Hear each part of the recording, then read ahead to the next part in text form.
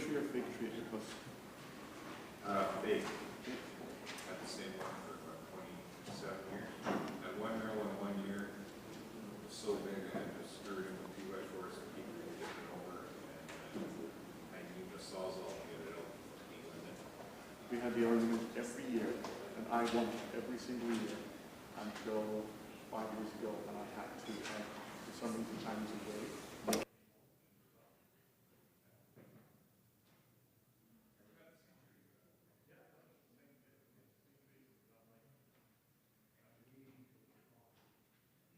It's like a 14-foot tree, so it's not so easy to decorate.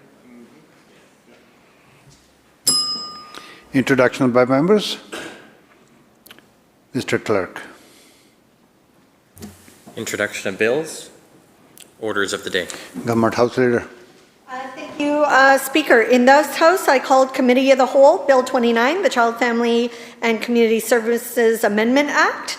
In the Douglas Fir Room, Committee of the Whole Bill 24, Vaping Product Damages Healthcare Recovery Costs Act. And in Section C, the Birch Room, Committee of the Whole Bill 30, Employment Standards Act. Thank you. Committee chairs. Speaker, in this House, first it is continued second reading on Bill 32, the Mental Health Amendment Act. My apologies. Thank you for the correction. Committee chairs and Deputy Speaker.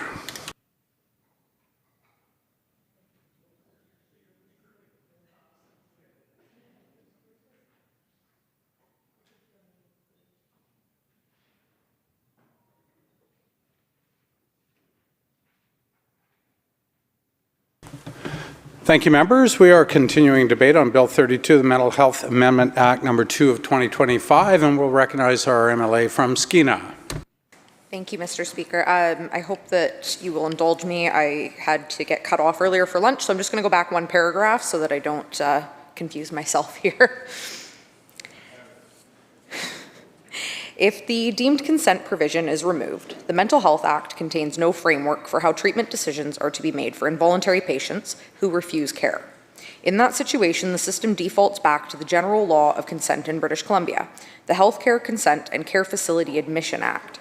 That act says that every adult is presumed capable unless proven otherwise, that a capable patient has the right to refuse treatment, and that the only time treatment can proceed without consent is in a narrowly defined emergency or through a substitute decision maker if the patient is incapable. That sounds reasonable in theory, but it does not reflect the clinical reality of the people who are most often certified under the Mental Health Act. Many involuntary patients are not incapable in the narrow legal sense. They can understand information. They can repeat back risks and benefits. They can explain side effects. But they cannot appreciate the consequences of refusing treatment because of a condition called anosognosia. And I hope I'm pronouncing that right because I am not a doctor. The lack of awareness of one's own illness.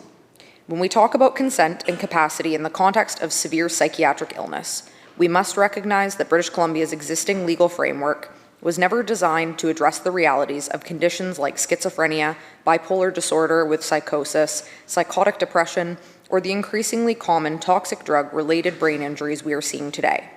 Capacity law in the Healthcare Consent and Care Facility Admission Act sets out a narrow test: whether someone can understand information and appreciate the reasonably foreseeable consequences of a decision. That test may work when someone is deciding whether to have a surgery or a medical procedure, but it does not capture the fragmented, inconsistent, and often fluctuating insight that characterizes many severe psychiatric disorders. People can often articulate information clearly while being completely unable to appreciate its personal relevance, because their illness prevents them from recognizing the illness itself.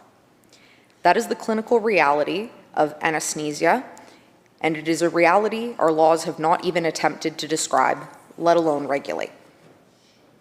It is not denial, it is a system of severe mental illness. A symptom. It affects a significant percentage of people with schizophrenia, bipolar disorder with psychosis, and psychotic depression. It also affects people with traumatic and toxic drug-related brain injuries, as well as people with Alzheimer's and dementia and things of that nature as well. a population that is now growing rapidly in British Columbia. When someone has this, they genuinely believe that there is nothing wrong with them. They may insist that their hallucinations are real, that their paranoid beliefs are justified, or that their family is conspiring against them. They may also, once stabilized, appear articulate, logical, and coherent, which leads clinicians to find them capable under the general legal test. But because they lack insight, they will often refuse further treatment. This produces the tragic cycle that we all recognize. The person deteriorates, becomes a danger to themselves or to others, is detained, receives treatment over objection, begins to recover, becomes capable in the legal sense, refuses continued treatment, is discharged, stops medication, relapses, overdoses, or returns to the hospital in a worse state.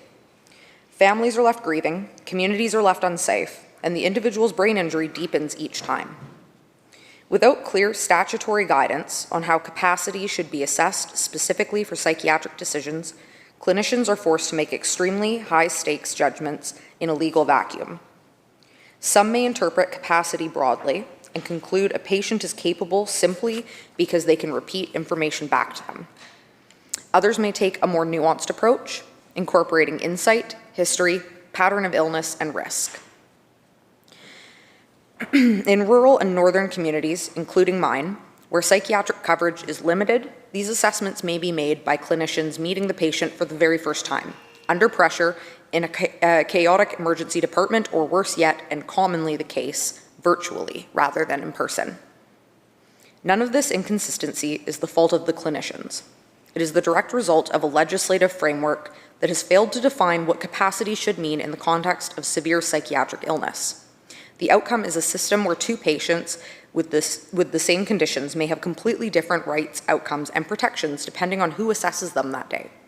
What's particularly troubling is not only is the situation that I just described very common in northern rural BC when we're looking at the lack of access to psychiatrists, but very recently the health minister and I were touring a facility in my riding where we were told that it's better for the patients that they can't see a psychiatrist in person and just virtually, which bothers me greatly. I don't think that you can replace face-to-face interaction with a healthcare provider with virtual. I understand that we have to fill gaps, but it's quite alarming that we're now making excuses for why we can't actually allow patients to be seen in person. And I think specifically when it comes to psychiatric assessments, being able to diagnose somebody in person is incredibly important. If the government removes deemed consent without establishing a modernized capacity framework, these inconsistencies will only deepen. Many severely unwell patients, especially those with anosmia, will be deemed capable in a legal sense and therefore allowed to refuse all treatment, even when their lives are at risk, or others' lives. Others may be labeled incapable based on subjective judgment. Families may suddenly become responsible for treatment decisions that they are unprepared to make in situations that are emotionally fraught and medically complex. And clinicians will be put in the impossible position of guessing whether treating someone without clear statutory authority could expose them to complaints or litigation. This does not create safety or clarity. It creates uncertainty and potential harm. The government may argue that substitute decision makers can simply fill the gap when a patient is found incapable, but that assumption overlooks the very real complications. Substitute decision-making only works when there are clear statutory rules guiding it. At present, British Columbia has no legislative process detailing when a family member can authorize or refuse psychiatric medication on behalf of a loved one. There is no oversight mechanism to ensure that the substitute decision-maker is acting according to the patient's values, best interests, or stated wishes. There is no tribunal process to resolve disputes between clinicians and families when opinions differ. And there are no safeguards to protect patients from family conflict, coercion, estrangement, or even well-meaning but harmful decisions made in moments of crisis. It's because this piece of legislation doesn't actually replace anything. It's looking to remove a section without providing any kind of guidelines or framework. If we're going to go to a situation where essentially we're going to be relying for the most part on these substitute decision makers that are primarily going to be family or close loved ones, Why is there no framework here about how that person is determined, which person it's going to be in the family, safeguards to ensure that they're not going to abuse that family member? It's impossible for a clinician to know every single time what the family history is or how this patient has interacted with that person in the past. So we're going into very dangerous territory by doing this without any kind of clear frameworks. These risks are not theoretical. Families across the province are already stretched to their breaking point, caring for loved ones with severe and persistent mental illness, substance use disorders, or brain injuries. Many are exhausted, traumatized, and desperate. Asking them to shoulder legal responsibility for forced psychiatric interventions without clear guidance, support, or safeguards is unfair to them and unsafe for patients. There are also situations where estranged or abusive relatives attempt to insert themselves into care decisions. Without a legislated framework, the system risks enabling further harm rather than preventing it. And again, that's not to say that I don't want to see more family involvement in care decisions, because I think that's important. But what we do need is guidelines, because not everybody is going to act in the best interest of people in their family. A modern mental health law must recognize these complexities. It must define capacity in a way that reflects psychiatric reality, including impaired insight. It must set out a clear and consistent process for involving substitute decision makers, backed by safeguards, oversight, and the ability to challenge decisions. It must ensure that clinicians, patients, and families all understand their roles, rights, and responsibilities. Removing deemed consent without addressing any of these issues does not modernize the system, it destabilizes it. It leaves clinicians without guidance, families without support, and patients without the protections that they deserve. This issue is even more concerning when we consider youth. Young people experience mental illness and substance use disorders differently from adults. Their insight fluctuates more rapidly. Their decision-making capacity is more vulnerable to peer influence, trauma, and developmental factors. Yet British Columbia has no youth-specific involuntary treatment framework, no capacity-based youth model, and no clear legal standard for when parents can override a youth's refusal of psychiatric treatment. And this is a really big issue that has been consistently seen. I get tons of casework to my office about this because there is no ability for a parent to intervene in those decisions, even when the child may have other disorders, not just psychiatric disorders, that impact their ability to make these decisions, but the parents aren't allowed to intervene. The government once recognized this gap when they introduced Bill 22 in 2020. Which would have allowed involuntary stabilization for youth after an overdose. They paused that bill due to a lack of consultation, promised to come back with something better, then abandoned the issue entirely, which is alarming because it's similar to what we're seeing right now. No consultation and a bill being brought forward, so it'll be interesting to see how this plays out. Now in the middle of the most severe youth overdose crisis in Canadian history, they bring forward a bill that could make it even harder to treat high-risk youth who lack insight into their condition. One of the most serious consequences of removing deemed consent without replacing it is that we risk creating a system that detains people without actually treating them. This is not only medically irresponsible, but also ethically indefensible. Detention under the Mental Health Act is supposed to have a therapeutic purpose. It is justified because treatment is necessary to prevent serious deterioration or harm. If clinicians are legally unable to provide that treatment, then the detention itself becomes punitive rather than therapeutic, something this government has said multiple times that they don't want to do. It becomes confinement for the sake of confinement. That is the opposite of what involuntary care is supposed to achieve. Imagine a person in acute psychosis, paranoid, terrified, disorganized, unable to recognize their own needs.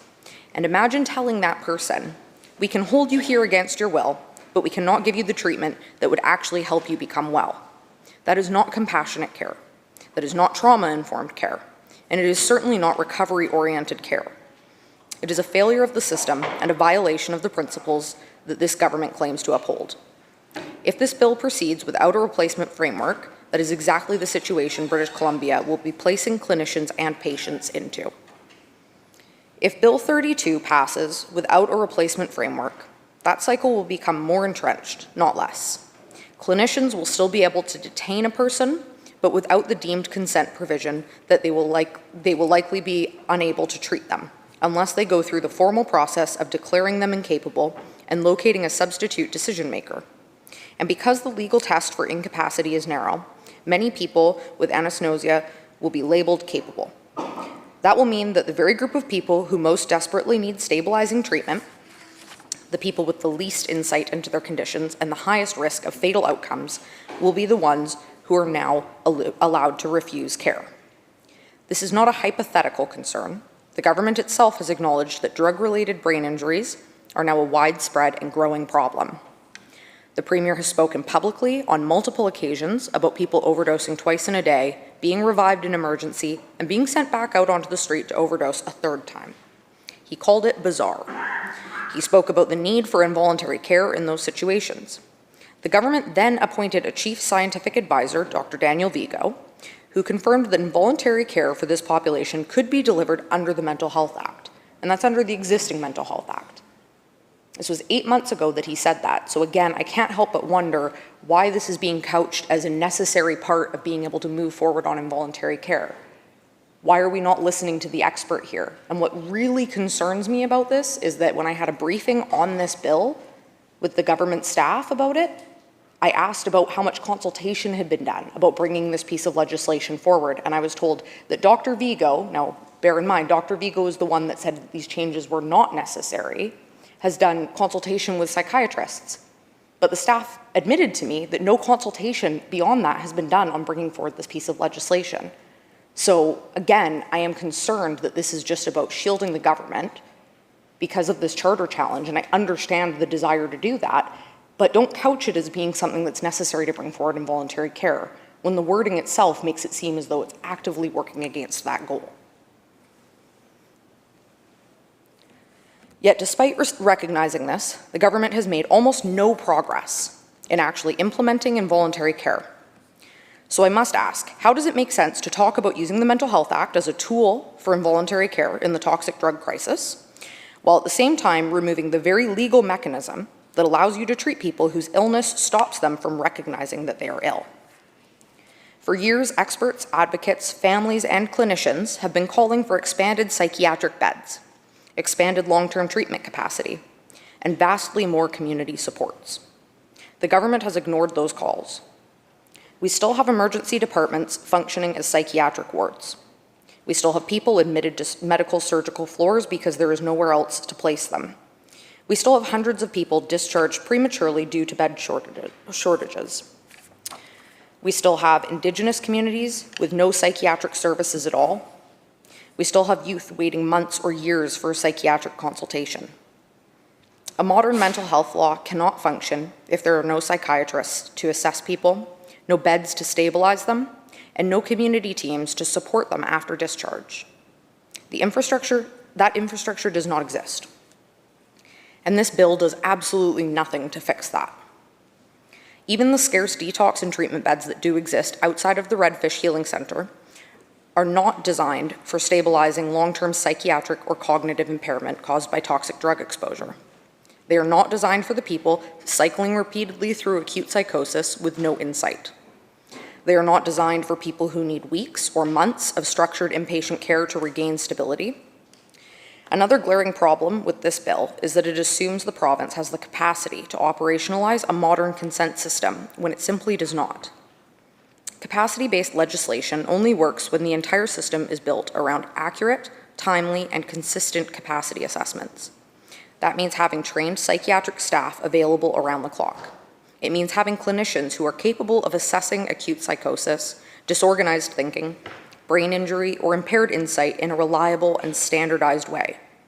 It means having specialized inpatient units ready to receive patients when capacity is lost and treatment is necessary. None of those conditions exist today in British Columbia.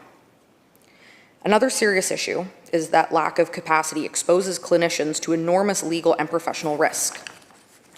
Under this bill, a nurse or doctor who decides a severely unwell patient is incapable could be accused of violating their rights.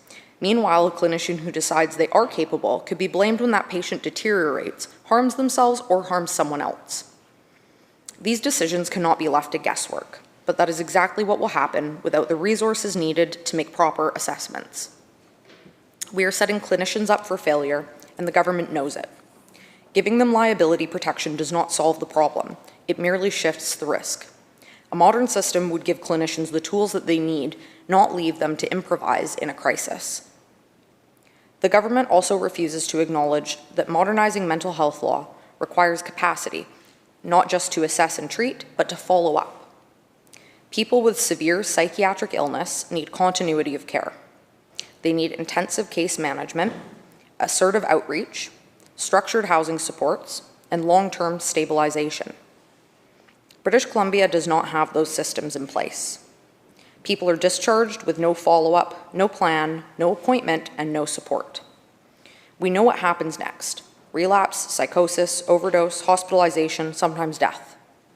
A rights-based framework without a care-based infrastructure is an illusion.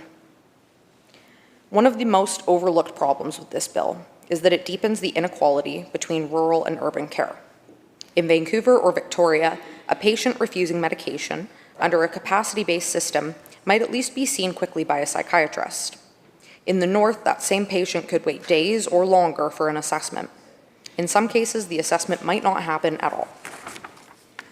The law will be the same across the province, but the outcomes will not be. The regions with the least capacity will see the worst results. People in rural and northern communities, my communities, will be left without timely assessments, without timely treatment, and without the protections a modernized framework is supposed to provide. This is not equity, it is regionally entrenched injustice. In northern communities, including Skeena, we often have limited or no access to psychiatrists on site. We have emergency departments that are overwhelmed, rotations that are inconsistent, and designated psychiatric beds that are insufficient. This government has known for years that psychiatric capacity is dangerously low, yet they have not meaningfully increased staffing, expanded inpatient facilities, or developed community-based psychiatric services for communities. Instead, they now introduce a bill that will remove the only legal tool that clinicians currently have to provide timely treatment in high-risk situations, and they're not providing anything to replace it with. The government is legislating as though we have a fully staffed, modern psychiatric infrastructure. We do not. We are nowhere close, and the consequences of pretending otherwise will be borne by the most vulnerable people in the system. The irony is almost unbelievable. The government is trying to legislate a capacity-based model while refusing to invest in capacity. It is like trying to build a skyscraper on a foundation of sand. The structure looks neat on paper, but it collapses as soon as it is used. If the government truly believed in a capacity-based approach, the first step would be investment. Investment in psychiatric beds, in detox beds, in long-term treatment, in community outreach, in northern services, in forensic stabilization, and in specialized brain injury units. Instead, they are moving backward. They're making it harder to treat people, not easier. They're making it harder to intervene in a crisis, not easier. It must be said plainly. This government has known for years that British Columbia's mental health system does not have the capacity to meet even basic needs. Thank you, member. I was told that I had 2 hours. Oh, you are a designated speaker? Yes. Sorry, I will be the designated speaker. Thank you very much. Yes. Every coroner's report, every auditor general review, every ombudsperson Member, report. I hate to interrupt. I just need to recognize our Minister of Education and Childcare. Yeah, excellent. Thank you. Sorry, we were waiting till you were done there. But in the gallery today, we have 40 Member, you need to seek leave. Can I seek leave to make an introduction? Thank you very much. Member, is leave granted? I didn't think it would be a problem. Carry on, Minister. Thank you, Chair. In the gallery, we have 40 people from Lift Auto Group, which has 67 locations, including one here in Victoria and headquartered out of Kelowna. They do collision repair all across the province. And so will the House please make them feel very welcome. Thank you very much, Minister. Indeed, welcome to everybody in the chamber today. Carry on, Skeena. Thank you. It must be said plainly, this government has known for years that British Columbia's mental health system does not have the capacity to meet even basic needs. Every coroner's report, every auditor general review, every ombudsperson report, every expert panel, every clinician, every grieving family has said the same thing. We do not have enough psychiatric capacity. We do not have enough treatment beds. We do not have enough staff.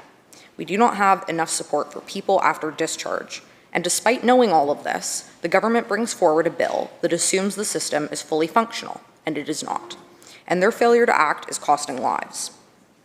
What makes this bill even more alarming is the glaring contradiction between the government's public messaging and their legislative actions. This premier has repeatedly stated that involuntary care must be available for people who overdose multiple times a day. He has stated publicly that allowing someone to be revived in the morning only to die in the evening is unacceptable. The government's own chief scientific advisor has stated unequivocally that repeated overdoses cause profound brain injury, that insight is impaired, and that involuntary care is sometimes necessary as an act of compassion. Yet, at the very moment when the government should be strengthening the legal framework to support those interventions, they're dismantling the only statutory mechanism that currently allows treatment in these high-risk situations. This raises a serious question. Was the government ever actually committed to involuntary care, or were those statements simply made to respond to public outrage? When a government's words and actions contradict each other this dramatically, British Columbians notice. And they have every right to question whether this bill reflects sound policy or political self-preservation in the face of a charter challenge. In April of this year, following a mass casualty event at a public festival that involved a person with untreated mental illness, the government announced a review of the Mental Health Act. They held press conferences, they talked about modernization, they talked about protecting the public, they talked about building a better system. But since then, we have seen absolutely no evidence of that review. There has been no consultation paper, no terms of reference, no interim findings, no public engagement, no outreach to families, no evidence that the review has progressed at all. What is particularly troubling is that instead of bringing forward a comprehensive reform package informed by that review, the government is now moving this small reactive bill in the final days of the sitting. It is difficult to avoid the conclusion that this bill is not about modernizing mental health law or improving care. It is about legal positioning. It is about the looming charter case. It is about shielding the government and health authorities from liability without doing the work of building a functioning, compassionate, and accountable system. So again, I have to ask, why are we rushing through a narrow technical change to one of the most controversial sections of the Act before that review is complete? Why are we legislating to manage a court case instead of legislating to fix a broken system? It feels premature, it feels backwards, and it raises real questions about what the government's true agenda is here. I want to acknowledge that the bill does contain provisions to protect clinicians from liability when they provide treatment authorized by the director. I understand why many nurses, doctors, and allied health workers welcome that protection. They are working on the front lines of an extraordinarily complex and under-resourced system, and they deserve support. But legal immunity for clinicians does not fix the underlying problem. They still will not have a clear statutory framework to guide their decisions when an involuntary patient refuses care. They will still be forced to navigate a patchwork of internal health authority policies, ad hoc capacity assessments, and unclear legal obligations. And patients, especially those with anosognosia or toxic drug-related brain injury, will receive inconsistent and insufficient care. British Columbians deserve better than this. They deserve a government that does the difficult work of drafting a modern, capacity-based mental health law that recognizes autonomy where possible, protects the right to be well where necessary, and builds in robust safeguards, oversight, and accountability. They deserve a system where families are part of the process, where rural and northern realities are recognized, where Indigenous communities are engaged with respect, and where clinicians are properly supported. They deserve more than a two-clause amendment introduced at the last minute because the government is anxious about its position in court. In principle, I support modernizing the Mental Health Act. I support strengthening rights and creating a fair, transparent consent framework. But I cannot support a bill that removes a major legal mechanism while offering nothing in its place. Doing so risks worsening outcomes for the people who need the most help. It risks creating a situation where we detain people without treating them, a scenario that is unethical, unsafe, and inhumane. And it risks further eroding public confidence at a time when the system is already under immense strain. What is most troubling is the government's refusal to grapple with the full context. This bill is being introduced in a province that has the highest overdose death rate in Canadian history, the highest rate of drug-induced brain injury ever recorded, a collapsing psychiatric system, chronic staffing shortages, emergency departments functioning as psychiatric stabilization units, long-term care needs that are completely unmet, and no coherent strategy for involuntary treatment despite promising it repeatedly. This bill does not exist in a vacuum. It exists inside a system that is fundamentally broken. And instead of fixing the system, the government is removing one of the only tools that it has. Rights matter, but that includes the right to be well. We can move towards a modern capacity-based model that respects autonomy whenever possible, explicitly recognizes situations where illness destroys insight, provides strong safeguards, and still allows clinicians to act in a transparent and accountable way when doing nothing would mean death or serious harm. If the government were serious about modernizing the Mental Health Act, this bill would not be 2 clauses long.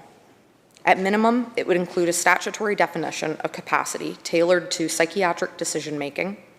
It would require regular, documented capacity assessments.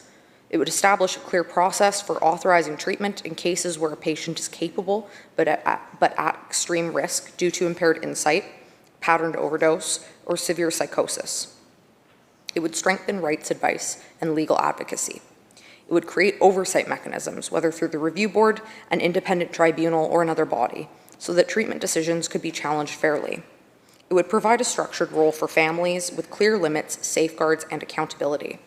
And it would be accompanied by a commitment to increase psychiatric capacity, community care options, and stabilizing treatment facilities across the province. None of that appears in this bill. British Columbia cannot build a rights-based mental health framework on a system that is structurally incapable of delivering the most basic psychiatric care. The government knows that psychiatry vacancies remain unfilled across Northern Health, Interior Health, and Vancouver Island. They know that some communities have no permanent psychiatrists at all.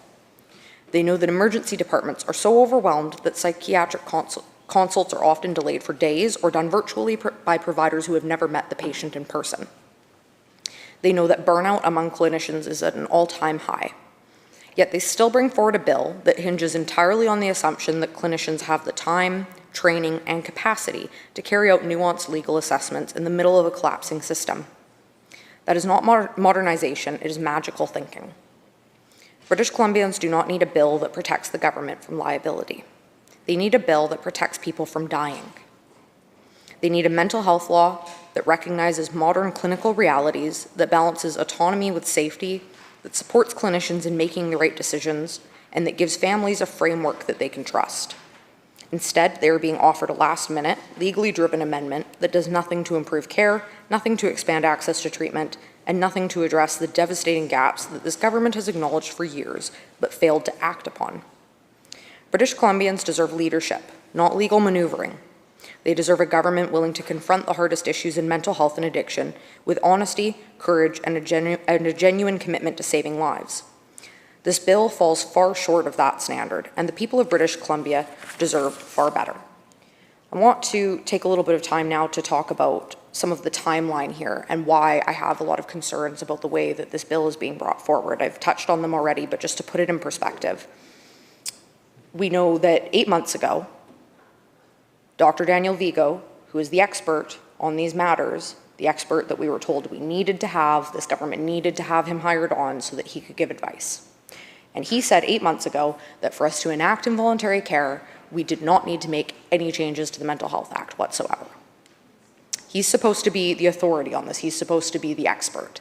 And now, for some reason, we're going against his advice. We know that back after the Lapu-Lapu Day tragedy, the Premier stood up and announced that we were going to get a review of the Mental Health Act, something that many people have been calling for a very long time. That was announced, and I've heard crickets ever since. Now we've got this bill coming forward. We haven't done a review. We haven't done consultation. As I mentioned, ministry staff told me as much yesterday that no consultation has been done on this. So all I have left to assume is that this is just about shielding the government from the results of this charter case. And again, I understand why they may want to do that. I understand that there is some concern there, and I'm certainly not against us providing more protections to healthcare workers, I don't want them to be facing liability for doing the right thing and making the right medical choices. That's important. They need to feel confident that they can make those medical choices. But the fact still remains that this government agreed that we needed involuntary treatment. And I've pored over this document and tried to find any other way to interpret it other than the fact that it is now going to be more difficult for us to be able to implement involuntary treatment in this province. And that concerns me greatly. I've spoken about it in this House before. I'm somebody that has lived experience with this. I went to treatment. I was a drug addict for a number of years, and I went to treatment. I got help, psychiatric help as well. I did suffer from psychosis, and I have been through that pattern. I understand this very keenly. I have the lived experience on it, and that's why I advocate for it. And that is also why I know, as somebody with lived experience, as somebody that was a youth when I was struggling, that involuntary treatment would have saved me. Obviously, I'm still alive. I'm still here today. I made it through. But I did a lot of really irreparable harm to my body and my health during that time. And I was a young person, and obviously I regret it now, and I wish I hadn't done that, but I did.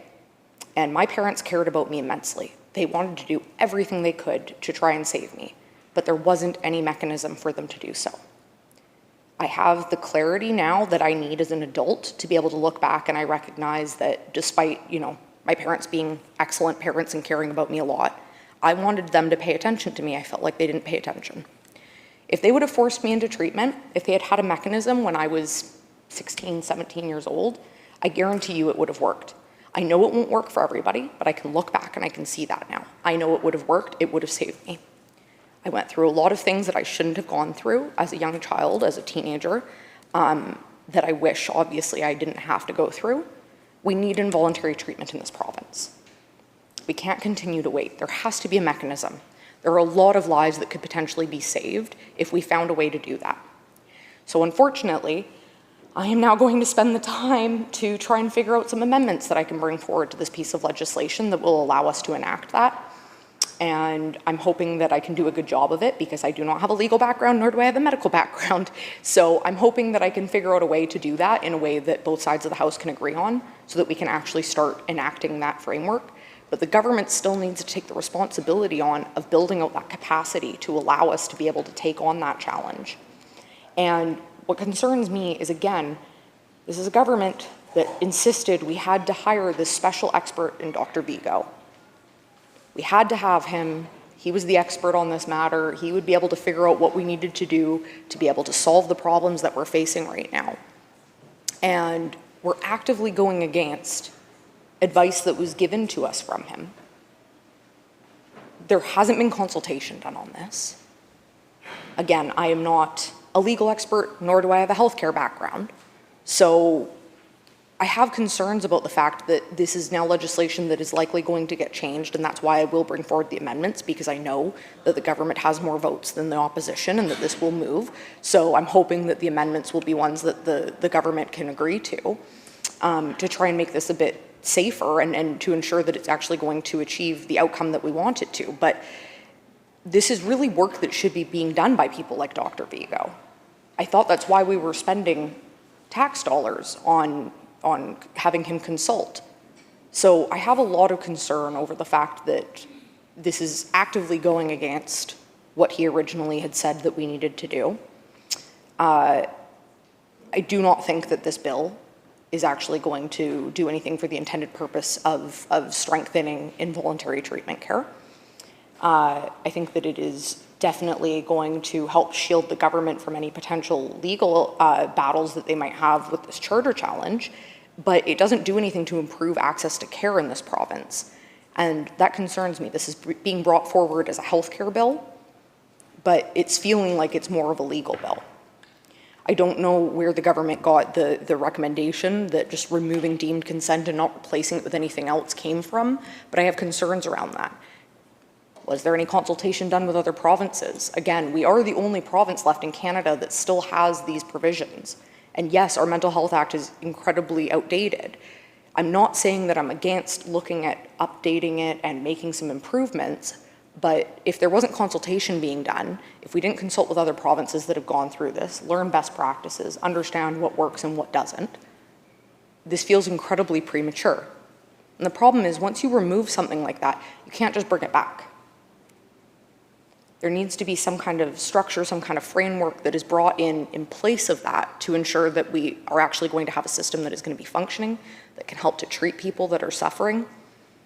And again, if anybody listening to this hasn't experienced either themselves dealing with significant psychiatric illness or having someone in their family that struggles with it, I think probably most have experienced that at some point, being around somebody that does struggle like that. But if you haven't, it's very difficult to understand just how common it is for someone, if they finally get diagnosed and they finally get the help that they need, they finally get treatment, they finally get medications, and they start to feel better. It doesn't take very long for them to start to think, I'm better now. I don't need the medication anymore. I don't need the treatment anymore. I'm feeling great. At that point, by any kind of, legal capacity test, they would be considered capable of making that decision for themselves. They would be considered capable of determining whether or not they need to continue with treatment or if they can discontinue the treatment and be fine. And the problem is, I think that the clinicians would know that as well. They'd be very cognizant of that. They would recognize that this is a person that has struggled with severe psychiatric illness for a long time. Once the medications wear off, they'll be right back where they started, and they'll have no legal recourse to stop them from getting off of those medications. That's incredibly concerning. And I don't think that the average British Columbian recognizes, although they may now because of things that have happened recently, just how many people are living in community under the Mental Health Act that are mandated to get medications, usually by an injection, every couple of weeks. I'm not saying this to disparage those people, because I think it's incredibly important that they have this opportunity so that they can feel well, so that they can live a normal life. But if they have the ability, whenever they feel like it, to just get off their medications because they're feeling well at that moment, we could see things like what happened at the Lapu Lapu Day Festival again. We could see more tragedies, and I don't feel like we've worked in any kind of safeguards here to ensure that that doesn't happen again. Psychiatric illnesses like schizophrenia don't go away. There's no cure for that. You can medicate it, and that's about all you can do. You can treat, but there's no way to just completely stop it from coming back. So if we don't have some kind of a safeguard in place to make sure that that doesn't happen, I'm worried that we're going to make this system worse, not better. Another piece of that is definitely people that suffer from delusions, people that are living on the street, people that, it's a very common situation that you'll come across with people that are unhoused, that are struggling with substance use. It's really common that they will also have some kind of a psychiatric condition. Typically, people will self-medicate in those situations and they'll end up on the street. And, I spend a lot of time doing outreach work with people in those situations. And I would say, you get to know somebody fairly well, and you can have a conversation with that person one day and they seem fairly coherent and capable of making decisions for themselves, and the next day they're not. This is not something that's just going to be the exact same every day. So again, if that person presents to a psychiatrist and they're having a particularly lucid moment, a lucid day where everything seems fine and they don't feel like they're going to need any more help, they could then be released and end up doing more damage to themselves. Another part of this is that when psychiatric patients aren't getting properly treated, again, like I said, they tend to turn to self-medicating. It's incredibly difficult dealing with psychiatric illness. For the person that's experiencing it, for what it does to your mind, it's incredibly difficult. And as somebody that has experienced this and has experienced using, illegal substances to try and self-medicate it, it's a very simple trap to fall into. You don't feel well, something doesn't feel right, you feel like your brain doesn't function like everybody else's, and so you find a way to self-medicate and to deal with it another way, and we know what happens. We know what the outcomes are there. You either end up overdosing and dying, or overdosing and ending up with a permanent acquired brain injury. And that brain injury gets worse every single time that you overdose. Again, this is not something that is treatable, it's not something that's reversible, but it is preventable. And that's where I get frustrated that this government isn't doing something more to prevent that from happening, to build out the capacity that we need to be able to treat people early on, to be able to ensure that they don't end up in a place where they end up with an acquired brain injury.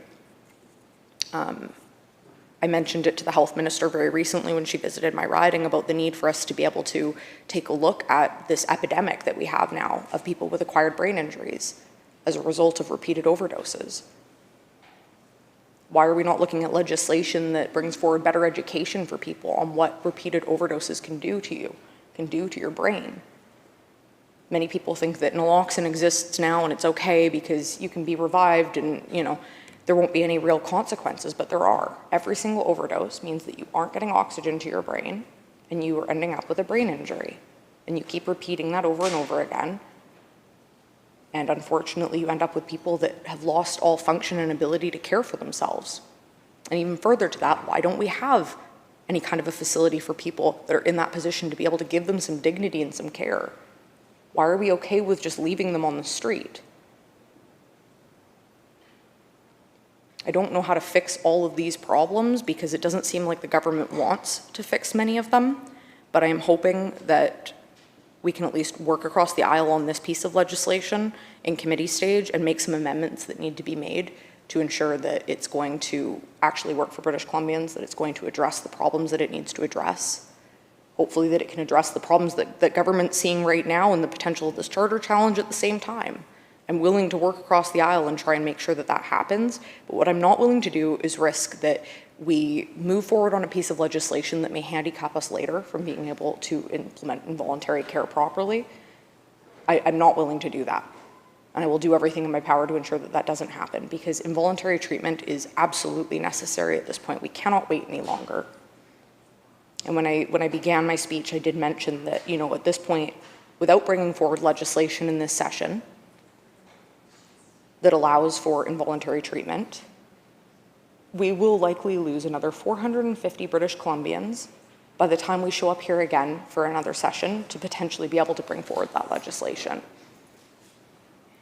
It's 450 people that will most likely die in this province if we don't make sure that we do something now to prevent that from happening, to give our healthcare system the tools that it needs to be able to treat people when they're dealing with those concurrent disorders, to be able to ensure that even when they don't want that treatment, if we can tell that it is in their best interest, that they will have no standard of living, no dignity if we don't, or that they may potentially die, that we can then implement that care.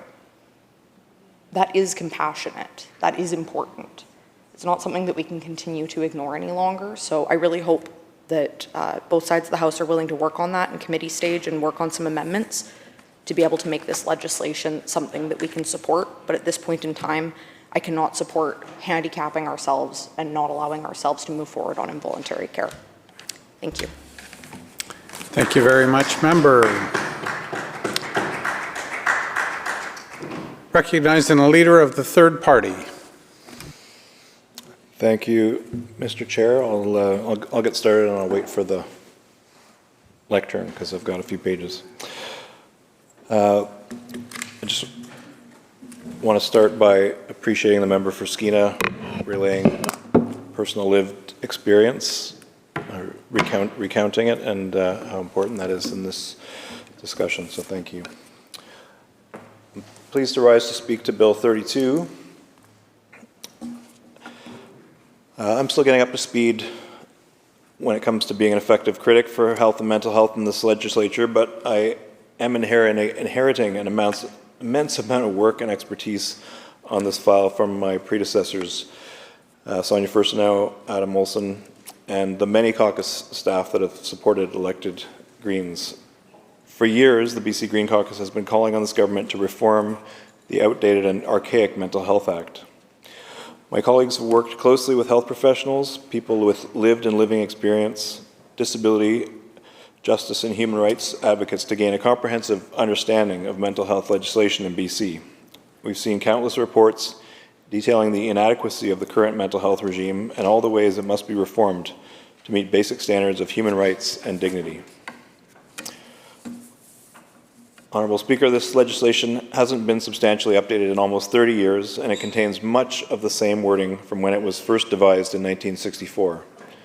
After more than 60 years of tinkering around the edges, I was expecting to stand to celebrate the long-awaited overhaul of the Mental Health Act. Instead, I'm standing to speak to minor shuffle of two clauses. To say I'm disappointed is an understatement. BC's Mental Health Act, last substantially updated in 1988, still authorizes coercive health measures and is out of step with modern understandings, evidence-based understandings of mental health and illness. It's time for the Act to be overhauled and oriented toward creating the conditions for all people to be well, informed by those who are or have been directly impacted by this legislation. It is somewhat suspect that this government is making minor changes to an outdated piece of legislation for the sole purpose of defending itself in a charter challenge. I'll dive deeper into these concerns throughout this debate, on which I will be the designated speaker. In 2016, the Council of Canadians with Disabilities and two individuals challenged the constitutionality of BC's mental health legislation. The plaintiffs argued that BC's Mental Health Act violates Sections 7 and 15(1) of the Charter of Rights and Freedoms. For the record, these sections read, Section 7, everyone has the right to life, liberty, and security of the person, and the right not to be deprived thereof, except in accordance with the principles of fundamental justice. Section 15(1), every individual is equal before and under the law and has the right to the equal protection and equal benefit of the law without discrimination, and in particular without discrimination based on race, national or ethnic origin, color, religion, sex, age, or mental or physical disability. Although the two individuals dropped out of the case, the Council of Canadians with Disabilities continued the charter challenge. In 2022, the Supreme Court of Canada unanimously determined this case did pass the test to be considered in the public interest.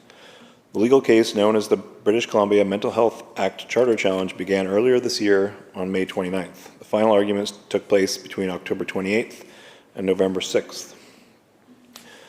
The Council of Canadians with Disabilities, which I'll refer to as CCD from here on, CCD argued that they are not seeking to eliminate involuntary treatment, nor change who can be detained, or how long, or the legal criteria for admissions. With this charter challenge, they're seeking to ensure that when psychiatric treatment is forced, that it is done so with dignity, oversight, and involvement of the patient's trusted supporters. As many experts and advocates have so astutely identified, we do not have to choose between public safety and individual rights. We can have both, and that starts with creating a mental health act that wasn't drafted during the same time when residential schools were operating, whose non-consensual medical experiments continue to harm Indigenous survivors today, during a time when involuntary sterilization against people who were declared, quote, mentally defective was common practice, and when being queer was determined to be a mental disorder. We can do so much better than a 60-year-old piece of legislation that has barely been updated in the past 30 years. Anne Levesque, co-chair of the Disability Justice Litigation Initiative of the Council of the CCD, writes, quote, waiting for the courts to force change wastes precious time and public resources that could be better spent on designing a new, charter-compliant mental health system in collaboration with experts, service providers, families, and people with lived experiences. Meanwhile, substantial public funds are being spent on government lawyers to fight a legal battle defending a regime that is clearly unconstitutional and fails both patients and public safety. That money would be far better spent consulting with experts, families, and people with lived experiences and developing legislation that upholds constitutional rights and keeps communities safe. The time for delay is over. The BC government must act now to rewrite the Mental Health Act in order to protect the public and respect charter rights. End of quote. The piece of this legislation that has faced particular scrutiny in this trial is the very section that is being repackaged in these proposed changes. The heading for Section 31 reads, Deemed consent to treatment and request for a second opinion. Subsection 1 reads, quote, if a patient is detained in a designated facility under Section 22, 28, 29, 30, or 42, or is released on leave or is transferred to an approved home under Section 37 or 38, treatment authorized by the director is deemed to be given with the consent of the patient. The government says that Section 31(1) was added in 1980 in response to a Supreme Court of Canada decision. This court decision found that involuntary treatment could be constituted as battery. This section was added to protect health workers from being liable in a tort of battery. Let me read into the record a guidance document prepared by and for the Government of Canada in 1981 titled Legal Aid for Mental Patients. Quote, civil commitment must be seen as an extreme form of state intervention, representing as it does the deprivation of our most fundamental rights, and particularly the right of autonomy over physical self. Given the loss of liberty, privacy, and self-determination, and the dramatic consequences of hospitalization, it is not surprising that many have begun to ask basic questions about involuntary commitment. When is it justified, and how best can one achieve a balance between freedom and protection of the individual and society? End quote, continues. The difficulties in psychiatric assessment and diagnosis are not surprising. Mental illness is a complex phenomenon which cuts across medical, normative, cultural, and ethical considerations. This then is not a criticism of psychiatry or psychiatrists, only a further indication of the need to deal with the inevitable ambiguities in all mental health legislation, and to protect the individual from the uncertainties in the consequential diagnostic process. In short, unsure diagnosis can be successively qualified and modified in an ongoing voluntary treatment relationship, but it must be subject to close scrutiny and challenge when it is the basis for committal. Honourable Speaker, as I highlight in these quotes from 1981, this country has recognized the complexities that arise from involuntary treatment. Why then, I wonder, has it taken the BC government so long to address the outstanding concerns of its outdated Mental Health Act? And why is this BC NDP government only just now tinkering around the edges? When asked to provide commentary on this government's review of the Mental Health Act, the Premier said this, quote, "Our reluctance to enter into this modernization of the Act before the trial was complete is we're going to get a judgment from the court and it's going to tell us about the direction to go in terms of being compliant with rights. Also, it presents a risk to our trial and to the case to suddenly change the law in the middle of the case. But I think the moment that we're now in requires that we move ahead regardless and accept that risk." End quote. So why, I ask again, are these changes coming before the court case has concluded? We've heard two justifications from this government. They've argued that they need to provide certain protections from liability for healthcare workers, particularly in a tort of battery when providing involuntary treatment. The second justification is that healthcare workers are afraid of providing treatment to involuntary patients because protection from liability is unclear in the existing legislation. Some argue that provincial health authorities are therefore not forcibly treating enough people. So I'll say this, we aren't aware of any healthcare worker groups that have said they are concerned about liability when delivering treatment involuntarily under the Mental Health Act. This government says they're seeking to enhance the protection of liability for healthcare workers while also saying that this protection from liability is baked into the existing legislation, and that these amendments don't actually change the function of the Act. So I come back to my initial questions. Why this, and why right now? The intent of Section 31.1 doesn't matter. We must face reality and be honest about the ways deemed consent has caused harm. This clause was added in the 1980s. Why hasn't this changed since then? As identified by the Office of the Ombudsperson, more people are being involuntarily detained under the Mental Health Act than ever before. Each year in BC, the Mental Health Act is used 30,000 times to involuntarily detain individuals experiencing mental health and or substance use challenges. This number is over double what it was 10 years ago. And I'll add that the 20,000 people this involves amount to about 0.5% of BC's population. That's 1 in 200 people. The Ombudsperson's first report in 2019, called Committed to Change, Protecting the Rights of Involuntary Patients under the Mental Health Act, found that a striking lack of compliance with the legal documentation compliance with the legal documentation required on involuntary admissions under the Mental Health Act. Quote, "A detailed analysis of mandatory admission forms found that across the province, all of the required forms were completed in only 28% of involuntary patient admissions." In the 2022 Committed to Change report update, the Ombudsperson wrote, quote, "We are encouraged by the fact that government and the health authorities have made substantial progress in developing auditing systems to increase oversight and accountability for form completion and to improve training for staff and physicians since Committed to Change was issued. As this report highlights, however, there is significant work ahead to ensure that the systemic issues we identified in those areas in our report, and particularly related to independent rights advice, are fully addressed." End quote. We must recognize that being involuntarily detained and forcibly treated can be an extremely traumatizing experience. Many people say they fear being detained again, so they will avoid seeking help from health professionals. We continue to see the horror stories coming out of each report that analyzes the system of involuntary treatment in BC. People have been forcibly injected with medication and sedatives, physically restrained, and given electroconvulsive therapy. These experiences have created a culture of avoidant care, meaning that if there is a risk of harmful apprehension, people are less likely to seek care in the system. This applies to the police, health, and mental health systems. I'll read some of the concerns about the current Mental Health Act as identified by Health Justice. The Mental Health Act authorizes detaining hospitals and facilities to, quote, discipline patients. This means that patients can be solitarily confined in seclusion rooms, mechanically restrained with straps that tie them to their beds, or otherwise punished during their time in hospital. There are no limits on when, how, why, or how long someone can be disciplined, and no review process. The Mental Health Act removes health care consent rights for involuntary patients. All involuntary patients can be administered any form of psychiatric treatment the facility chooses without consent from the patient or their families or personal supporters who know them best. Finally, the Mental Health Act fails to address many important aspects of daily living conditions that could support recovery. There are no patient rights to access phones or computers, to receive visitors, to protections during clothing removal, or to grounds passes to get exercise or fresh air. The result is that many involuntary patients experience unnecessary trauma, isolation, and alienation from the healthcare system. Mr. Speaker, yesterday an article was published in the Canadian Medical Association Journal titled Involuntary Treatment for Substance Use, Application of CASA's Ethical Framework to Alberta's Compassionate Intervention Act.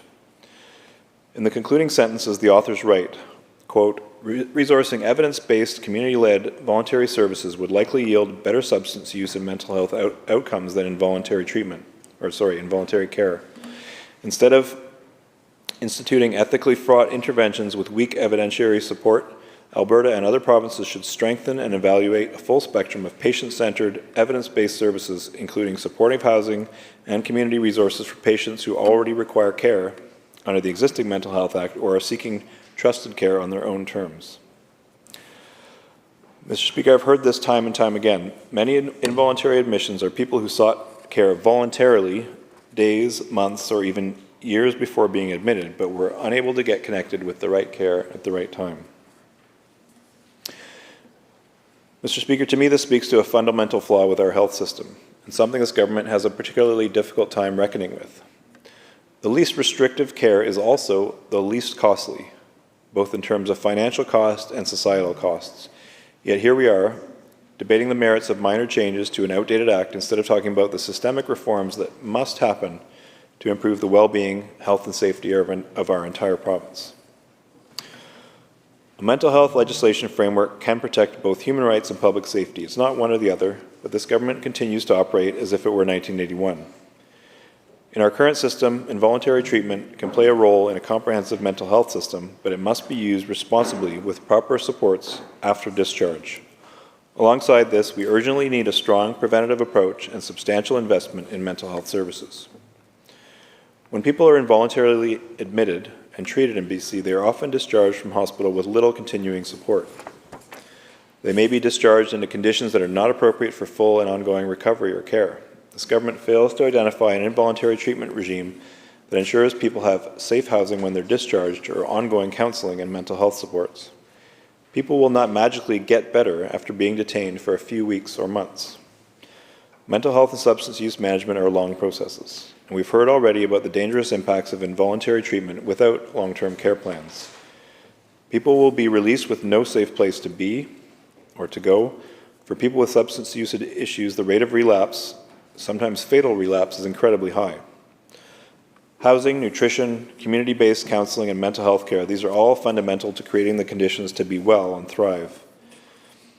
In their position paper titled Involuntary Care, Criminalization by Another Name, Pivot Legal Society writes, quote, rather than supporting expanded involuntary or carceral treatment, we endorse supports and services that directly meet people's material needs, built on a framework of consent, capacity, cultural safety, and peer leadership.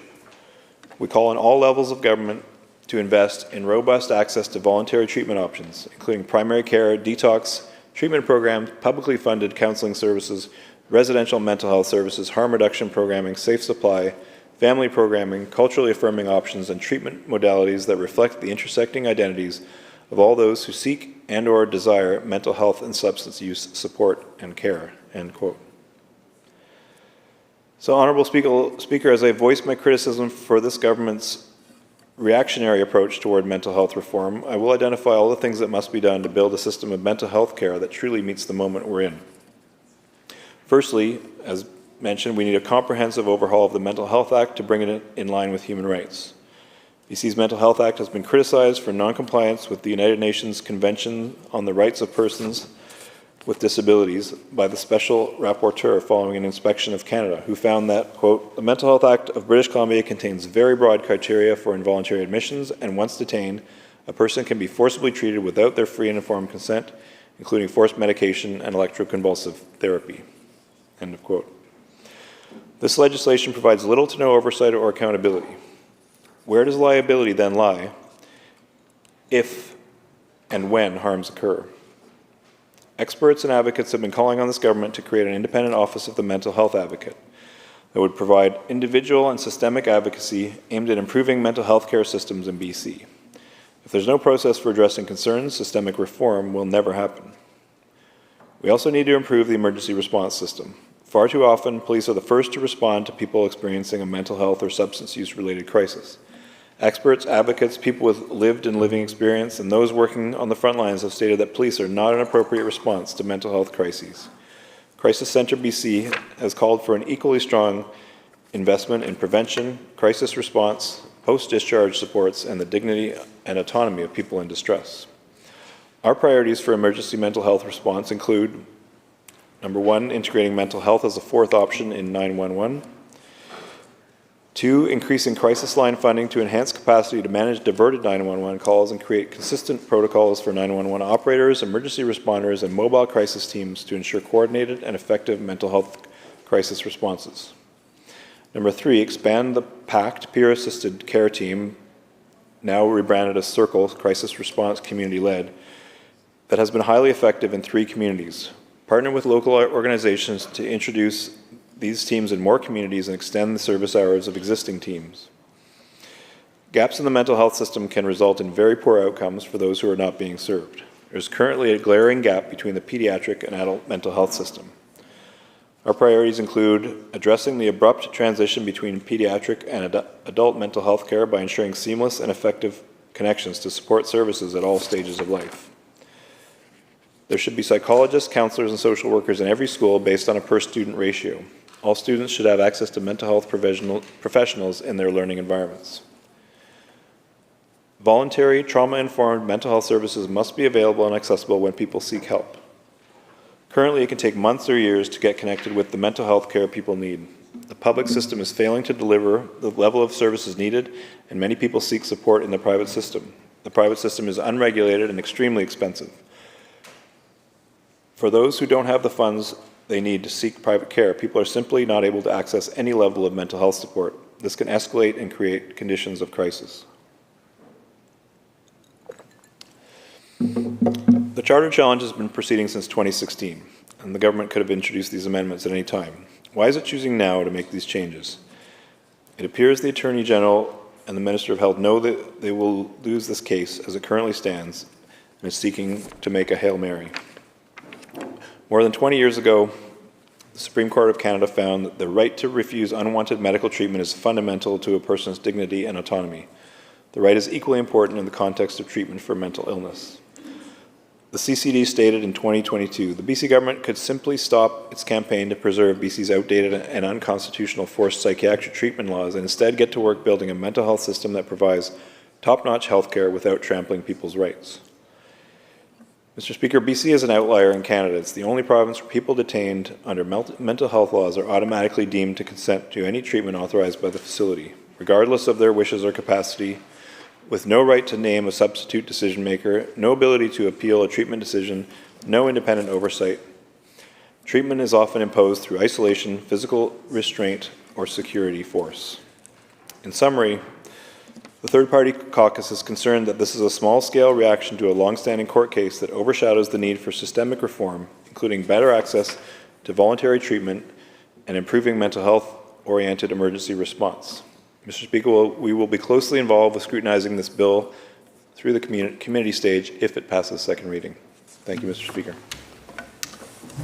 Thank you very much. Member recognizing the MLA from Surrey Cloverdale. Thank you, Honourable Speaker. I'm pleased to be able to rise to speak to Bill 32, Mental Health Amendment Act Number 2, 2025. I've been putting a lot of thought into this over the last 24 hours, Mr. Speaker, and I've been thinking about my reasons why I came from my policing career, came to become a politician and to represent my community. And the number one reason was because I wanted to see change in the way that we treat people with mental illness in BC. And as a police officer, I had a lot of experience apprehending people under the Mental Health Act, intervening with families in crisis, and there's a lot of work to do. I would say that the biggest piece of the puzzle that's missing is just a lack of services. And so knowing how much of my own personal life even that I have put aside to try to advocate for more for British Columbians, and to see this bill come forward, Bill 32, and what it's missing for British Columbians is one of the biggest disappointments that I've had since coming to this place. Because it really does not even get to the core of what I think the most fundamental issues regarding our mental health crisis that we have in British Columbia. So before I sort of get into more of my speech, there's something that I want to address that was said by my colleague from the third party. He characterized using chemical restraints and using seclusion as a punishment. And while it could be viewed perhaps by some as a punishment, in reality, these are treatments that are sometimes medically necessary. For example, Mr. Speaker, if a person is in psychosis and violent and actively trying to harm other people, harming healthcare workers, harming themselves actively, trying to hurt other patients or inmates in the forensic system, these are sometimes, though they might seem harsh, these are required treatments that are engaged to protect people from violent and harmful behavior on themselves or others, even homicidal behavior. And so while I can understand that for some British Columbians, that some of the procedures and means of care that get used to help restrain people or to help isolate people in an extreme crisis where violence and danger is a reality, these are the realities of what sometimes have to happen. And we need to be careful as people in this place to characterize these types of sometimes in exigent circumstances required treatments as somehow being a punishment or something that we need to never do. Because unfortunately and sadly, there are sometimes circumstances that we have to use things like that to keep others and keep people within our system safe. Like my colleagues, I do have concerns about Bill 32 appearing to just be a response to the charter challenge that's been launched, particularly with respect to Section 31 of the Mental Health Act, the section which speaks to deemed consent. I just find the timing is incredibly suspect, and why, of all the things that we could do to modernize this act, Mr. Speaker, why coincidentally is it this particular section that this government is looking at when it happens to also be the subject of a charter challenge, a court challenge, which, as many of my colleagues in here have already pointed out, it seems like the government is on the losing end at this point of that court challenge. But I also have questions, to be honest, about the Section 16 amendments that are being proposed. And I also wonder if these are related to other recent lawsuits. I haven't really ever, even when I was the critic for mental health and addiction from 2022 until 2024, I can't think of any circumstances where anyone had come to me, a healthcare worker or a doctor or someone in the healthcare system or a family, that talked to me about taking, civil action, launching a lawsuit against the health authority or a specific healthcare worker with respect to, treatments that were given in good faith to a loved one or to themselves under the Mental Health Act. But coincidentally, recently there were 2 civil suits, notice of civil claim, launched in BC Supreme Court, one of them being in relation to the Lapu-Lapu tragedy, and the other one being in relation to a young man that died on the grounds of a hospital in Vancouver. He was apprehended and certified under the Mental Health Act, receiving treatment, died on a bench and wasn't found for several days. He was considered to be AWOL. And this person had actually died, and although staff had said that they had been searching for this individual, security had been searching for them, they never found them on the grounds of their own hospital. Someone in the care of the government. We're supposed to be looking after people like this, who are vulnerable. And so, I will be really looking to the government to confirm this, Mr. Speaker, confirm that the aim of this bill is to inoculate community care teams and the province from civil liability for claims related to the forced treatment or involuntary care for people with comorbid mental health and substance issues that represent dangers to themselves and the public, and not to inoculate the government, specifically the Vancouver Coastal Health Authority, for any civil liability arising out of the Lapu-Lapu Festival tragedy, where the allegation is that VCHA knew or ought to have known that the defendant motorist Adam Kai G. Low represented an imminent danger to himself and the public, and that he should have been committed to involuntary care at the time of the Lapu-Lapu Festival tragedy. It wouldn't surprise me. And that's the thing, it wouldn't surprise me with this government if that was the intent. But it's hard to know, Mr. Speaker, because this bill is so incredibly flimsy.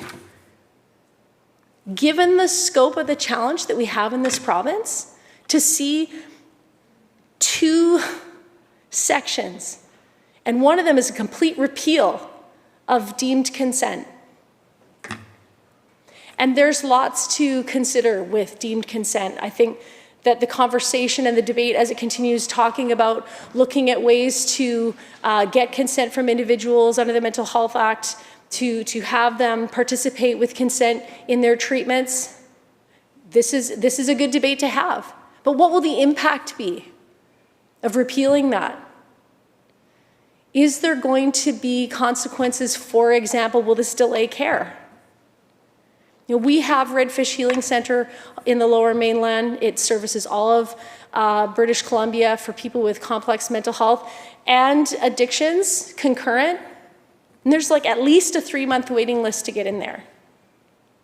So if we have people who are certified and receiving care at places like Redfish or any other hospital, if they don't consent, and if the person who they have, let's say they don't have the cognitive ability, if they've been assessed and they can't make that decision, then they have someone who is their substitute decision maker. If they do not consent to the treatment, will it prolong their period of time that they're going to be kept in the hospital for?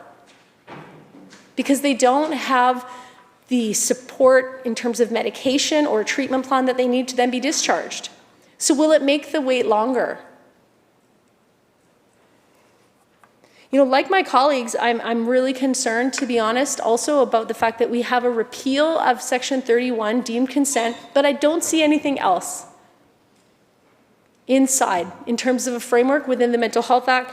And, if we default then, Mr. Speaker, to the Healthcare Consent and Care Facility Admissions Act, and we look at the exception to getting consent from an adult, the exception under Section 12, Sub 1 of the Healthcare Consent and Care Facility Admissions Act, if a healthcare provider may provide healthcare to an adult without the adult's consent if it's necessary to provide healthcare without delay in order to preserve an adult's life, to prevent serious physical or mental harm, or to alleviate severe pain.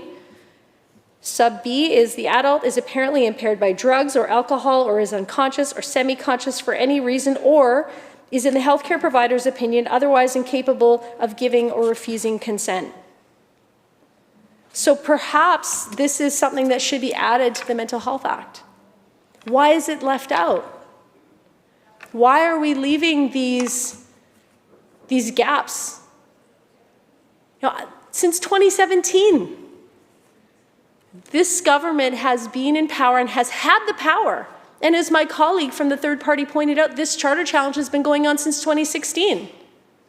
So there was plenty of time in nearly a decade to have found more language to put into Section 31. What happens then if the substitute decision maker refuses the treatment plan for a person? Under the Mental Health Act, will they be able to go and apply for a court application, to get a court order, to give court-mandated treatment to someone? What if that person is posing a risk to public safety? Will this delay care?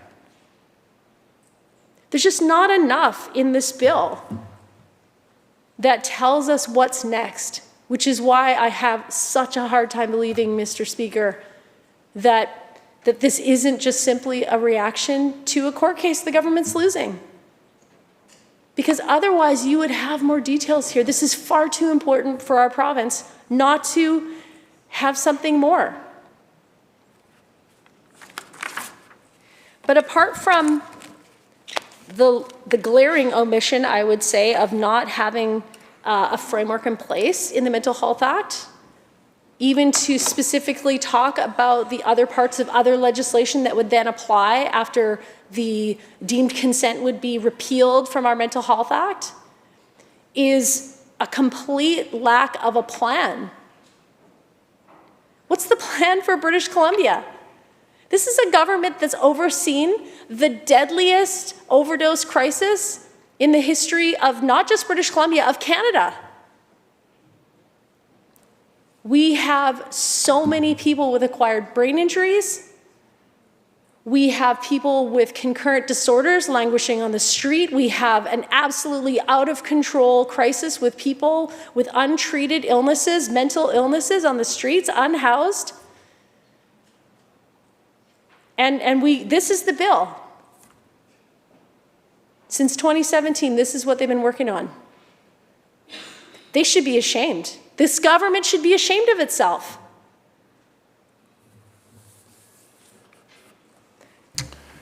Sorry to interrupt, member. Recognizing a member from Kamloops Centre. Thank you. I seek leave to make an introduction. Member, shall leave be granted?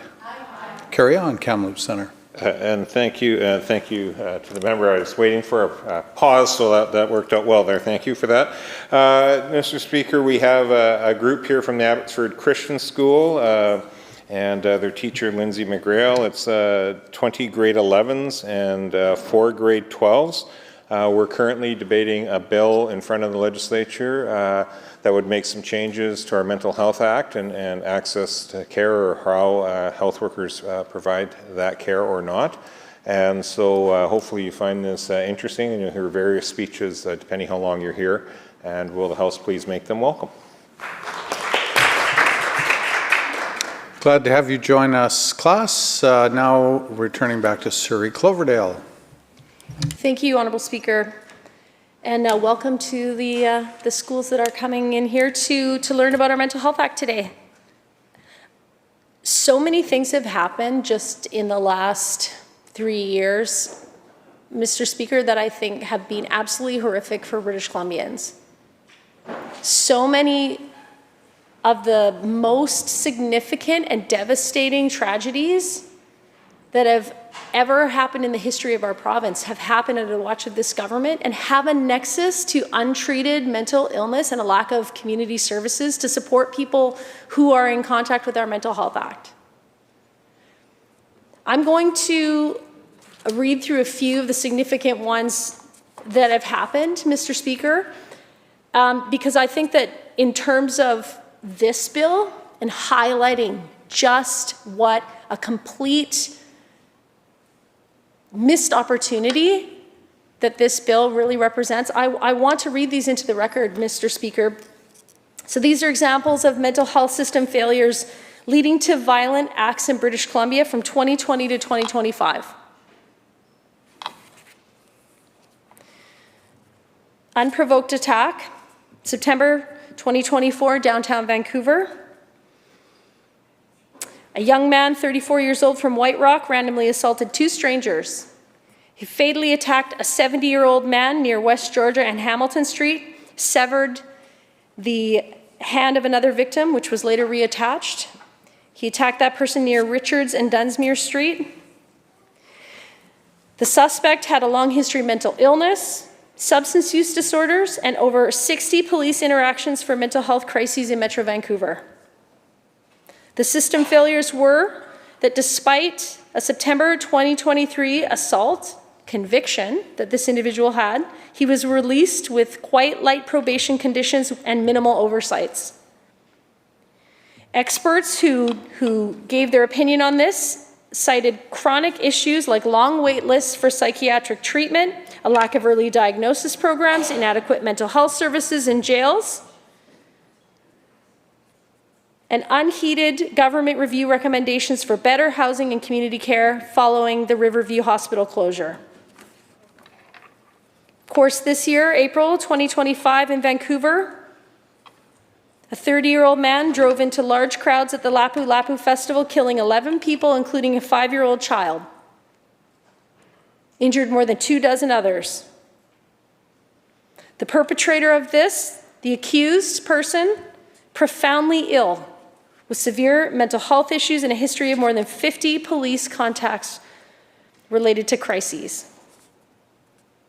Hours before the attack, the family member contacted the psychiatric ward about his deteriorating condition. Police had interacted with him the day prior. No immediate intervention occurred. And despite the province's recent launch of 10 involuntary treatment beds and other announcements, this case highlighted the lack of mandatory care pathways for severe cases, leaving families and police powerless to enforce treatment. April 2025 in Cole Harbour area of Vancouver. A man brutally attacked a female tourist from Toronto, causing a broken nose, black eyes, cuts, severe bruising to her face in a random stranger attack. This individual was agitated off his medications, and he had had a severe mental health crisis the previous year. He'd been arrested 2 days earlier. This individual had been arrested, and despite the family's pleas for hospitalization, he was granted bail and then later diverted to a hospital rather than jail. Chinatown Festival stabbings. This was just a conviction that happened where a 66-year-old stabbed 3 people at the Light Up Chinatown Festival. Festival goers were injured in random attacks. This individual had schizophrenia. He was told by God to commit these acts, previously found not criminally responsible due to a mental disorder for the fatal stabbing of a 16-year-old daughter. He had been on an unescorted day pass, and we know from the recent BC Review Board annual report that the Review Board talks about the lack of adequate supports under the forensic system where this individual was a part of. This list goes on, Mr. Speaker, and I'm not going to read them all. But I think that just even reading a few of them shows the scope of the problem that we have here. And after the Lapu Lapu tragedy, Mr. Speaker, the Premier stood on the steps of this place. The first thing he did was order a review into the bollards to find out how, if we have enough security at events like festivals.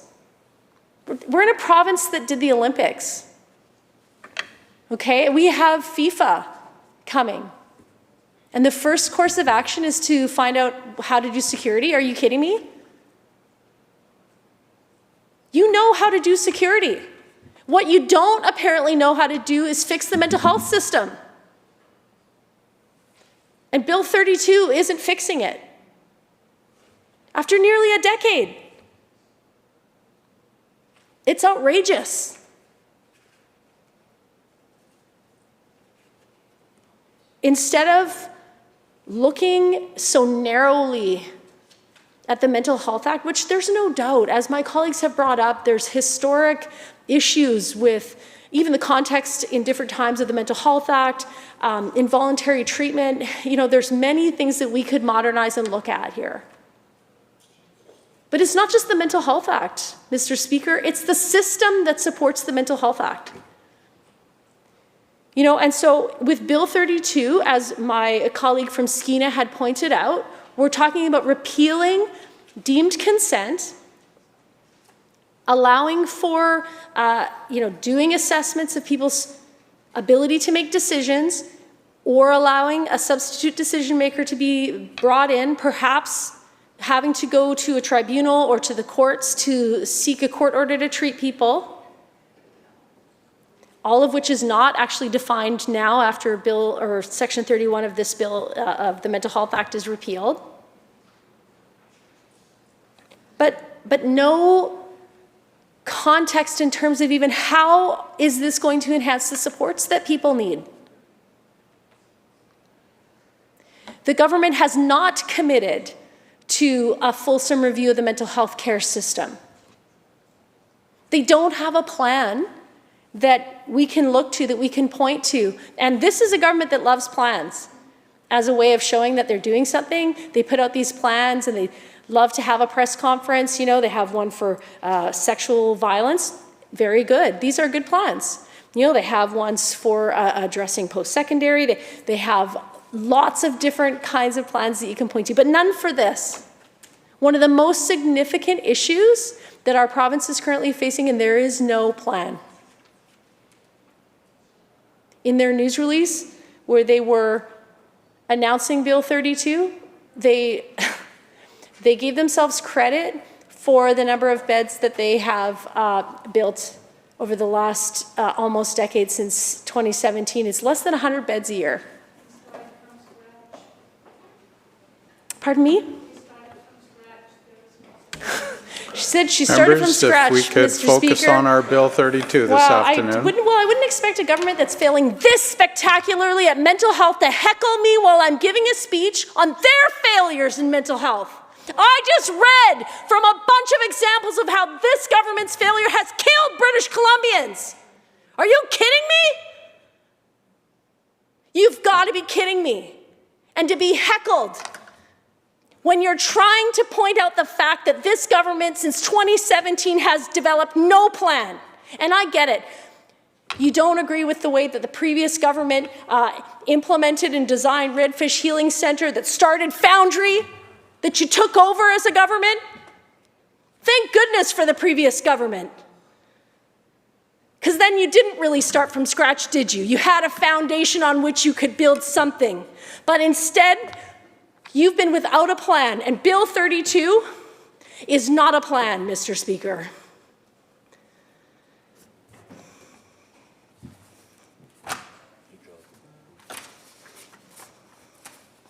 There have been so many opportunities, so many reports, BC Review Board annual reports pointing to worsening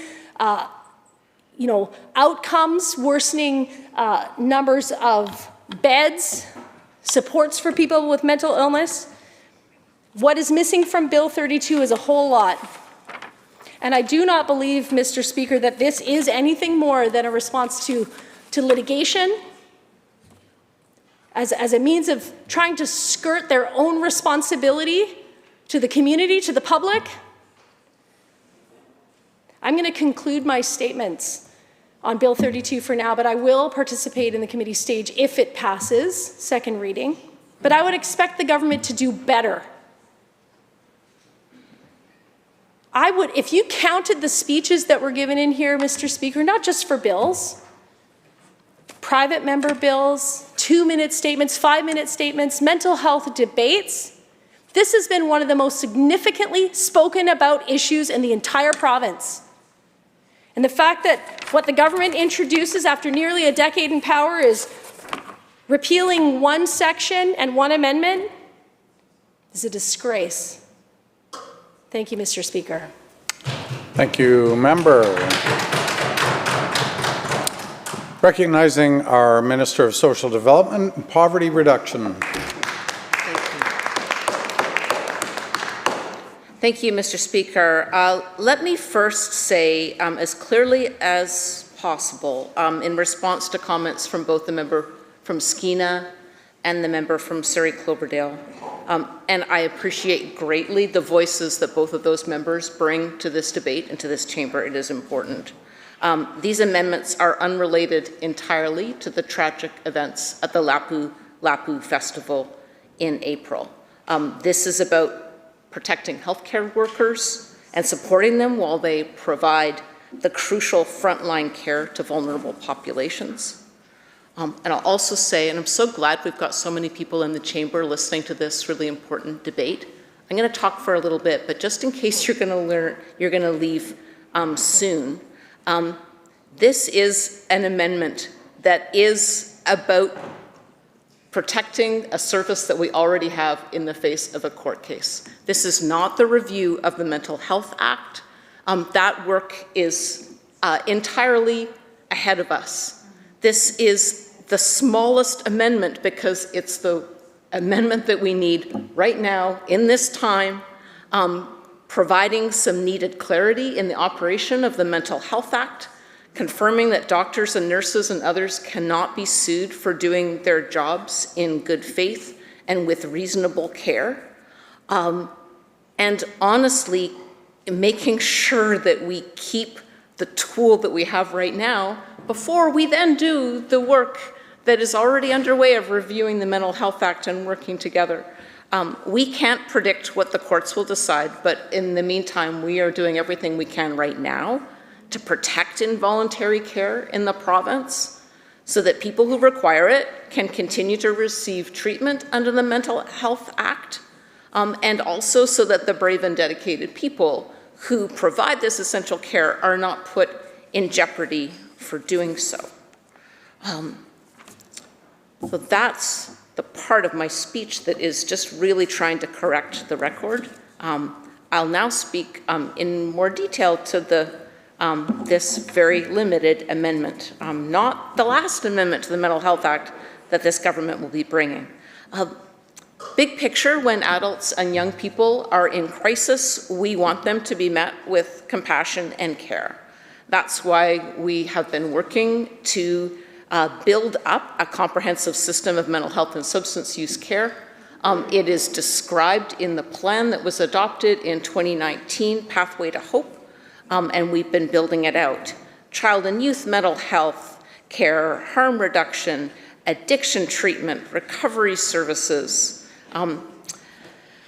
And so some of the pieces, many of them are voluntary. The early psychosis intervention that we stood up, the Foundry Centers, the integrated child and youth mental health teams that break the silos between the health authority and the school district and MCFD and community service providers. All of these are meeting people where they are, and really recognizing that if we invest early in young people's mental health, that we can set them up for a lifetime of more success. Bed-based and treatment and recovery beds. Redfish Healing Center has been mentioned a couple of times in this debate, a 105-bed site that has a lot of voluntary treatment. It does have some involuntary beds and floors as well, but it finally broke the logjam between health system that said concurrent.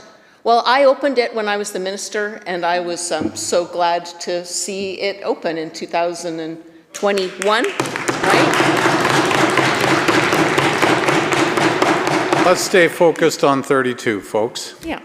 Road to Recovery, First Nations Addiction Treatment Centers in my own riding, both the Orca Lalem Youth Treatment Center, it's actually in the riding of my colleague, I believe it's my colleague Nanaimo Lanceville in his riding, and the Southern Lalem Addiction Treatment Center, which is in the riding of my colleague from Cowichan Valley, both state-of-the-art, brand new addiction treatment centers.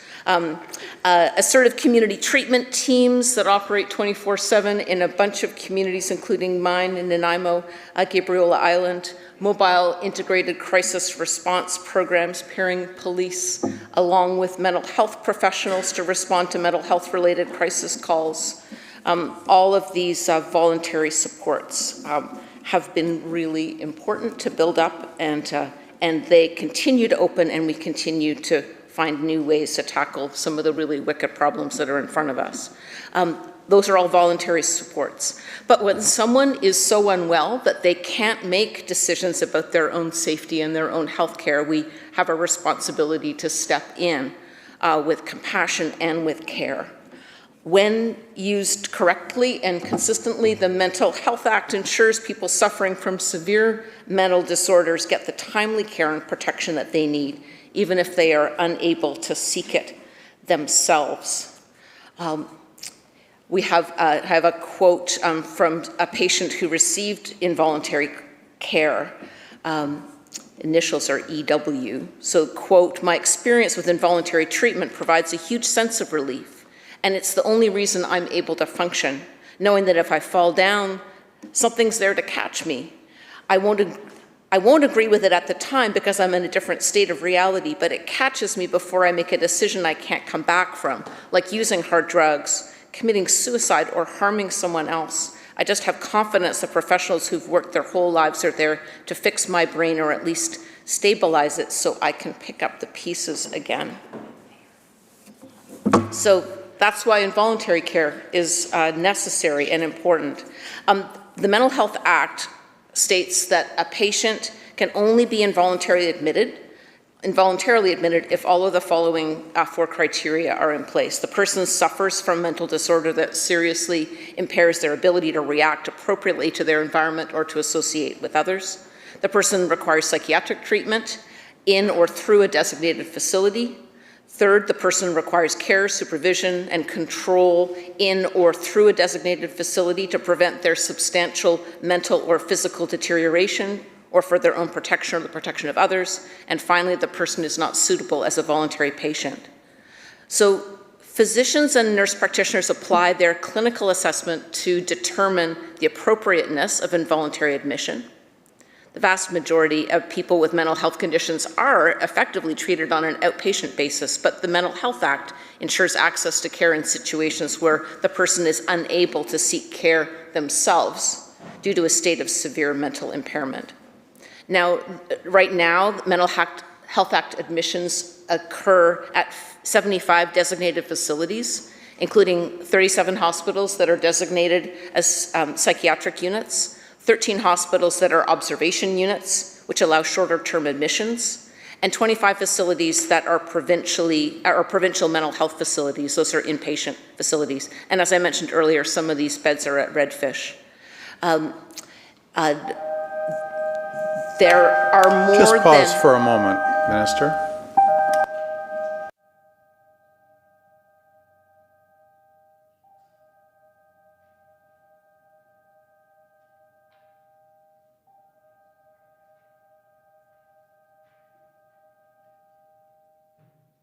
Sorry for that interruption, Minister.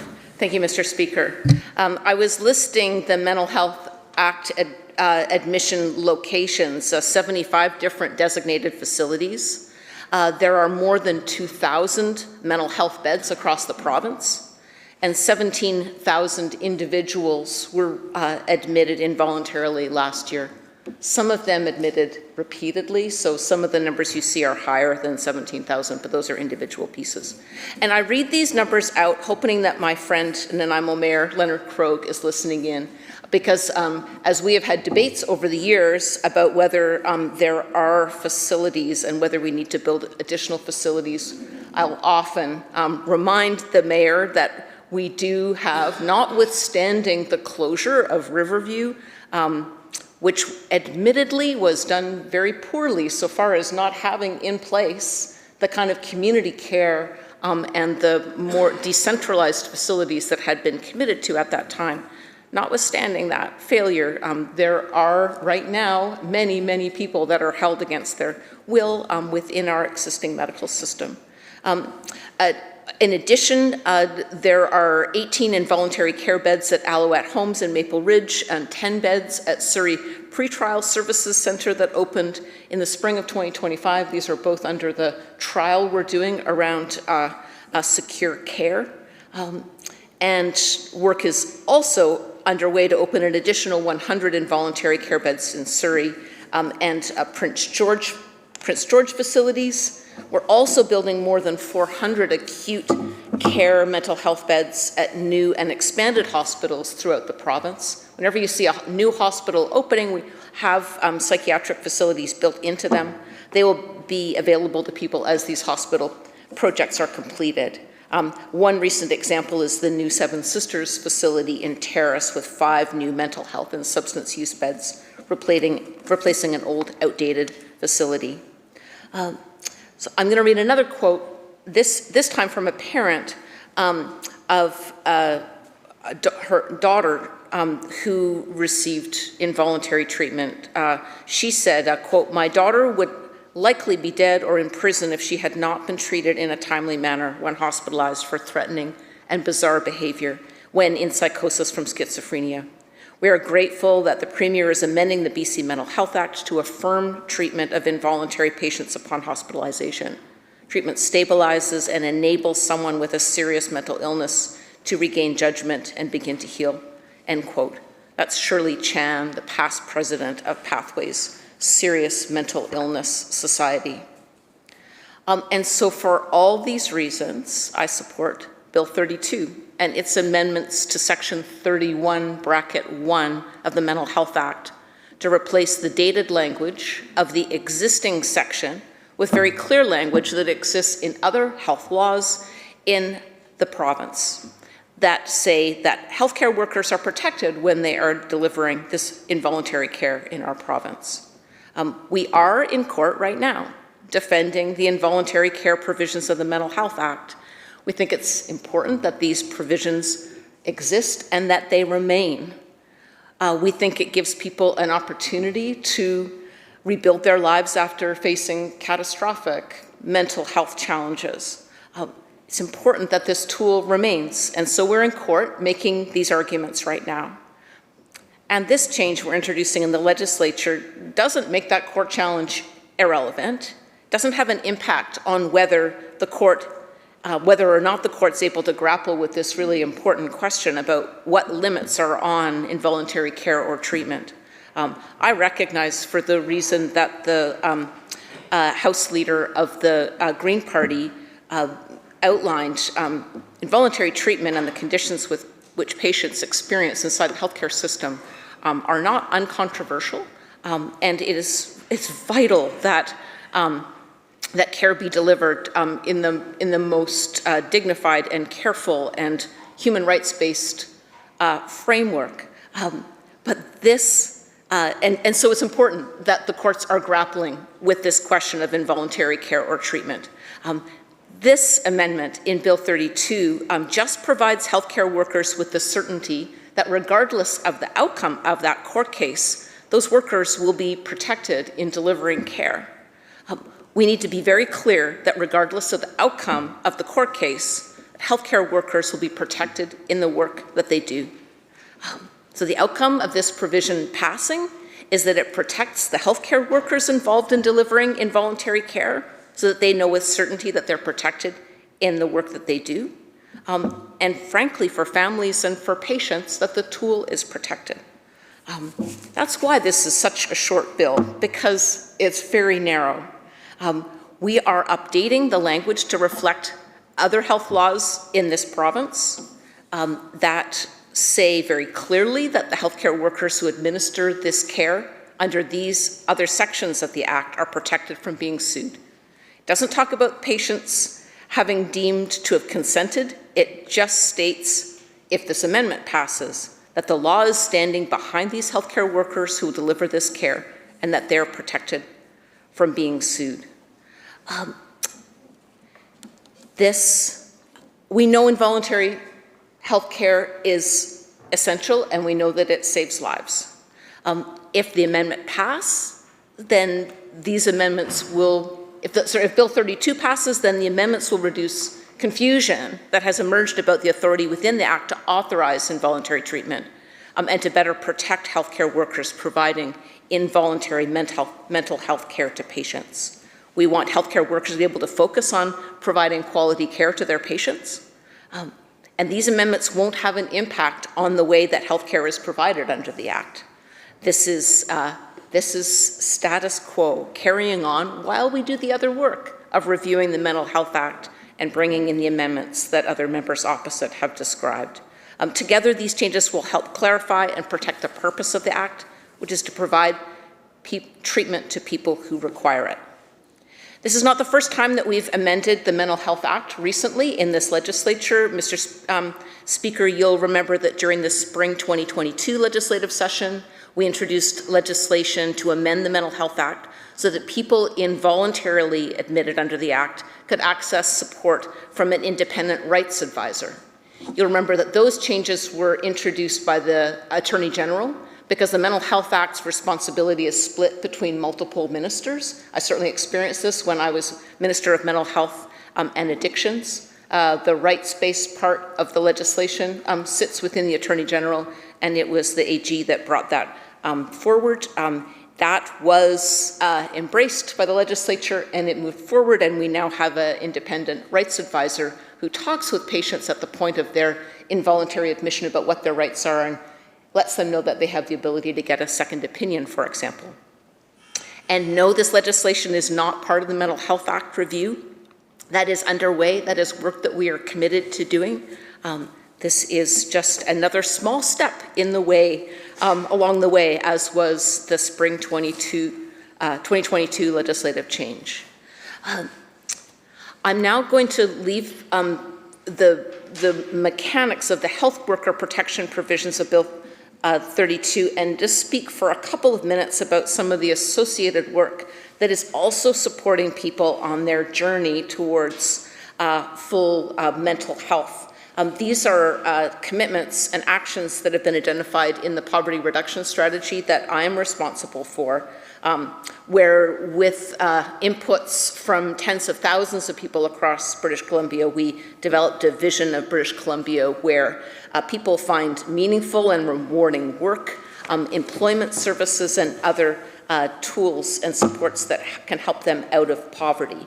And these are relevant in a number of ways. We've been integrating employment services into bed-based addiction treatment so that people, while they have this built into their counseling programs, people get jobs and connections that they need to build a better life. And when they exit the residential bed-based treatment, they already have a new set of responsibilities, a new set of friends, and some more connection and a purpose in community.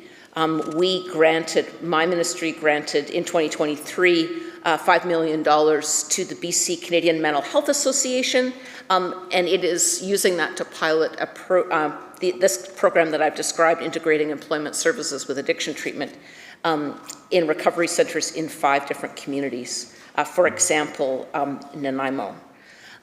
We have been really encouraged to see how many people are exiting treatment with a plan, with a job, and with supports in order to be able to retain that job. In another area, we've been working with the National Institute of Disability Management and Research, NIDMAR, to help people recovering from a physical injury or mental health challenge to help them safely return to work. We don't want people to end up on disability assistance and not have the supports to lift them back up to a place that they can return to their jobs. We've had really encouraging outcomes already, showing that early healthcare, ergonomic, and job coaching interventions can mean that British Columbians with disabilities, including mental health disabilities, can continue to thrive in the workforce. And again, that connection of employment is a real protector against mental illness. We've also been so encouraged to have been able to adopt provincial peer support training curriculum created by peers, for peers, to integrate the valuable contributions of peer workers to help people with mental health recover. We've also developed together another British Columbia first, an employer's guide to supporting and engaging peer workers. We've also been co-developing and facilitating Indigenous-led programs and support for elders so that people get the care that they need in their own home communities, supported and surrounded by cultural teachings, again, as a way to buffer against mental illness. And then finally, through our work with Community Living BC, which is the Crown, provincial Crown that provides community inclusion supports for adults with developmental disabilities, we've been creating new housing options for Community Living BC participants who have particularly complex needs. Grosvenor House in Surrey is a place that 5 Indigenous men with mental health and substance use challenges are getting, and behavioral challenges, who had been caught in a cycle of homelessness, are able to get supports. And we're very grateful to the Health Authority for being one of the partners on that.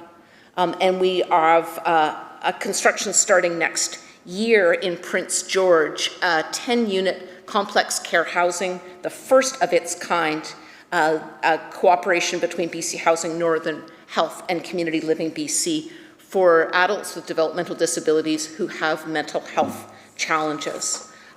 So I will close, Mr. Speaker, by saying the combination of the kind of poverty reduction, employment supports for vulnerable people that I've described at the end of my speech, the standing up of new voluntary mental health treatment supports that I described at the beginning of my speech, and then at the middle part, the substantial facilities that we have to house people within the medical system when they are not in a position where they are able to make, because of their mental health challenges or psychosis in the moment, not able to make good decisions about their own health care. I offer, again, my support for Bill 32 and its amendment to protect the ability of mental health workers to be able to administer involuntary mental health care, knowing how essential it is in certain situations to save lives and ensure that people get the treatment that they need. Thank you. Thank you very much, Minister. Recognizing our MLA from North Island. Thank you, Mr. Speaker. Here to add my 2 cents on the Mental Health Amendment Act 2025. And, listening to the other speakers and hearing that this is sort of the first bill brought by this government since they've been in power for 8 years. When I look at what's happening on the ground, and I'm going to bring that perspective a little bit, the context of what's on the ground, because it's sometimes easy to make amendments, and they sometimes sound good on paper, but when you intend to actually implement them, what does it mean on the ground? And before even knowing what it means on the ground, you have to understand the context of what's happening on the ground. So I've sort of, like I said, I keep repeating myself, but I've been, practicing for a long time, and, part of my practice was addiction, and obviously the dual diagnosis of addiction is mental health. Often people have that dual diagnosis, so I've dealt with a lot of patients with mental health, and I've also, been a GP, and trying to help navigate people that have mental health issues. So the context is sometimes making amendments is meaningless when you hear the other side mentioning number of beds opened and number of programs they've started or implementing, when what I'm seeing on the ground is a worsening condition. So if you look at talking about just a safety issue of our cities, people from around the world travel and they come to Vancouver and they're shocked. They're shocked when they walk down East Hastings, and they fear for their safety. And that's real. That's change that was not there 15 years ago to the extent that it is now, and it's worsening. So obviously there's a safety issue, and part of that safety issue is because of people doing illicit substances get to be brain injured, and also drug use can cause psychosis and precipitate schizophrenia as well. So we're dealing with a real epidemic of overdoses and mental health issues.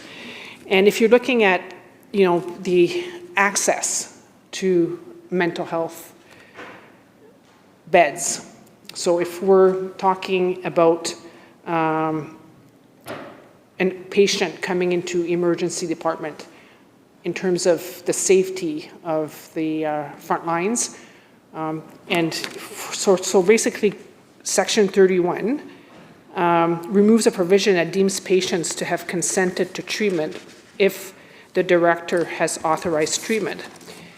And my concern with this is when other provinces, because there's a charter, I guess a charter claim against the province regarding that statement, but the other provinces don't have they don't have the same legislation, but they do have other legislation that allow certification or treatment without consent in an emergency department. So if we're concerned about safety, what is the backdrop of what's going to happen if we remove that? Because if a patient, I mean, you can't chemically sedate a patient unless they're certified. And if you need their consent, well, they're not going to give you their consent if they're in active psychosis. And so what options do you have then is, you know, is it physical restraint? Is it putting a patient in what I call a padded room, which is what happens, right? So if a patient cannot give consent, where will they end up? And the issue as well is you have to sort of play the tape of what our psychiatric world is like now. So even if you are at some point certified, and it's difficult to, you know, chemically sedate a person to the point that you want to sedate them sometimes. And if they're in a padded room, and I've mentioned that before in this house, that means that, you know, they need to, you know, hopefully move into a psychiatric bed. But the issue is there are no psychiatric beds. They're very hard to come by. You know, patients can stay in the emergency department for days and weeks, and I would call it inhumane conditions. So I'm kind of wondering where we're going, you know, in all of healthcare, including psychiatric care, when the basics of a hospital bed we can't access, right? So I think that we need to address that context to start off with. And that's throughout the province. I mean, in the North Island, we don't have a psychiatrist. When you're rural, good luck ever getting into, you know, triage from your own hospital into a psychiatric bed. Very difficult. So then it leaves the safety portion for the healthcare workers having to deal with, and also the inhumane conditions of some of these patients, what they have to go through. So the context is real. And, you know, we you know, it was a little bit disappointing as well when, you know, one of our members here was talking about, because she views it from more of a legal aspect, you know, having been an RCMP officer. And when, you know, she's talking about real deaths of people.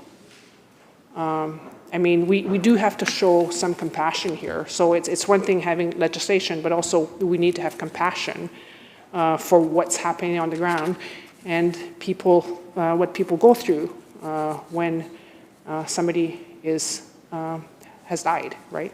So I think we need to be respectful of that, and I'm just going to reiterate that. So coming back to the clause 2 of removing the provision that deems patients to have consented to treatment if the director has authorized treatment. So again, other provinces without deemed consent legislation can treat patients with medication in the ER under their respective mental health act. So do we have that here? Do we have a backup? Because if we're going to be removing that, we need a backup. And I'm a little bit worried about just having this section without having a backup in a urgent situation. And I think it needs to be looked at seriously because that is an issue. And I also want to say that in medicine, it's always a balancing act because you have to balance also the right of the patients as well as the, medicating or treating the patient and keeping the healthcare workers safe. And we have to also remember that as healthcare workers, we're not perfect and we do make mistakes.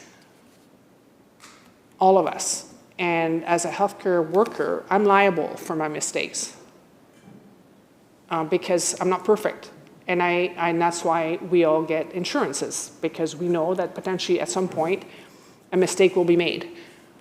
And I find it a little bit concerning, the clause 1, that extends liability protection of providers of authorized professional services, care, and treatment. So is there a mechanism for liability if you do wrong? Because we have to look at the reality on the ground. Most times, it's very rare that it can happen, but sometimes something can be done to the detriment of the patient, even in the psychiatric world, right? It happens as a GP. I can prescribe the wrong medication, and a patient gets harmed from it. As a surgeon, I can make a mistake while I operate, and I'm liable. So I need a bit of clarification there, personally, as to what does this mean, the extension of liability protection to providers authorized professional services, care, and treatment. It seems very broad, and this is where you start thinking about lapu-lapu, right? Was this a response to lapu-lapu? Was this a response to, and I have to go and be honest here, because it's not the first time I've heard in this House about, the government being liable or the health authorities being liable. And that should be the least of the concerns. It should be the patient safety, patients, being able to get timely care, patient safety and frontline safety. But we seem to be more worried about liability.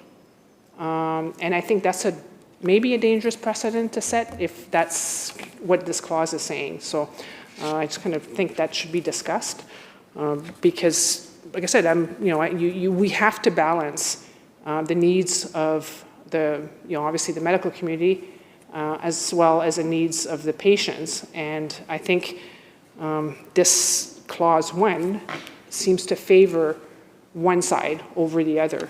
And again, being in the front line, and we've all heard about mistakes being done in the medical field. It happens. And you hear about the doctor being sued. It happens, right? And then again, this is why we have insurance for that. In terms of liability is it a liability for health authorities? Is this what the concern is? Do people one day, because I'm not a lawyer, so one day people, if a mistake was done, and sometimes I think the way lawyers proceed, they sue everybody, as far as I know, right? So they sue, the nurse present, the doctor present, the hospital, and maybe the health authority. And maybe this is what this is about. Is this about protecting the health authorities? So we have to look at if that's the intent of that clause. I think, again, it's a dangerous precedent. And we need to look at, again, the balance of keeping patients safe. And healthcare is about, it should be patient-centered. It's about outcome for patients. That's what we should look at, right? Outcomes. How do we improve outcomes here? How do we improve the safety of the patient, the safety of the community?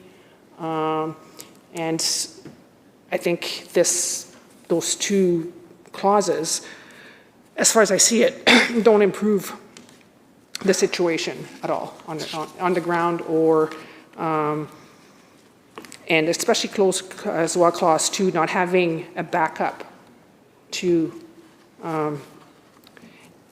removing to a provision that deems patients to have consented to treatment if the director has authorized treatment. So I'm a bit concerned about that, about the thought. So I think that needs to be discussed again.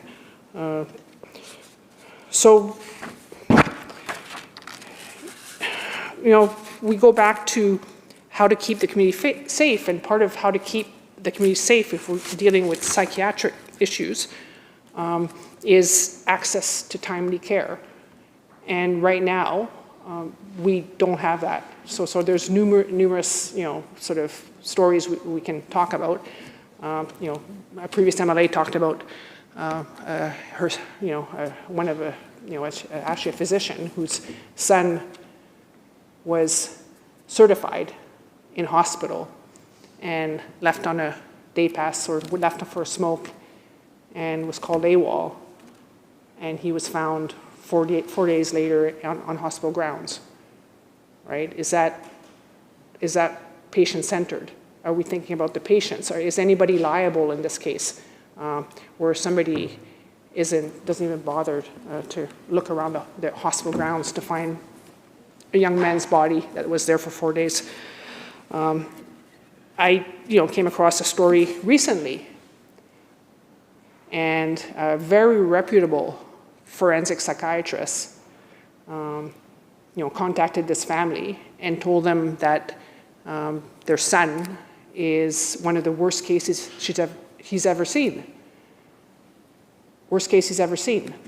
This young fellow is certified, but at this point stable because he's compliant with his medication, so he would be called stable, but he has this sort of explosive way of reacting to things. And this forensic psychiatrist is saying that he worries for the safety of the community. And so, because this young man has also addiction issues, there's not very many places that can accept people with dual diagnosis, the diagnosis of psychiatric diagnosis of schizophrenia and also this diagnosis of substance use disorder.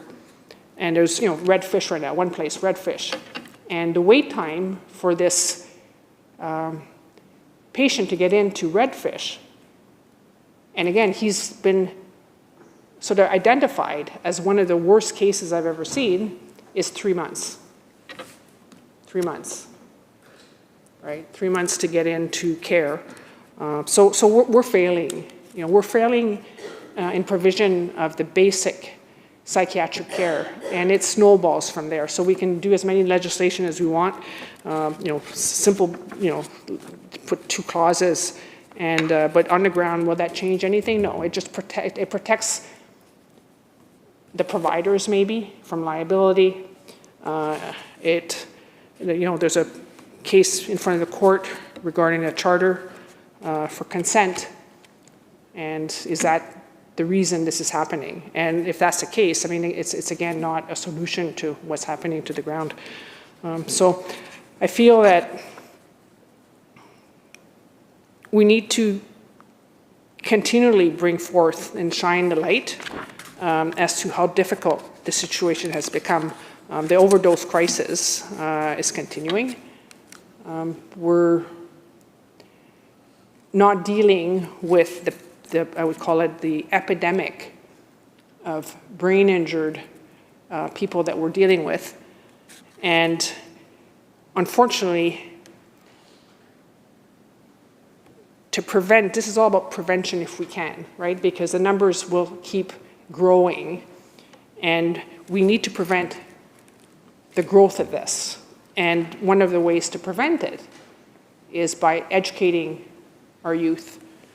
And one of the stats that I came up with was kind of an interesting stats, actually. And I'm going to state it here for whoever watches Legislature TV. They're all 4 people, maybe today. So if you vape, so let's start it this way. Kids are vaping, right? They've gone from, they don't smoke so much, but they're vaping. And one of the substances they tend to vape is it's cannabis. Right? So there's a bit of an epidemic of cannabis vaping in our schools. And cannabis, in 3 years' time, if you vape cannabis, you have 240 times the rate of schizophrenia to the general population. Right? So 240 times. Think of that number. So schizophrenia, what does it lead to? Well, many schizophrenics, are not violent. We have to remember that. Most people, but it does lead to potential for violence. So why are we not addressing this? There was a bill that came forward, vaping bill, but they removed cannabis. I'm not sure if they're going to put it back in, but I think we need to look at the situation globally. How do we fix this? And it's not Band-Aids here and Band-Aids there, reactive bills that are truly meaningless and maybe sometimes make things a little bit worse if they're not thought through. So legalizing cannabis without education has not been thought through, because now we're seeing the epidemic in the youth of psychosis and schizophrenia, right, of psychotic disorders and related to cannabis use, which leads to what? To hospitalization, which leads to certification, which potentially leads to that violence we see in our streets. So it's all linked. So we have to start from the beginning and walk through where the system needs to be changed. And there are, like I said, it has to be done globally and not this Band-Aid solution. And certain things, unfortunately, we're in a bit of a fiscal mess, but many things don't cost money, right? So many things, beds will cost money, obviously. More beds, hospital beds that we need desperately, and I think one way of doing that is maybe streamlining the bureaucracy in healthcare more than it has been, so that we can actually target resources more towards the front line. But there are things that don't cost a lot of money. And part of that is, educating our kids about the dangers of, illicit substances and even legal substances now, and what they can lead to. So,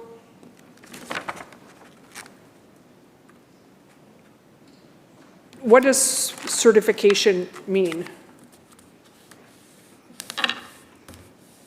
Right, certification, and we have to, doctors don't certify lightly, but I haven't seen in sort of my own experience that it's been difficult to certify patients. It's the patients that are not certified that can be dangerous. That's the issue here, and this bill can make this worse. But also we need to balance patients' rights. I truly believe that. Because as much as we try to do the right thing in medicine, sometimes we don't.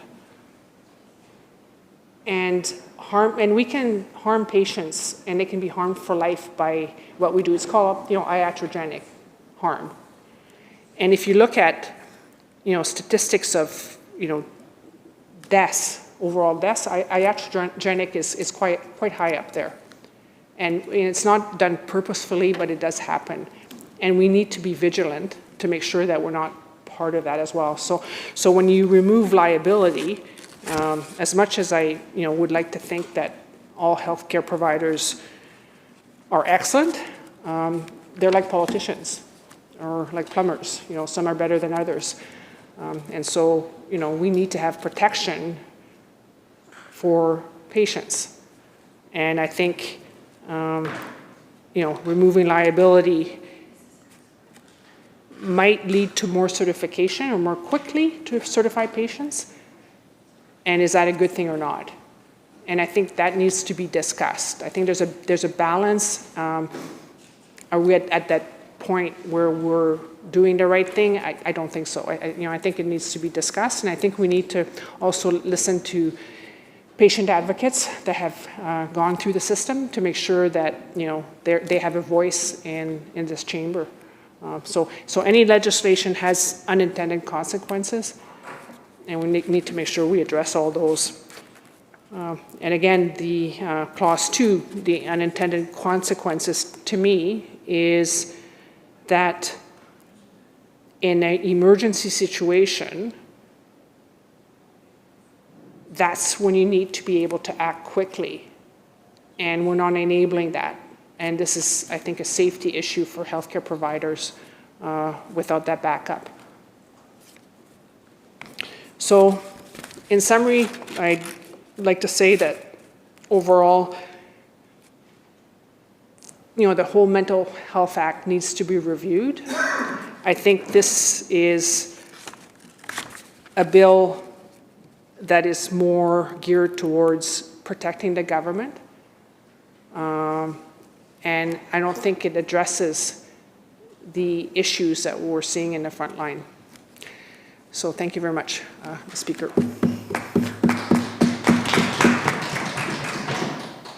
Recognizing the member from Peace River North. Thank you, Madam Speaker. I rise today to speak to this bill, and I must begin by pointing out what every British Columbian already sees. This government has a very convenient relationship with timing. I'm just going to start with a statistic that, according to CMH Lower Mainland, by the time we reach 40 years old, half of us have or will develop a mental health problem. That's almost 1 million people. 84,000 children a year are diagnosed with a mental illness. There are 3 main triggers for mental health issues: substance abuse, alcohol, and stress. Well, I can tell you, our lives nowadays are very stressful. We see it in many different forms.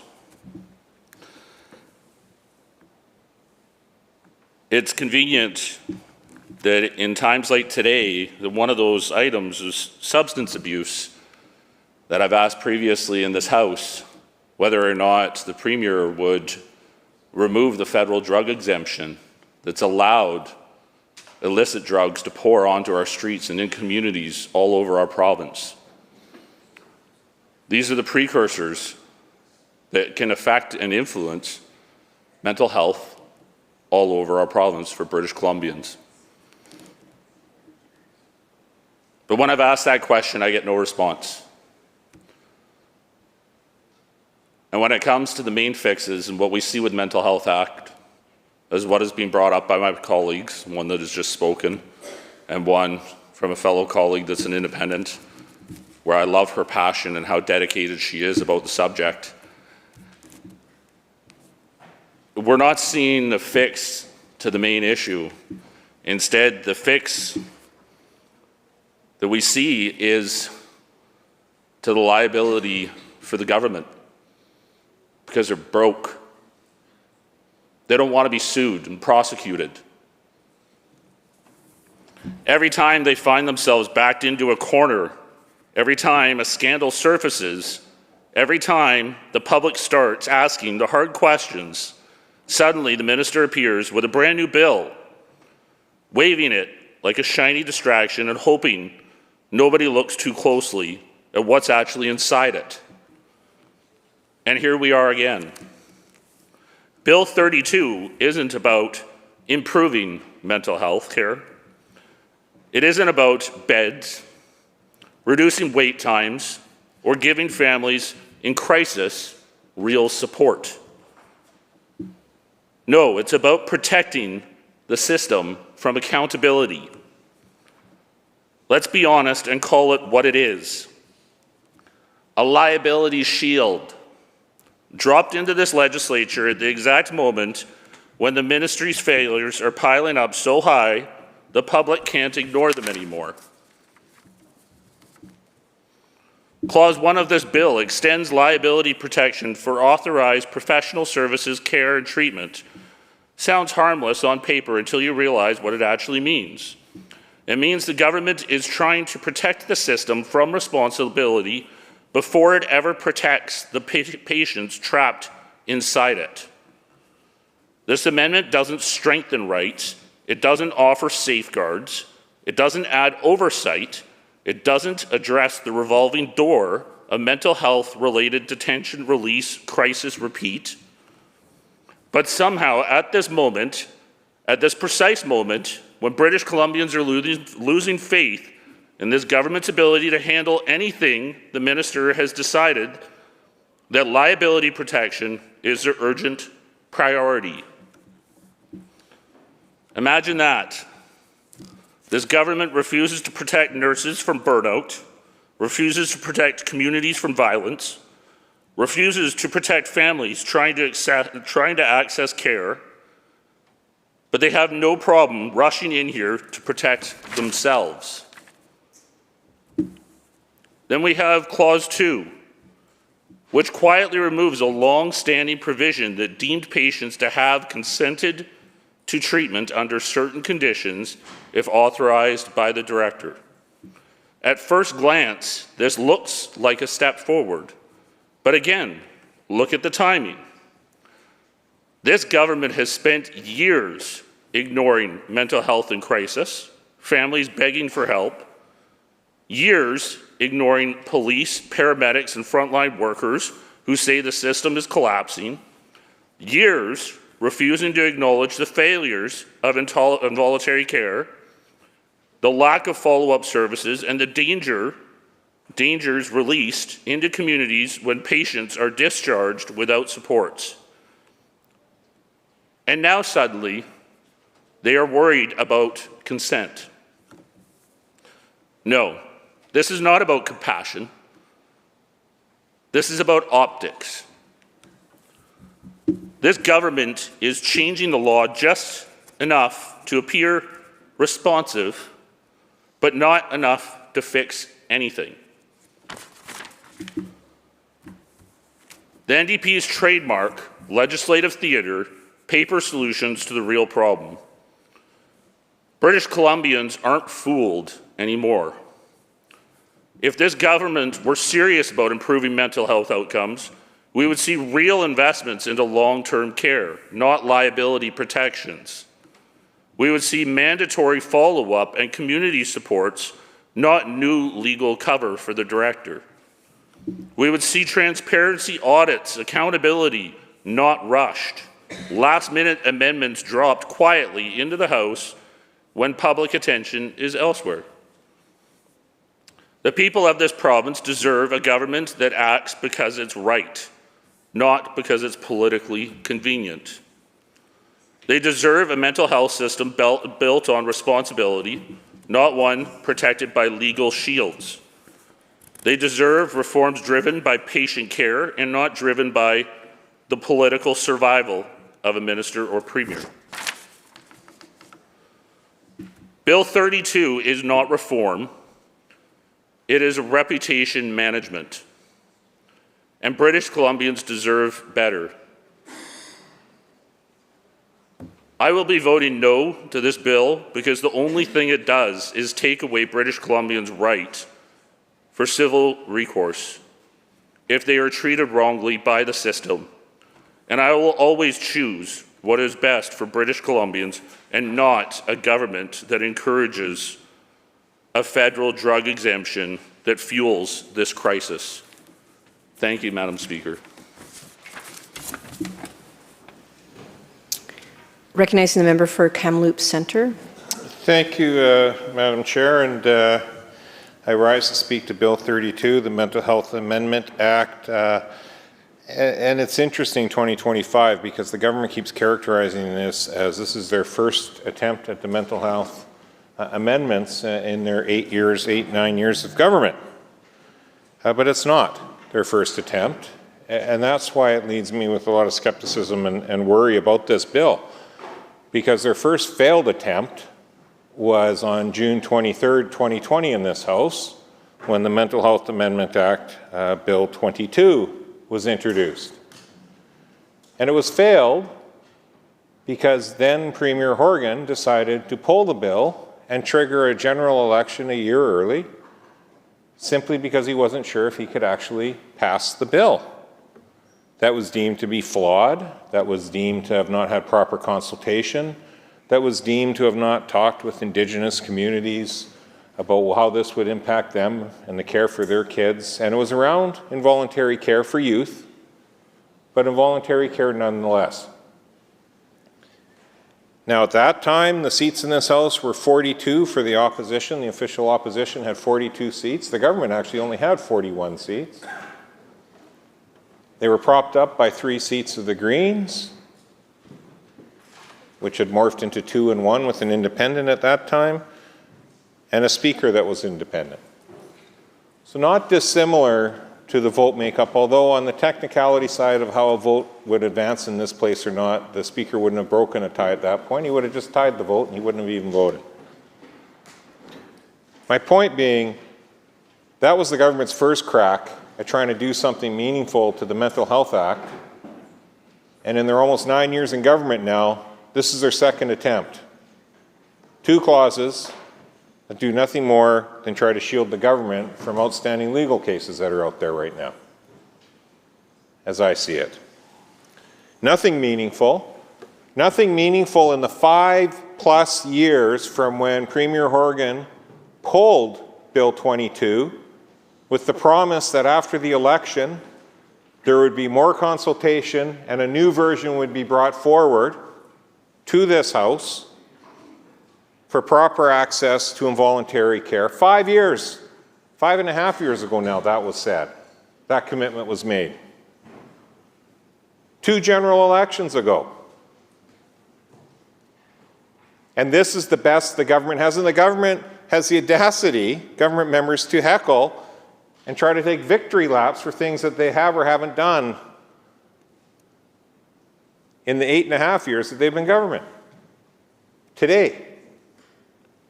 Because they're facing criticism for a bill. A bill, I would point out, now there's plenty of time to deal with the bill, so I don't want to give the impression that this is overly rushed by the government, but let's be clear. We have, essentially 6 sitting days left in this session. No mention of this brought forward in the pre-session interviews that ministers and House leaders have about what they expect for a legislative framework of bills to be brought forward in this chamber. In fact, when we heard Bill 32 was coming, we had actually assumed that the government was going to actually do something they should have done at the beginning of this session and bring forward the EV repeal mandate that they've now said they're going to repeal, but we're not going to see that until well into next year when car dealers are already paying penalties for something that's going to be repealed anyways. Instead, Bill 32 is this ham-fisted attempt to look like they are significantly advancing involuntary care provisions. Now, I want to be clear, I fully support involuntary care in this province. I think it needs to be dramatically expanded. I think it needs to be done aggressively, and I think healthcare professionals providing that involuntary care, those that work with the population that is headed towards that or is already at that state, need protections. But we do question whether this bill actually will properly protect those healthcare workers and professionals or just simply protect the government. Because it doesn't seem, you would think, given the years it took to bring forward Bill 22 in 2020, the commitment to have further discussion and community outreach around provisions around involuntary care, 2 general elections, a premier that's heavily involved in the civil liberties side of the world as a lawyer before he became an elected official in this place. The best the government can come up with today for us to debate with a few days left to go in session. Again, more than enough time to properly debate this and properly scrutinize it in committee stage. But it certainly wasn't on the radar. The best they can come up with is Bill 32. Bill doesn't create a replacement framework for treating people who refuse care, but they are likely profoundly unwell given that people are thinking that they need involuntary care. Could have psychosis, a toxic brain injury from drugs, severe bipolar disorder. This bill doesn't deal with that. Doesn't implement the involuntary care that the Premier, this Premier, not Premier Horgan, but this Premier, repeatedly promised, not just in an election, but in his own leadership campaign, which was a questionable leadership campaign at best, I think we can all agree on.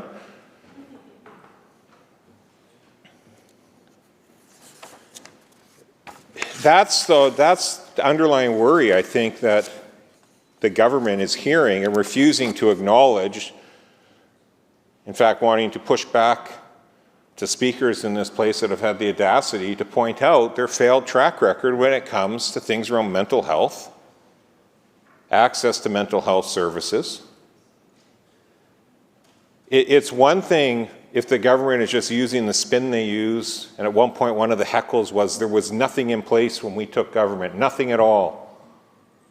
And then they have to grudgingly acknowledge that Redfish, that they are proud of, was started under the former government, that Foundry was started under the former government, that when they talk about treatment beds and facilities and access to detox, they never want to talk about the ones they've closed at the same time as ones they've opened, so net new is nowhere near what we need for a system. They don't want to talk about any of that. They want to throw the quick and easy heckles out of the NDP campaign book. But that doesn't make it so in the real world outside of these walls. People in communities are begging for proper and voluntary care. When they heard that a late bill was being presented called Bill 32, they were expecting something substantive. People that are trying to provide these services, healthcare professionals, were expecting something substantive. Families with a loved one in crisis were expecting something substantive. And why would have they been expecting that? Because the government has repeatedly promised that. Time and time and time again. The government called an actual general election a year early over this exact topic 5 years ago. And this is their response to that. Now, it's the government's right to call early elections, even though it's legislated as fixed election dates. They didn't break any laws when they did that. But one would assume, we're trying to send a signal to the public that they take involuntary care provisions, they take access to involuntary care provisions extremely seriously. Seriously enough, they were willing to gamble government on a House that had 42 seats for opposition and 41 seats for government, being propped up by the Green Party. 5 years ago, that's what they said in this House and out of this House and on the election trail, that they took this issue so seriously. We have waited 5 years for the government to bring forward amendments to the Mental Health Act. And this is the best they have to show for it. They should be ashamed of themselves. With the pure chaos we've been facing in our communities, the fact that the Premier committed to a review of the Mental Health Act after the deadly Lapu-Lapu tragedy, this is the best the government has. I don't know how many more special advisors the Premier needs to hire to advise him on these types of things. I've lost count of how many they keep hiring, how many special commissions they have, how many extra reports they want to do. But Bill 32 doesn't cut it. And it'll be interesting when we get to committee stage, because this is critically important. For once, this bill actually comes full into force and effect at royal assent, which means either this Thursday or next Thursday, when the Lieutenant Governor comes here and doth assent to the bill being passed, if it passes. I'm waiting for the government, based on the speeches today, to have to come in and try to make this a confidence vote again. I'm sure they would love to have a 2.0 election over mental health issues. They had no problems pulling the trigger on that last time, 5 years ago.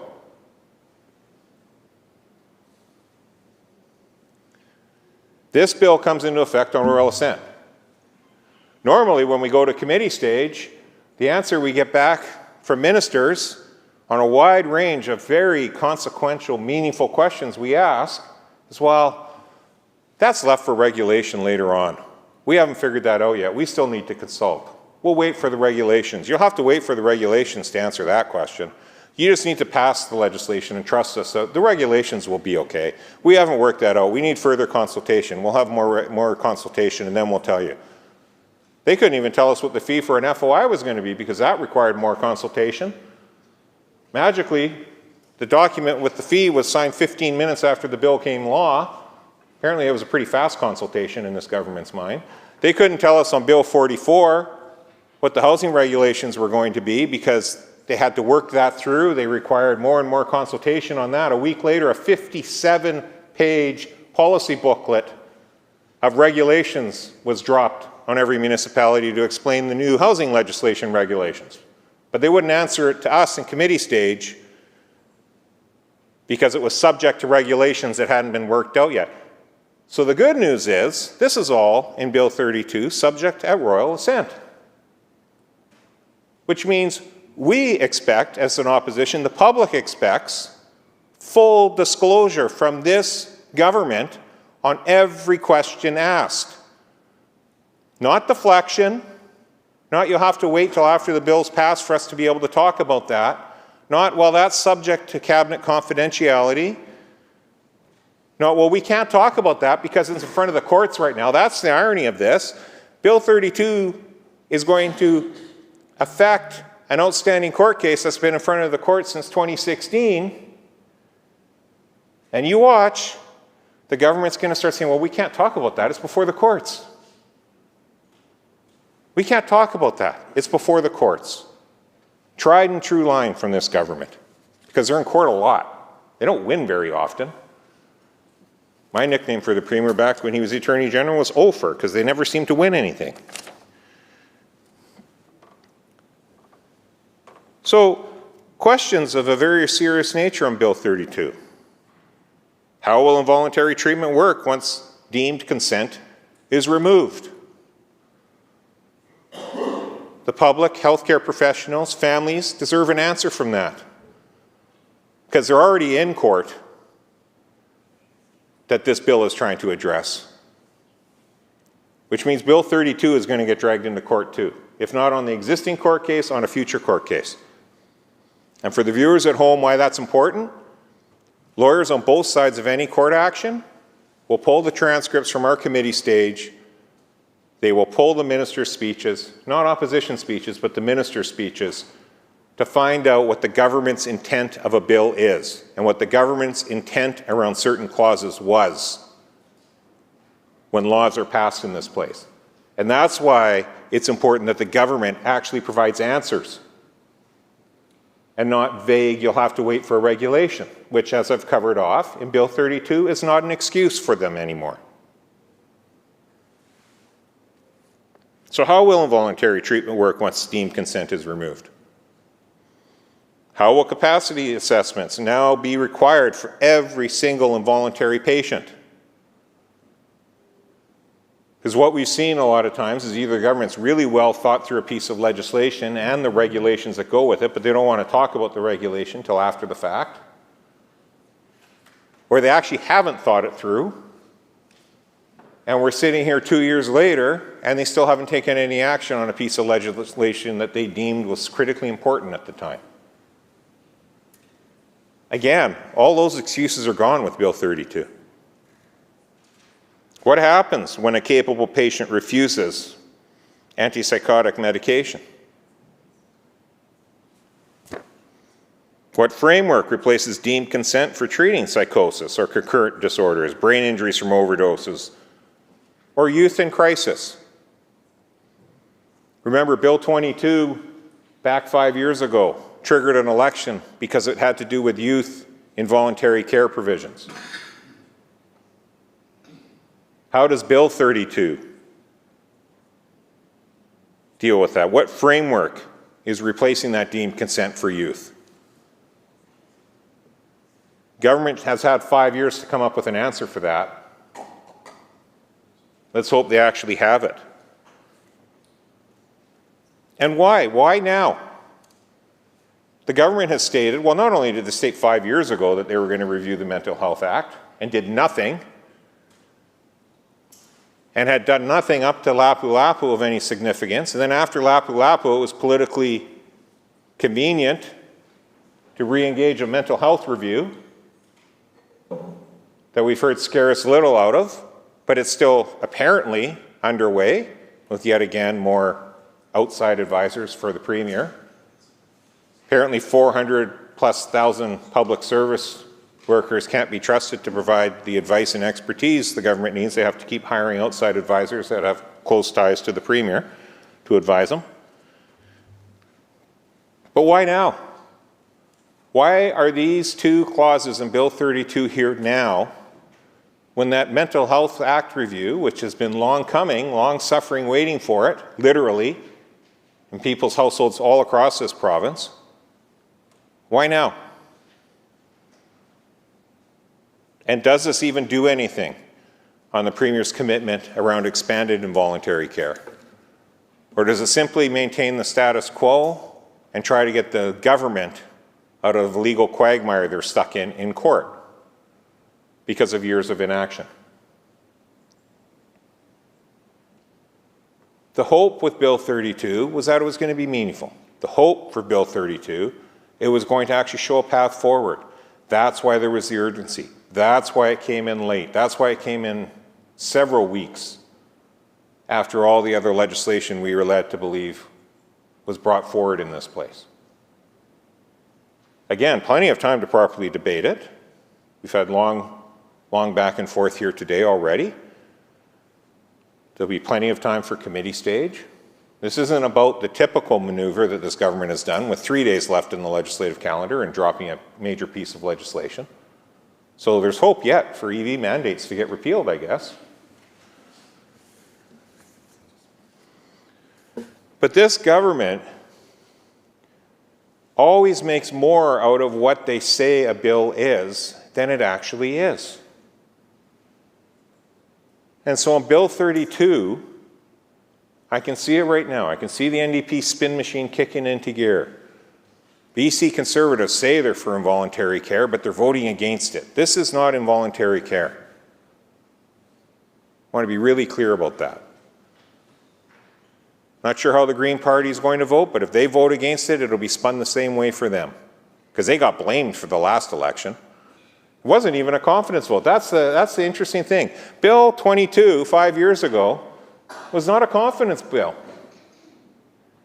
The government could have brought it in. They could have maybe agreed to some amendments back and forth between the House. Again, 42, 41, and 3 was the seat count.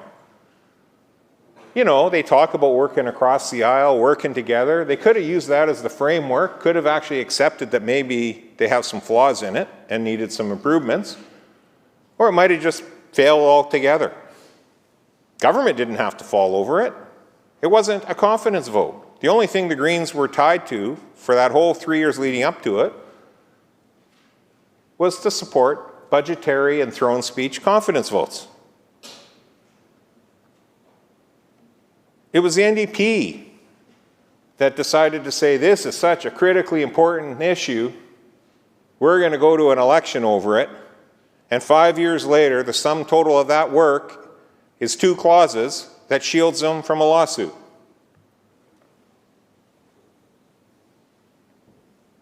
Doesn't meaningfully show a pathway to expanded involuntary care in this province. In fact, it's been pointed out that it flies in the face of the advice given by Dr. Vigo already, who says there actually doesn't need to be changes to expand involuntary care to the Act. It's interesting when they do or don't want to listen to their own hand-picked experts, and he is an expert. I don't challenge his expertise whatsoever in this field. He has way more expertise than I do. I may or may not agree with some of his recommendations, but it's not because I don't think he's got expertise or knowledge in this field. But do we see any type of recommendations to improve the Involuntary Care Act? I would ask those, especially the backbench of the NDP government, I would ask them to just take a step back. All of them have been here at least a year now, some many more than that, and ask themselves about the time they have had a meeting in their constituency office, and if you haven't, A, I find it really hard to believe, but B, count yourself sadly in a weird way fortunate if you haven't actually been asked to have that meeting, and if you've just avoided having the meetings, well, that's on you. Recall back to the parents desperate for their teenager, looking for help and can't get treatment, and them trying to get the teenager in. But every time the teenager gets asked, do you feel safe? And they answer yes. The police or the social workers, the healthcare workers involved say there's nothing more we can do. They're 15 years old. Bill 32 doesn't help that situation, that gut-wrenching situation of that family desperate to find that teenager. Help that teenager that has their whole life ahead of them. If they get help then. They might stumble a little bit, but their odds are way, way better than waiting until they're my age and have 40 extra years of things built up in their life and their mental health and whatever other substances or anything else they might be using, and are in full-blown crisis for that family for 40 extra years because this government failed to create any capacity. Just ask yourself if you've actually had those meetings, and then ask yourself if you're a government member, if Bill 32 actually addresses that. If you'll be able to look that parent in the eye after this bill passes and say, don't worry about it, we passed Bill 32, we should have access to treatment, involuntary treatment for you in the next week. You know the answer is you can't say that to them. You know the answer to the parent coming in or the spouse coming in because a loved one got addicted because of a workplace injury, either has a bit of a brain injury to go with it, or an oxy addiction for pain treatment that they are now self-medicating on. And have those moments where the family thinks that they might be able to try to force them into a facility because they are adamant they don't have a problem and don't want to go, but everyone knows they actually need it because they're spiraling and spiraling and spiraling. And their next stop is to live as a middle-aged person on the downtown east side streets. This government seems to think that's okay. That's a humane way for people to live. Because they've done nothing about expanding the capacity for those people over the last 8.5 years. When that family comes in your office and starts asking about involuntary care options, look them in the eye and tell them Bill 32 is actually going to solve that problem. That Bill 32 has addressed it. That it took you 8.5, 9 years, but you finally got it fixed with Bill 32. You can't.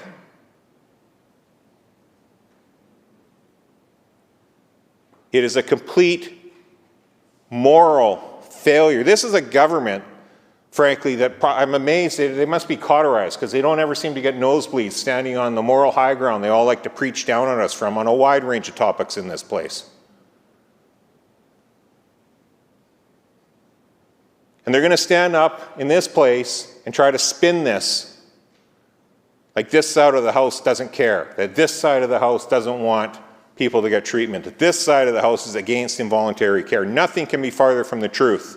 That won't matter to the speeches they provide.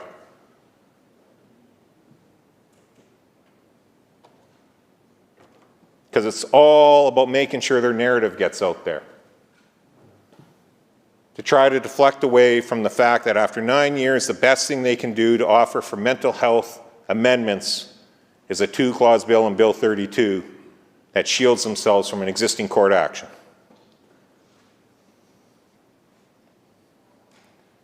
Now, it may actually need to get done, but it could get done with a whole lot more meat as well. There are frameworks out there. There was literally legislation in front of this House that could have been brought back with Bill 32 added into it, that literally would have addressed and talked about involuntary care. Now, to be clear, that bill back then, as memory serves, the opposition and the Greens we had different reasons we were going to oppose it. So I'm not going to speak for the Greens, and those members aren't even in this place anymore. So I'm certainly not going to speak on behalf of members that have switched out. But fundamentally, I'd ask every member of the government that if you, and I'll end on this, if you can honestly look those constituents that are desperate in the eyes, and let's face it, there's quite a few NDP ministers and backbenchers that represent some of the poorer neighborhoods in this province, the downtown east side in particular, where issues like this are prevalent, where the need for proper and voluntary care access is incredibly high. To those members, I say, ask yourself, look in the mirror, and ask yourself if Bill 32 is why you ran to help people in your constituency. If you can look at those families in your constituency and say, well, Bill 32, that's great. We've got involuntary care taken care of. You can't, and you won't. And if you do, shame on you for saying that. Be honest with them. This government ideologically actually doesn't agree with involuntary care. They've had 9 years to actually make significant changes. They haven't. They haven't done anything of any significant consequence whatsoever, especially as it relates to legal frameworks.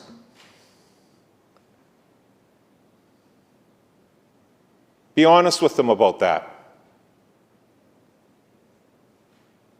Instead of trying to deflect away and try to blame people in this chamber that actually have been standing up and speaking for involuntary care for years.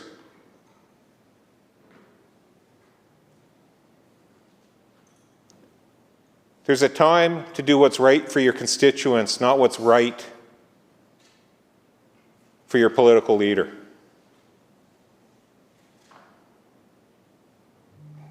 And in this case, you've actually campaigned. This leader has actually campaigned around involuntary care before. And then sometimes not in favor, then sometimes in favor. Whichever way the political wind flows, doesn't matter about the human misery side of that equation, apparently. Bill 32 is not good enough. Bill 32 is not supportable. Bill 32 has a ton of questions that I will almost guarantee will not be answered by this government in committee stage. And despite our best efforts, when we bring forward meaningful and thoughtful amendments, those will be rejected by this government. It's shameful. It shouldn't be happening. And if it's important enough to truly try to help people, let's get this bill to a place that can at least provide a modicum of relief for people moving forward, instead of this political theater for a court case instead. So thank you for this time.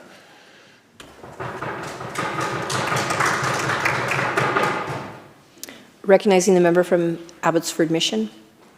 Thank you, Madam Speaker. We are debating a very short bill today. Not just a few lines on paper, but the consequences of those lines could not be bigger. Bill 32, the Mental Health Amendment Act, number 2, 2025, asks us to repeal the deemed consent provision that has governed involuntary psychiatric treatment in this province for decades.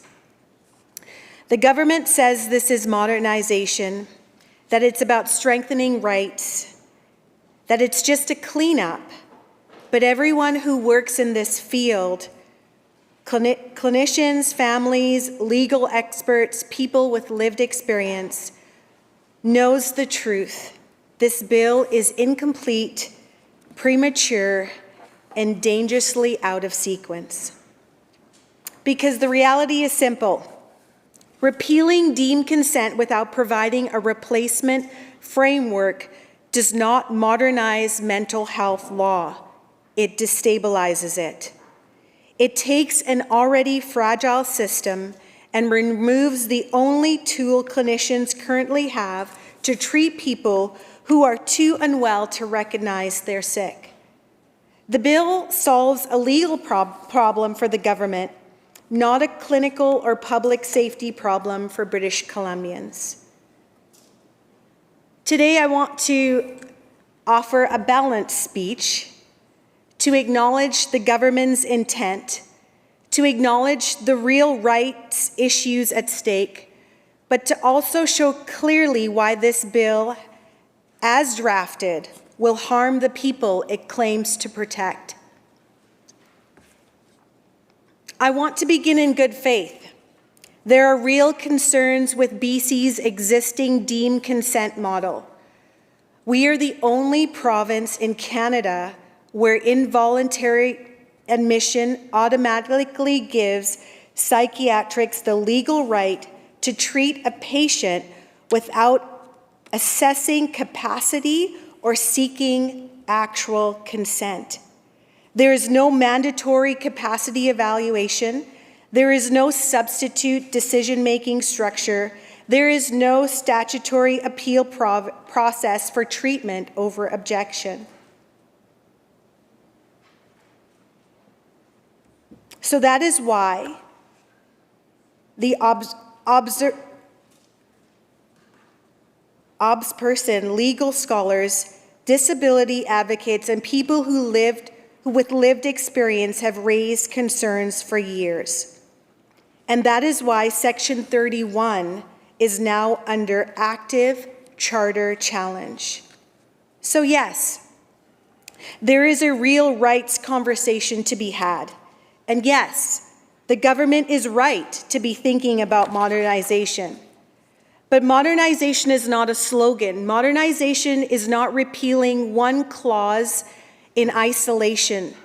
Modernization is not doing the bare minimum because a court case is underway. If we are going to change the foundation of mental health law, then we must build a new foundation at the same time. Bill 32 does not do that. We cannot discuss this bill without grounding it in the reality of British Columbians, the reality British Columbians are living every day.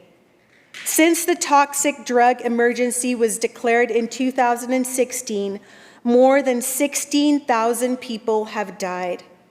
250,000 overdose events, 100,000 individuals affected, fentanyl found in 3/4 of the deaths, a growing wave of toxic drug-related brain injuries that experts now describe as the largest emerging epidemic in this province's history. Among nearly 13,000 youth overdose events, a single overdose gives a young person a 15% chance of another overdose in a year, a 7% chance of a diagnosed brain injury, and a 2% chance of death. And I feel like I am repeating a lot of what my colleagues have expressed in this chamber for the last probably 2.5 hours. And as I have looked at this, what I wanted to say and express, I can't help but try to understand why a bill would be put forward and not properly address every single layer in this crisis when so much of our young people are dying and suffering. We can see the consequences in our communities, especially in our Vancouver downtown core between 2016 to 2024. Robberies rose, assaults rose, arson, weapons, offenses rose, often linked to untreated mental illness, toxic drug-related brain injuries. Families are scared. Health workers are exhausted. Police and paramedics respond to the same people twice a day, sometimes 3 times, sometimes more.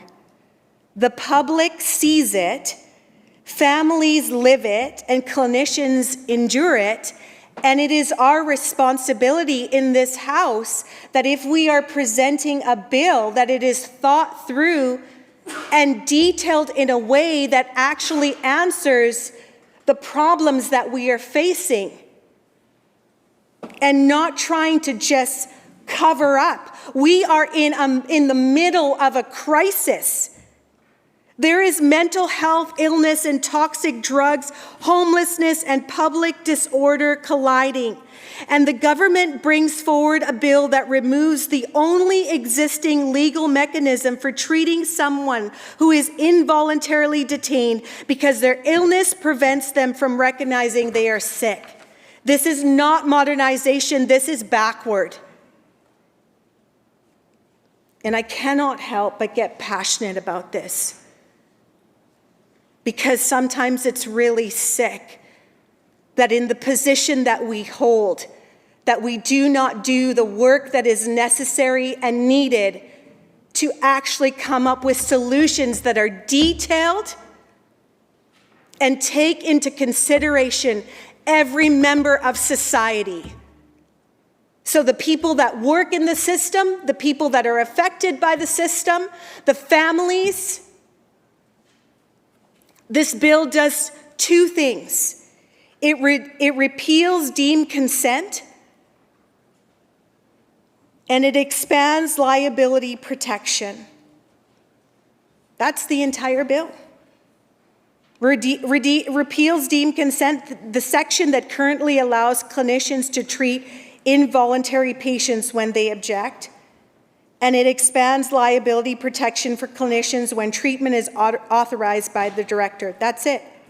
By removing deemed consent without providing a replacement framework leaves clinicians, families, and patients in a dangerous gray zone.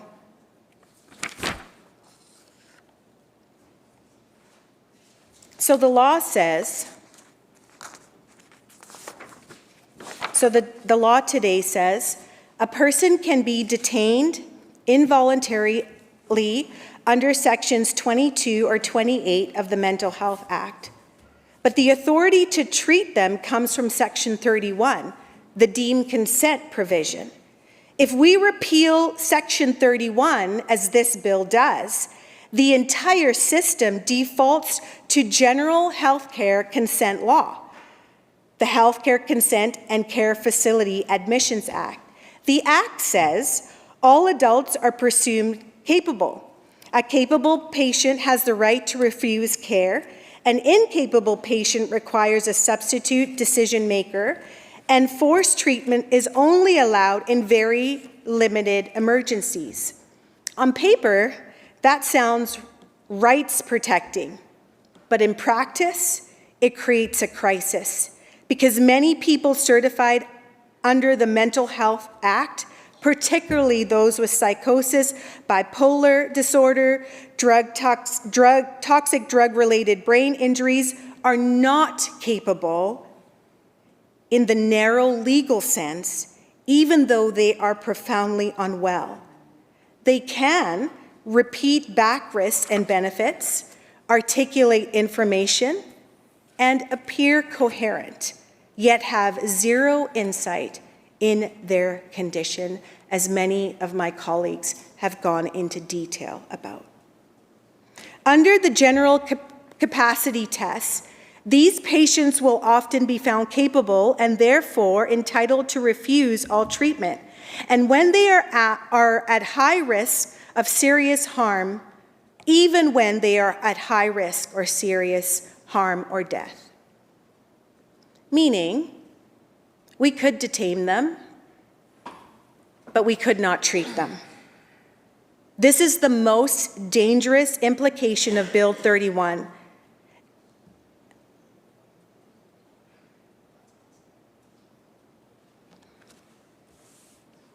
Repealing deemed consent without replacing it leads directly to detention without treatment. Detention without treatment is medically irresponsible. It is ethically indefensible, and it is legally questionable. It is the opposite of compassionate care. It is the opposite of trauma-informed care. It is the opposite of what involuntary care is supposed to achieve. Imagine a person with acute psychosis, terrified, disorientated, unable to understand what is happening. They are detained because they present a serious risk, and because they can repeat back the information you tell them, they are found legally capable. But if they refuse medication under this bill, clinicians have two options: detain them without providing treatment, or try to initiate a capacity assessment and substitute decision-making process that is not designed for psychiatric care, unclear in the law, and inconsistent across the province. It is without oversight standards, without appeal mechanisms, and in many communities not possible due to the limited psychiatric coverage.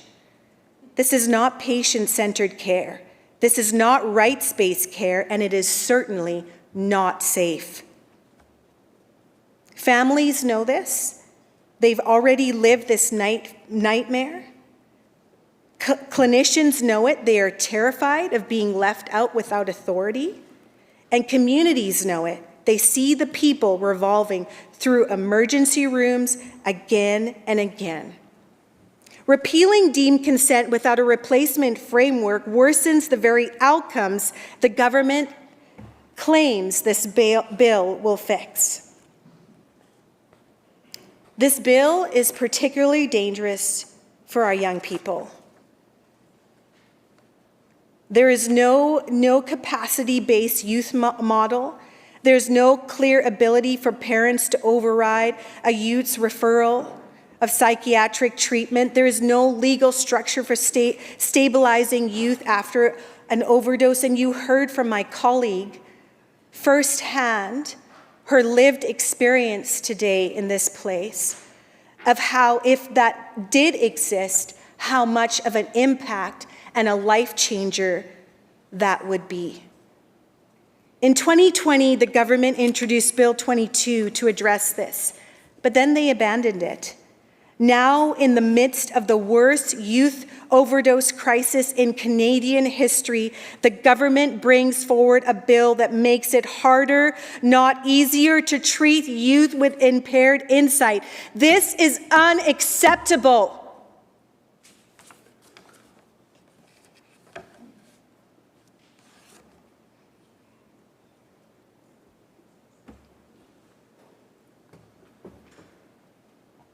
The very people that should be at the top of the list when we think about solutions in this place.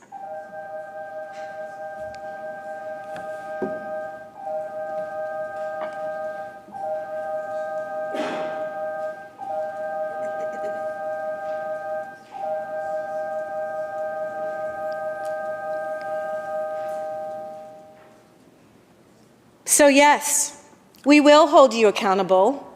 And yes, we will keep speaking up because they matter. Their lives matter, their future matters.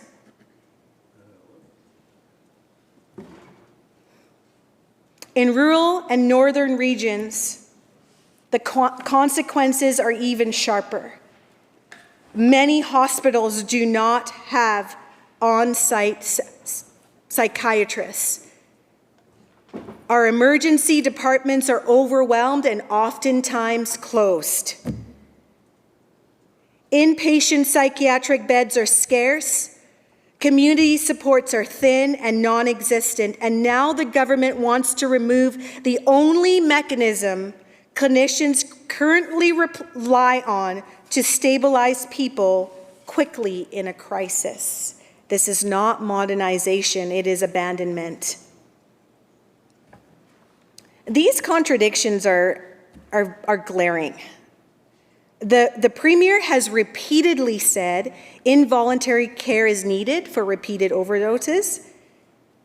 Revive in the morning, die in the evening is unacceptable. Toxic drug-related brain injuries impair insight. Involuntary stabilization is sometimes necessary. These are all things that he's said.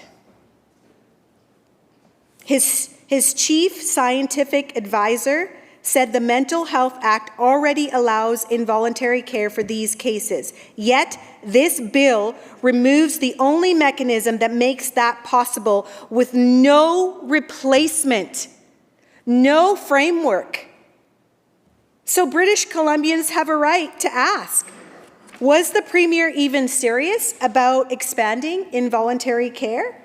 Or is this bill simply about shielding the government from a charter challenge? Because the timing tells its own story. Eight-month delay after the mass casualty event, no evidence of progress on the Mental Health Act review, no consultation paper, no public engagement, no terms of reference released, and this bill introduced days after closing arguments in the charter case. The conclusion is hard to avoid. This is a bill about legal risk and not patient safety. If the government was serious about modernization, the bill would include a statutory definition of capacity tailored to psychiatric decision-making, including pattern of illness, history of relapse, fluctuating insight. It would include mandatory regular capacity assessments conducted by trained professionals with clear standard.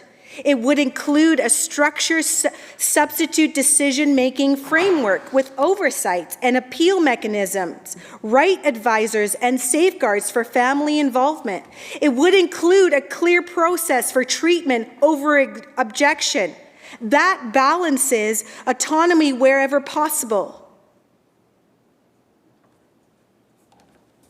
It would include, come on, it would include. There's a list of solutions that it would include. I'm not sitting on that side, but come on. We just got this bill last night. It would include solutions. It would include.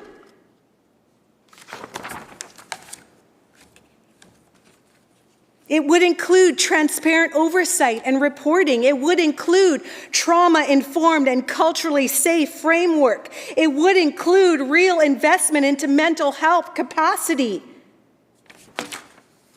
Let's be clear about this bill. Let's be clear about what it does accomplish. It protects the government in court. It protects health authorities from liability. It does not protect patients. It does not protect families. It does not protect clinicians. It does not increase access to care. It does not help people living with psychosis, toxic drug-related brain injury, or severe bipolar disorder. It does not make communities safer. This is a wording fix. It is not a system fix.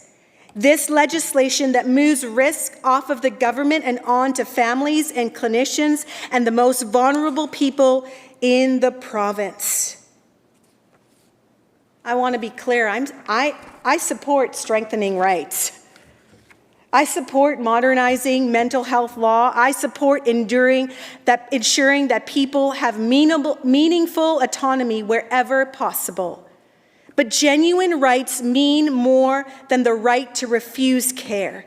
It also includes the right to be well, the right to regain insight, the right to survive long enough to recover. A modern, balanced, compassionate system that can and must do both.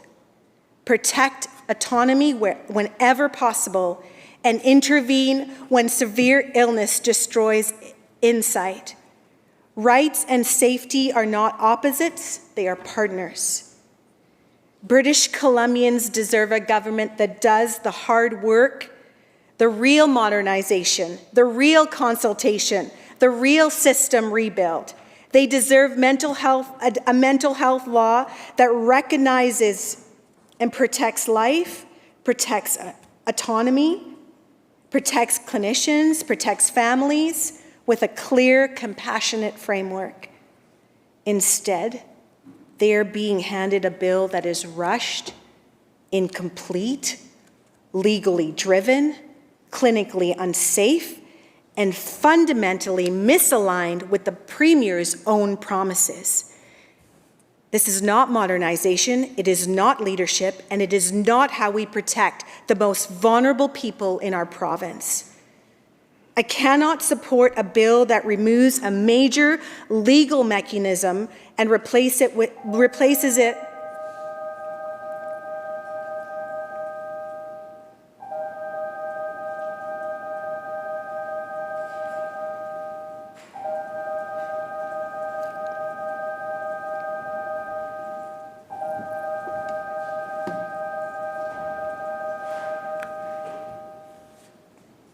I cannot support a bill that risks detaining people without treating them. I cannot support a bill that puts clinicians in legal jeopardy and families in impossible positions. I cannot support a bill that was drafted to solve a government problem rather than a system problem. British Columbians deserve better, and we can do better. Thank you, Madam Speaker.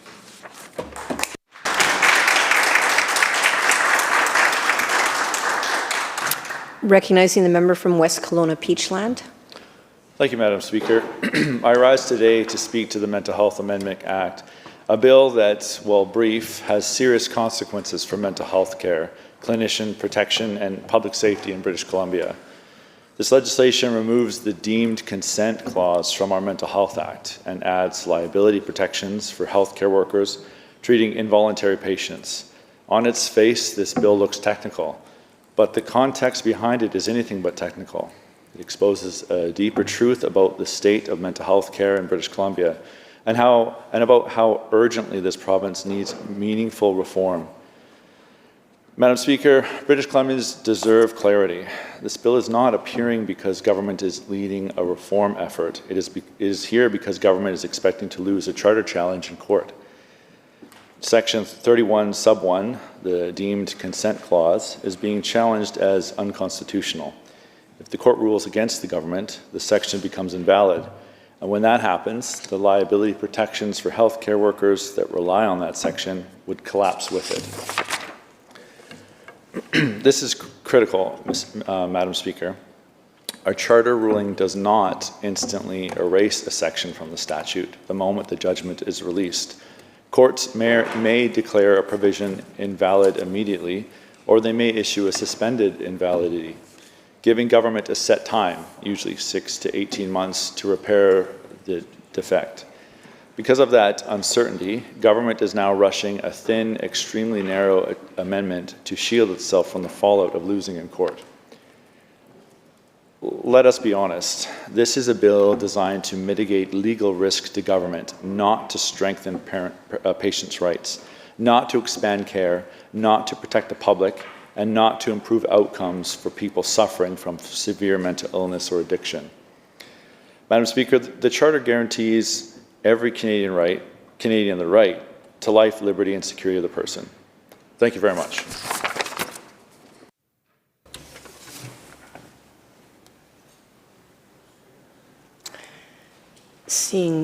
Recognizing no further speakers, I'll ask the Minister of Health to close debate. Thank you very much, Madam Speaker. I want to start off by recognizing how serious this discussion has been. Conversations about mental illness and substance use disorder, about involuntary care are not easy. They raise real fears and real emotions, and we've heard some of that in the House today. both in people who are experiencing mental illness and their families, the people who love them and want to help them.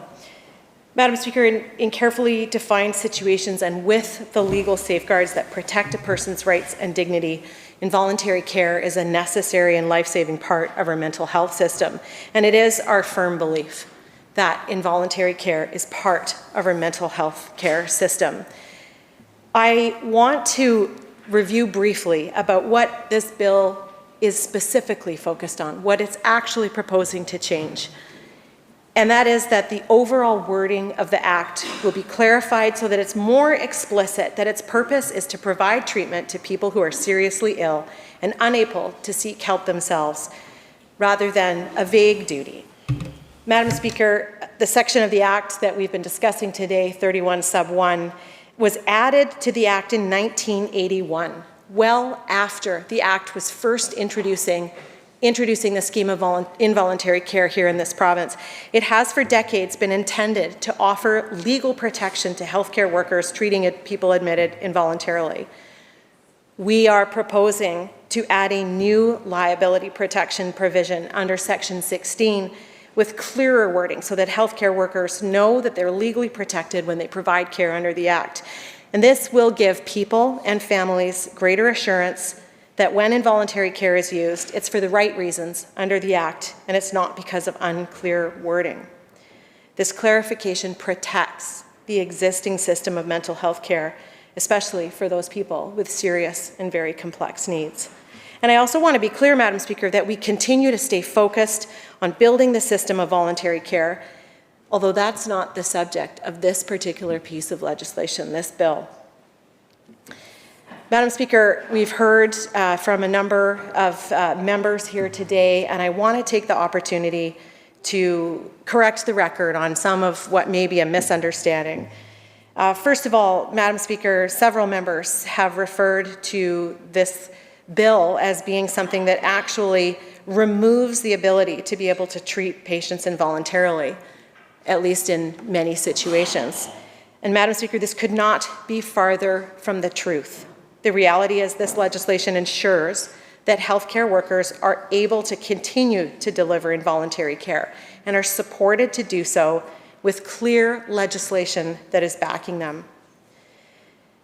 Madam Speaker, the member for Skeena expressed a concern that we don't have legislation coming forward in this session that is going to allow us to approach involuntary treatment of concurrent mental health and drug disorders, and that we would then be likely to lose another 450 people before we come back here in the spring to be able to legislate that. Madam Speaker, this is false. The review of the Mental Health Act is independent and it is going ahead. Dr. Vigo issued guidance this spring on how to use the Mental Health Act for adults. Similar guidance is coming for youth. No legislation is required for those guidance documents.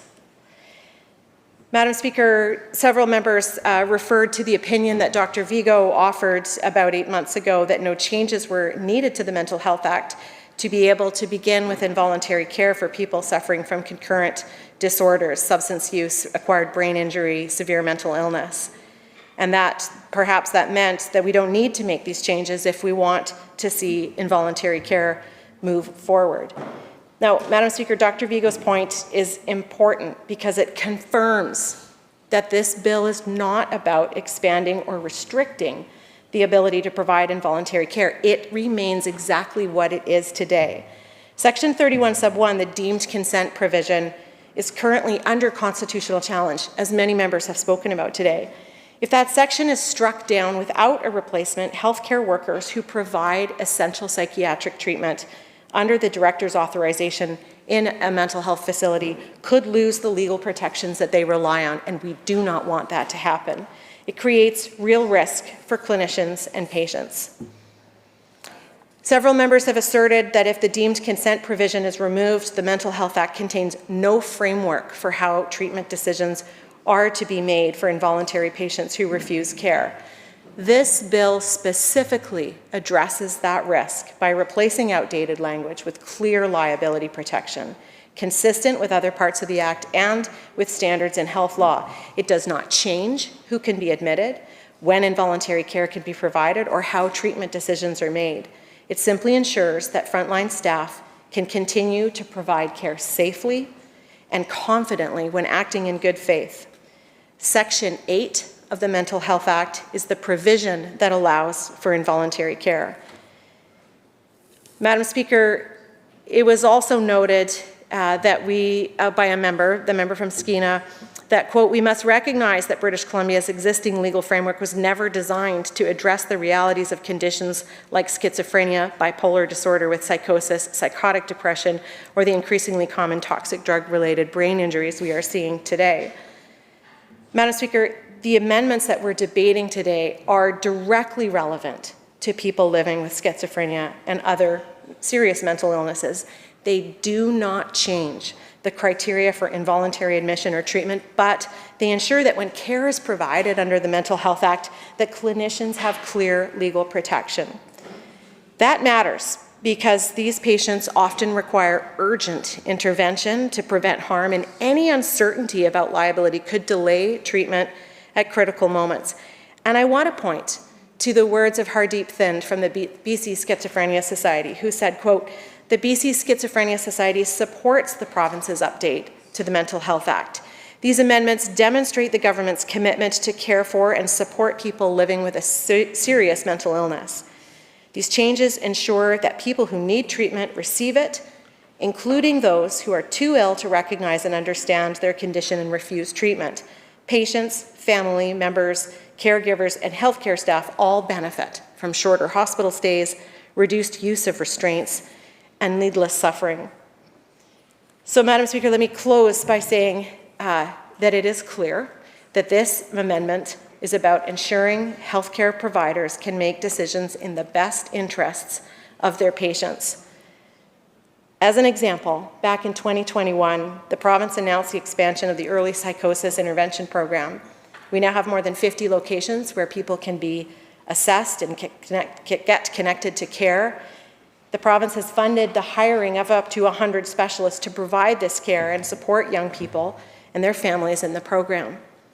These are the workers who must be protected to deliver this vital care. They need to know that if they decide to support a young person, and if that person needs to be held and treated under the Mental Health Act, that they are supported to do so in law. Madam Speaker, this bill does not shield government from the court case. The amendment does not defeat or put an end to the constitutional claim that's currently before the court. Madam Speaker, this does not change or lower the standard for when someone can be admitted involuntarily under the Act. It simply improves the clarity and legal protections. It is about making sure that everyone knows the rules, especially when someone is so unwell that they can't make decisions for themselves. It reinforces the principle that involuntary treatment is used only in defined, serious circumstances, and that healthcare workers can carry it out knowing that they have protection. Madam Speaker, as we move into committee stage, I invite members of the opposition to undertake the dialogue they will with me, but I invite them not to bring a willful misunderstanding of the purpose of this Act. Madam Speaker, it's vitally important that we take this seriously, that we focus on what the 3 clauses of this amending bill would do. And with that, Madam Speaker, I move second reading. Members, the question is second reading of Bill number 32, entitled Mental Health Amendment Act number 2, 2025. Those in favor say aye. Aye. Those opposed say nay. Nay. Motion is defeated on division. Division is being called. Division. Yeah, I heard it. Division is being called.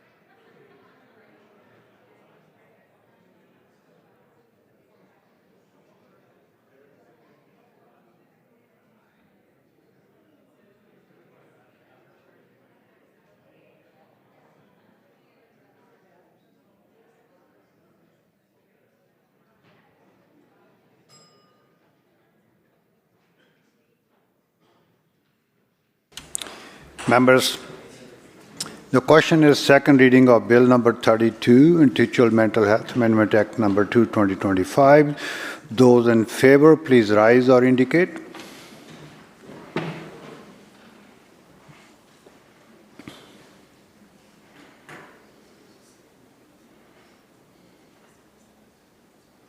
Thank you. Be seated. Those who oppose, please rise or indicate.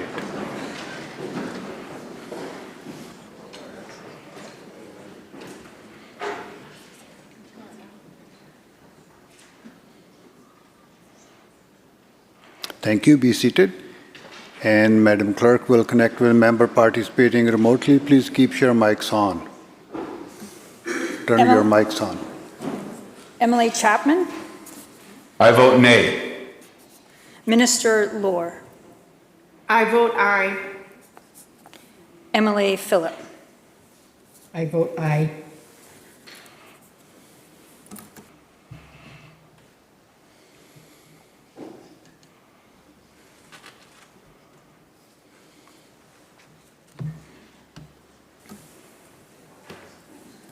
Those voting aye: Lohr, G. Anderson, Blatherick, Rutledge, Chant, Toporowski, B. Anderson, Neal, Osborne, Brar, Krieger, Davidson, Parmar, Sunner, Bear, Chandra, Herbert, Wickens, Kang, Sandhu, Begg, Higginson, Phillip, Lajeunesse, Choi, Rochford, Elmore, Morissette, Popham, Dix, Sharma, Farnworth, Eby, Bailey, Callon, Green, Whiteside, Boyle, Ma, Young, Malcolmson, Gibson, Glumac, Aurora, Shaw, Chow, and Deere, 46. Those voting nay: Wilson, Kindy, Millibar, Warbus, Rustad, Banman, Watt, Cooner, Halford, Hartwell, Neufeld, Van Popta, Dew, Clare, K. Neufeld, Bengu, Peyton, Gasper, Chan, Tour, Hepner, Giddens, Ratte, Davis, McInnes, Bird, McCall, Stamer, Day, Tepp, Mock, Chapman, Moss, Williams, Lowen, Dollywell, Dirksen, Luck, Block, Valeriot, Otterill, Brody, Armstrong, Keeley, Sturko, Boltby, 46. Honorable members, there being an equal number of votes for and against, the chair must make a casting vote. Given parliamentary customs and in order to allow further debate, the chair votes in favor of the motion for second reading of Bill number 32, Mental Health Act number 2, 2025. Minister of Health. Thank you, Mr. Speaker. I move that the bill be committed to a committee of the whole House to be considered at the next sitting of the House after today. You have heard the question. All those in favor say aye. Aye. Oppose? Carried.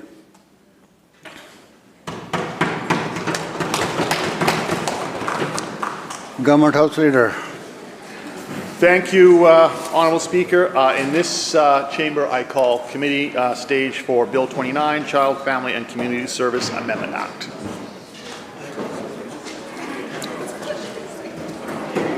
The chair.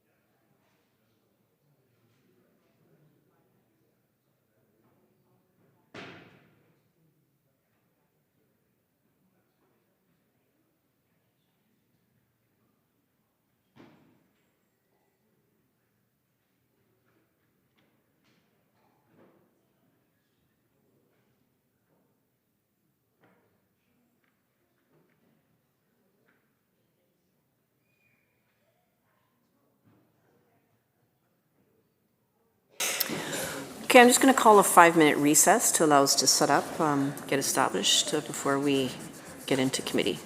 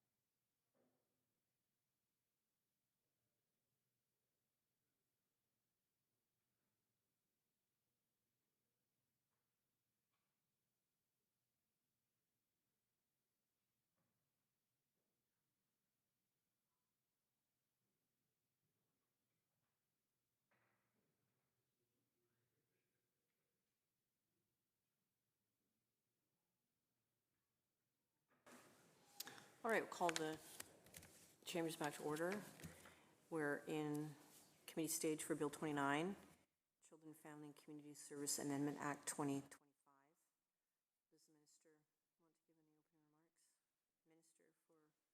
Does the minister want to give any opening remarks? Minister for Children, Family Development. I want to start by thanking the members of ministry team who support this vital work and are here with me today. We have Deputy Minister Keith Godin, Assistant Deputy Minister Emily Horton, Director Renee Snell, and Executive Director Alex Stefanovic. Really grateful for their support and work in my ministry. I want to start by saying that the most important thing at the center of all of our work is the safety and well-being of children and youth in our province. This legislation is about safety plans, which is one of the least intrusive measures available to help keep children and youth safe and supported. They are voluntary, short-term, and collaborative agreements between parents and ministry staff that help mitigate safety concerns so that a child or youth can remain safely with their parent or a trusted adult. These amendments bring greater transparency to the safety planning process and formalize important procedural safeguards for parents. The amendments also make clear that the safety planning process provides the space to build or strengthen involvement with an Indigenous child's community. I'm looking forward to everybody's input and questions to see this important bill move through this committee process.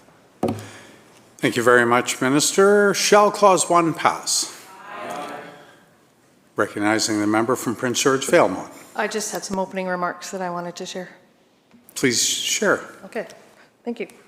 Honourable Chair, Bill 29 seeks to formalize the use of safety plans with Children and Family Community Services Act. While the intent is to keep children safe and supported within their families and communities, is something we all share, a passion we all share. The execution of this legislation raises some serious concerns. This is a bill that grants broad discretionary powers to directors, allowing them to create, amend, or terminate safety plans verbally without written confirmation, court approval, or external oversight. Families could find themselves under indefinite supervision without clear recourse and accountability. The absence of mandatory data transparency or a guarantee for parents, guardians, or families to access legal support further weakens the safeguards that vulnerable families deserve. Our responsibility as legislators is to ensure that in seeking to protect children, we do not erode the rights of parents, families, or Indigenous communities. With that in mind, through the chair, would the minister be willing to answer some questions regarding the history, rationale, consultation, and the oversight regarding her bill before we move into the first clause?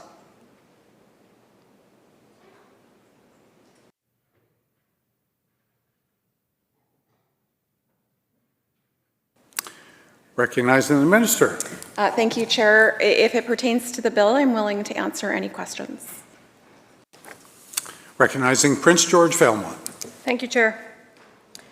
Chair, unless there has been a change, I just want to make sure I understand that safety plans currently are being implemented using the internal MCFD policy, Children Protection Response Policies, Chapter 3, specifically Section 2, Family Development Response, and Section 3.3, Protection, and both most recently amended on the 18th and the 25th of September of this year. Can the minister confirm that? Minister. Yes, that's correct. Prince George Valemount. Thank you, Chair. Thank you, Minister. So in Chapter 3, 3.2, the policy states that family development response is primarily a pathway for all screened in children protection reports that meet the following criteria. Circumstances do not involve severe physical abuse or severe neglect, and parents are able or willing to participate in a collaborative process and planning. If safety factors have been identified, it's reasonable to believe that a parent will follow a safety plan or develop a safety plan collaboratively with a child's youth and family. Section 3.3 of the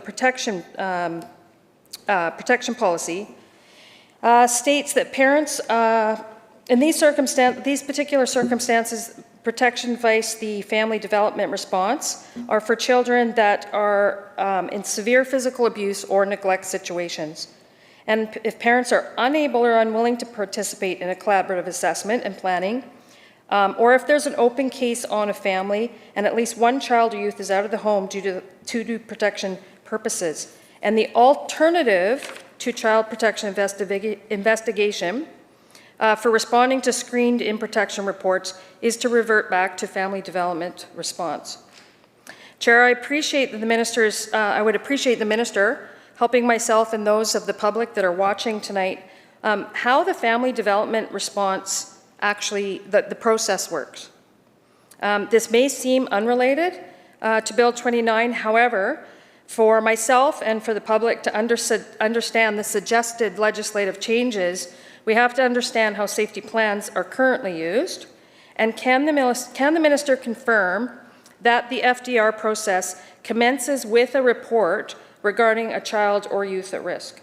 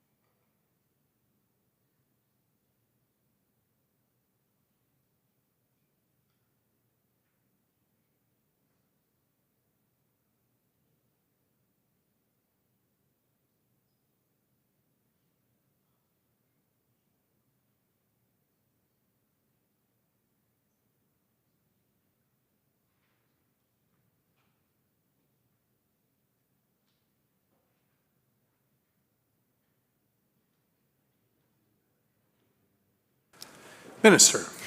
Thank you.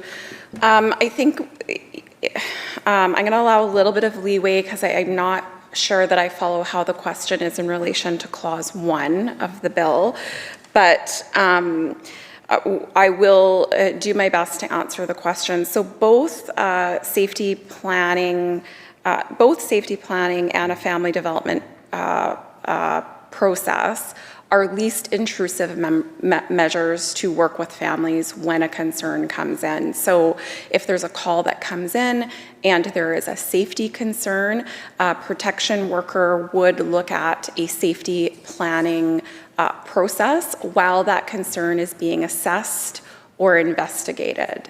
If there's a concern that comes in, a protection worker deems that a family needs support, needs referrals to community programs or other types of support, there would be a family development process. Thank you, Minister. Prince George Vailmont on Clause 1. Thank you, Chair. I just want to confirm, before we even got to Clause 1, I wanted to understand some of the background as to where this bill came from. So I had a number of questions before even addressing Clause 1. Is the Minister open to that? This is fairly significant legislation. It has massive impact on children and families across this province. I would like to examine it thoroughly and have a very good understanding of what it is that we're trying to accomplish here in order to try and be supportive of it. Thank you, Member. I'll leave that to the Minister to decide whether or not they would like to answer those questions prior to Clause 1. I'm sure we'll get through some of it in the bill, but I'll leave that up to the Minister to decide. I would afford some leeway. I mean, I think I can try and answer as many questions as possible. I do want the member to consider that those questions might be answered further in the bill as well. And as far as historical context or where the bill came from, we can also provide other briefings at other times as well. Member from Prince George Vailmont. So I just want to go back to the FDR process just for a second, just because I want to make sure I'm understanding it correctly so I understand the process that this bill is built around. If I'm correct, there's like you said, there's a complaint or a concern that comes in. The family is contacted, there's a home visit arranged, household members are interviewed, there's a situation that's assessed, as you said, you were talking about assessments or investigations. And they try to determine how a family can be supported in keeping children and youth safe. And my understanding is currently that is set out in the current regulation on a 30-day time frame. Can the Minister confirm that that is actually correct?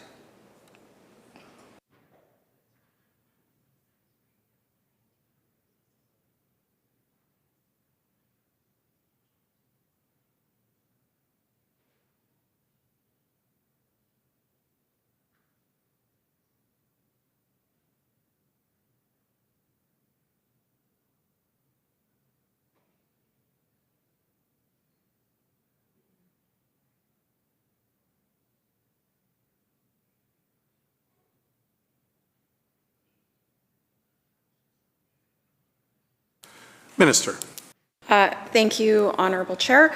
What the member has stated is correct. I do just want to point out that the legislation is about the safety planning process and safety plans. Questions in relation to how protection workers and the ministry does their broader work is not about safety plans. Prince George Vailmont. Thank you, Chair. I appreciate that because it helps with a couple of other things that I'm going to be asking about when we get into the bill. Through the Chair, can the Minister explain the difference between a family plan and a safety plan? And I know you don't think the question is relevant, but it does actually, it references because of a clause that I'm going to ask about later. There's a specific piece in the legislation around this question.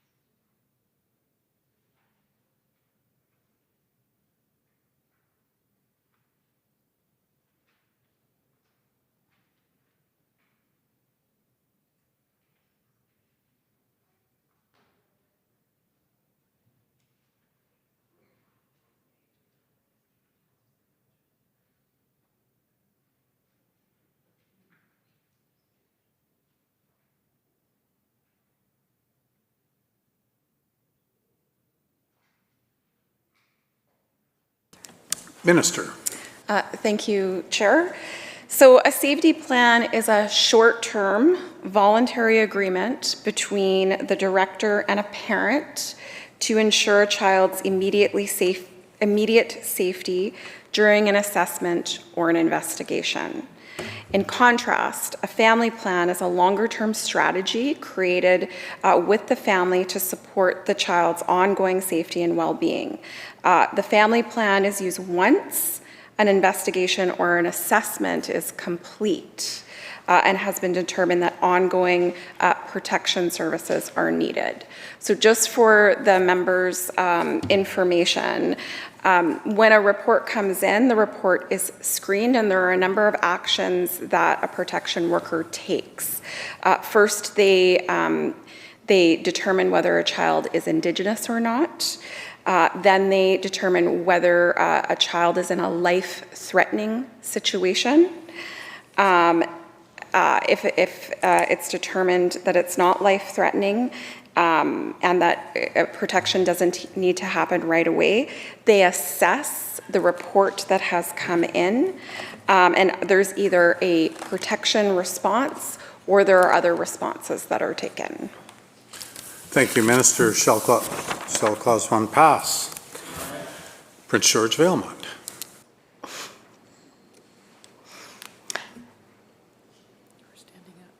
I know, I still have questions before we get on to Clause 1, Chair. So, Member, we're on Clause 1. okay. Can we continue with the background questions? They're extremely important for me to understand why we're moving this legislation forward. Member, I'll say it again. The minister has said that she would have some leniency with respect to that. We are debating Clause 1, or we're in committee stage on Clause 1. Can the minister, sorry, just for ease, when we're moving forward, if it suits the minister and it suits the chair, and we're discussing the bill moving in the next however many hours, are you okay if I just refer to Chapter 3 instead of the entire long title? Minister. Prince George Vailmont. Through the chair, can the minister explain the necessity to put a piece of legislation forward for safety plans rather than revising or updating the current regulation and procedures that MCFD is currently using in Chapter 3?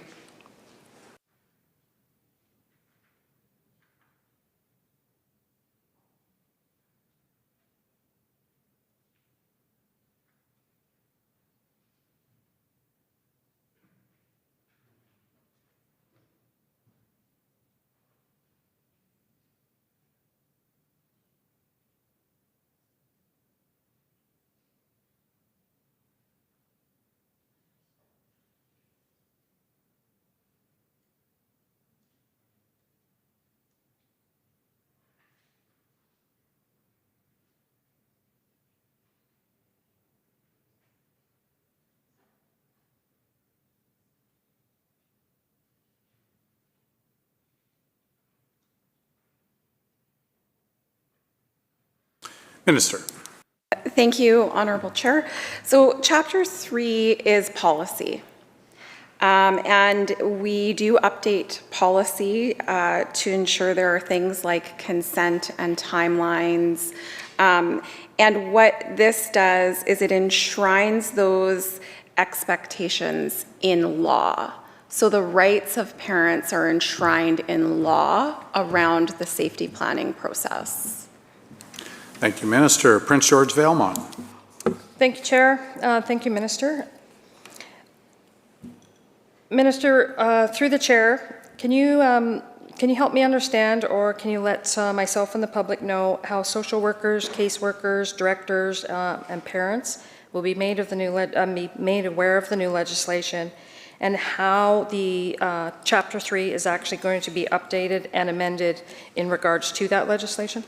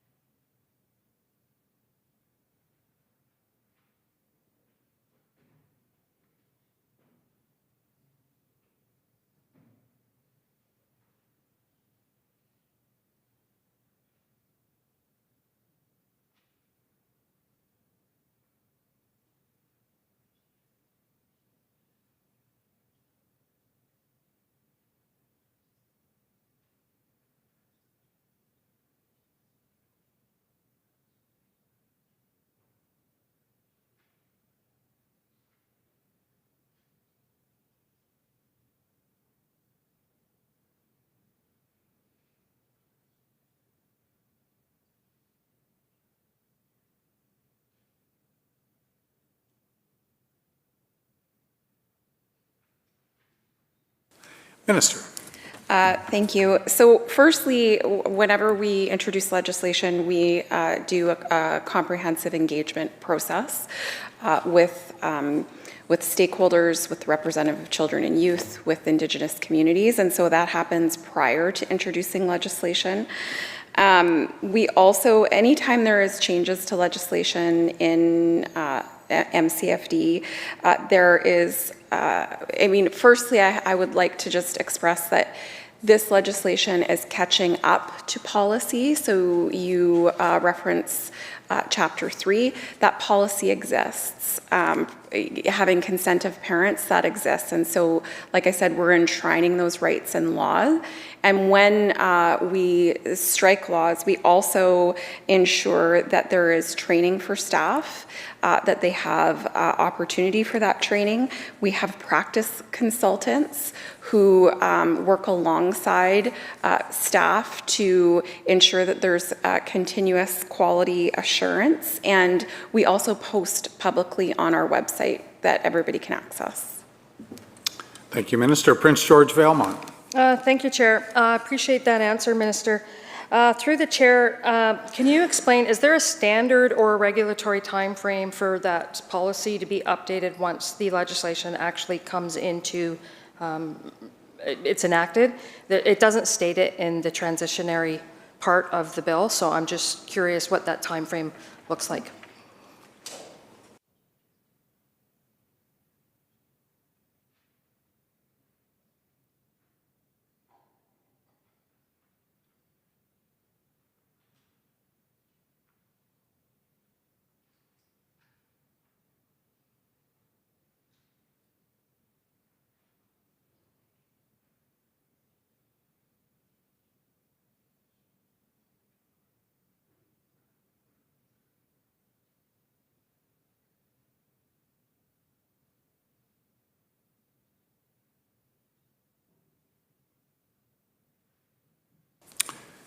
Minister. Thank you. So our policy in MCFD is constantly evolving. It is continuously updated and communicated with staff. I will say that any changes required in policy will happen as soon as possible after royal consent, or royal assent, sorry. Thank you, Minister. Prince George Vailmont. Thank you, Chair. Thank you, Minister.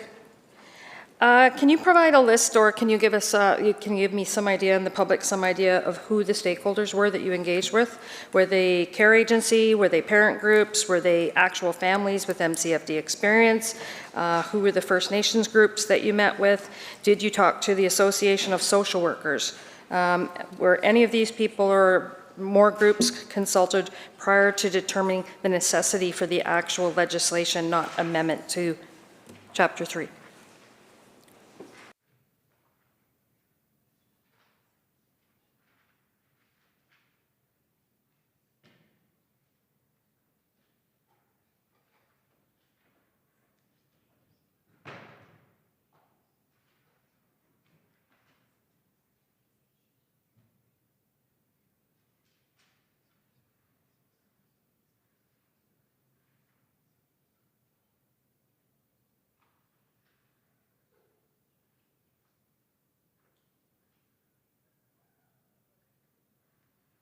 Minister.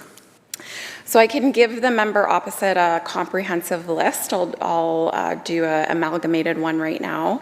There were a number of internal, external, and Indigenous rights holders that we, internal, external partners and Indigenous rights holders that we engaged with. So internally, directors of ministries like Education, Childcare, the Attorney General, Citizen Services, externally, organizations like West Coast Leaf,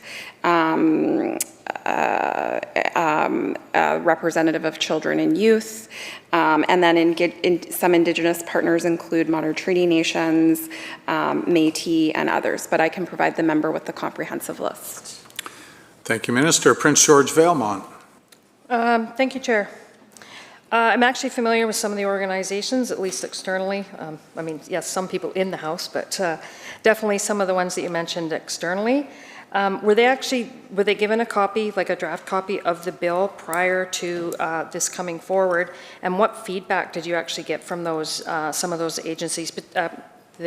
Yeah, I would be curious if it was positive, it was negative, if they had asked you to make some changes, that there are some fairly large contradictions with the legislation and the actual regulation currently. So I would just be curious what kind of feedback you got from some of those organizations. Just a reminder to bring those questions through the chair. Member?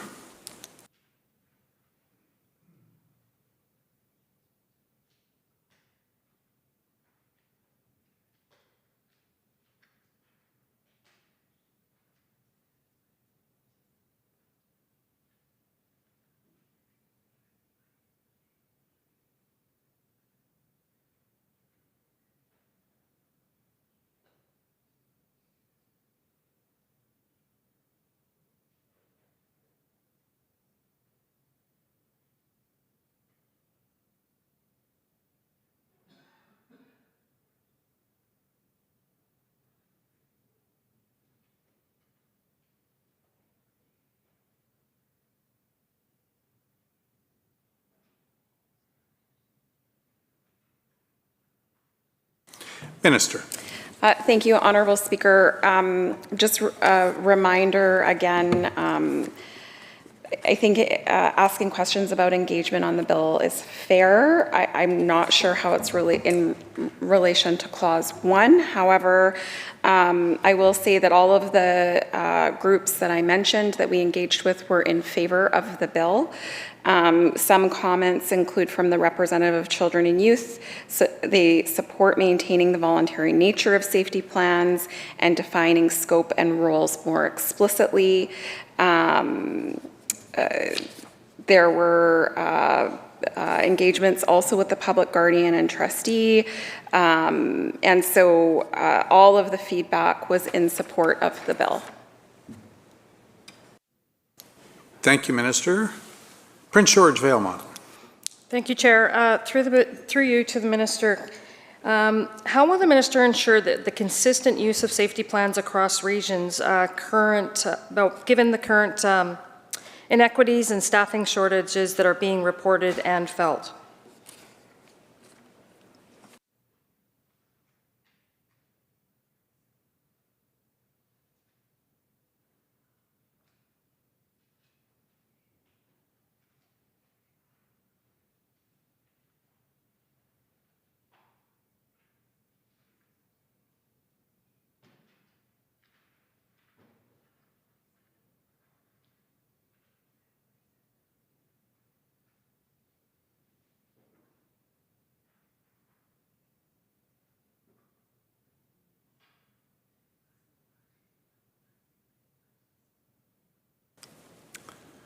Minister.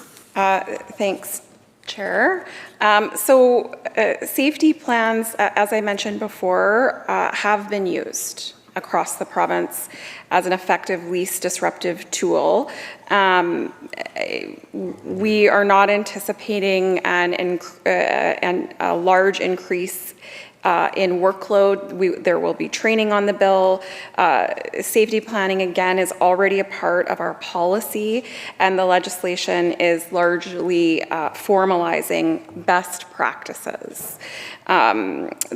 I believe that our direct service staff will benefit greatly from clarity in procedures and expectations. And again, that parents will greatly benefit from the procedural safeguards that are enshrined and established in law. Thank you, Minister. Prince George Vailmont. Thank you, Chair. Thank you, Minister. Through you to the Minister, will there be public reporting on safety plan agreements outcomes now that it is being legislated?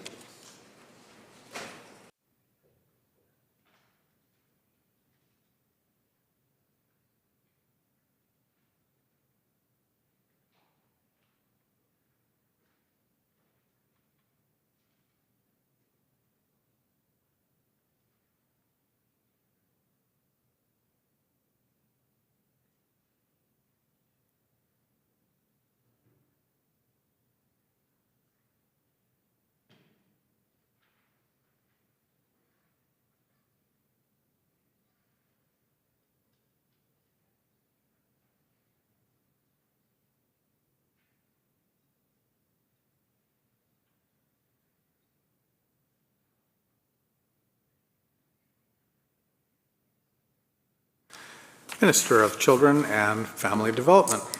Thank you. So our ministry does collect data currently on our use of safety plans. We publicly post data on child protection reports received, reports assessed as having safety concerns, and situations that have eventually required a child to live outside of the home under the CFCSA. Or live outside of the home under the CFCSA agreements or court orders. This data clearly shows that upfront measures taken, including safety plans, are effective at addressing child safety concerns. I would just also add that each and every single safety plan is incredibly unique and would be very different from each individual circumstance. Thank you, Minister. Prince George Vailmont. Thank you, Chair. I appreciate that answer, and I hope so. Every family is different, their complexities are different, their challenges are different, so that is a very important aspect of this process. Member, just pause for a moment while the bells.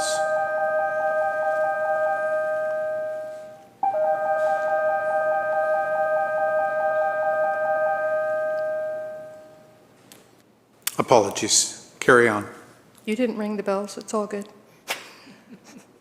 Through the Minister, through you, Chair, to the Minister, what independent oversight mechanisms will exist to review misuse, overuse, or non-use of safety plans?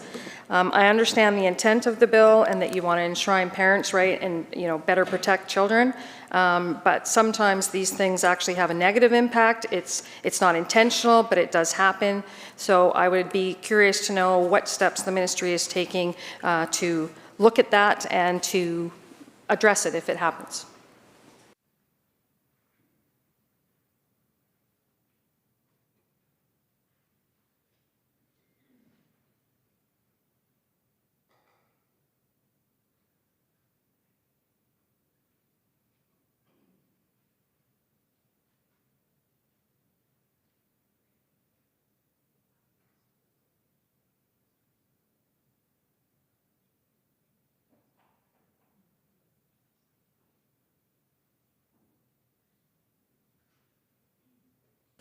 Minister. Thank you. So firstly, it starts with that safety plans are also bound by the general provisions of the Act.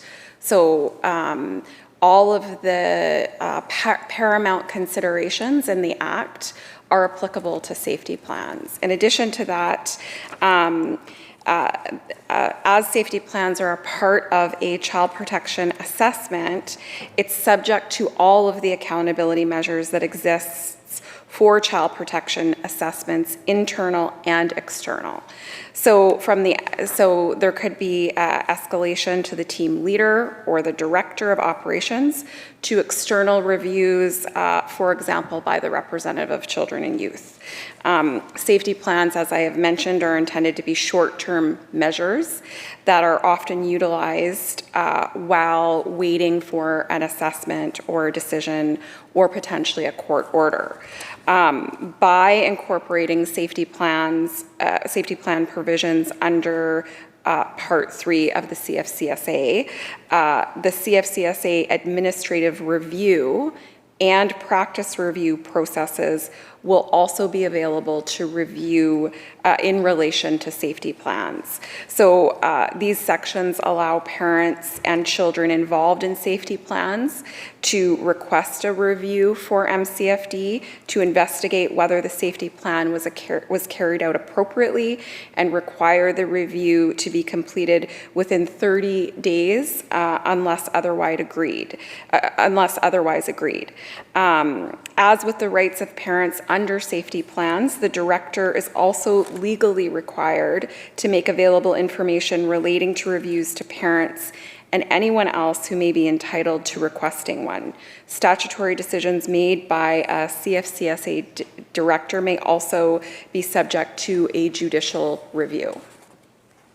Thank you, Minister. Prince George Vailmont. Thank you, Chair. I just want to ask one clarifying question. It sort of goes back to one I asked earlier. You've actually said it twice now, so I want to confirm. So through the chair to the minister, our safety plans are in place during an assessment and investigation, and once that's completed, then they move to a family plan?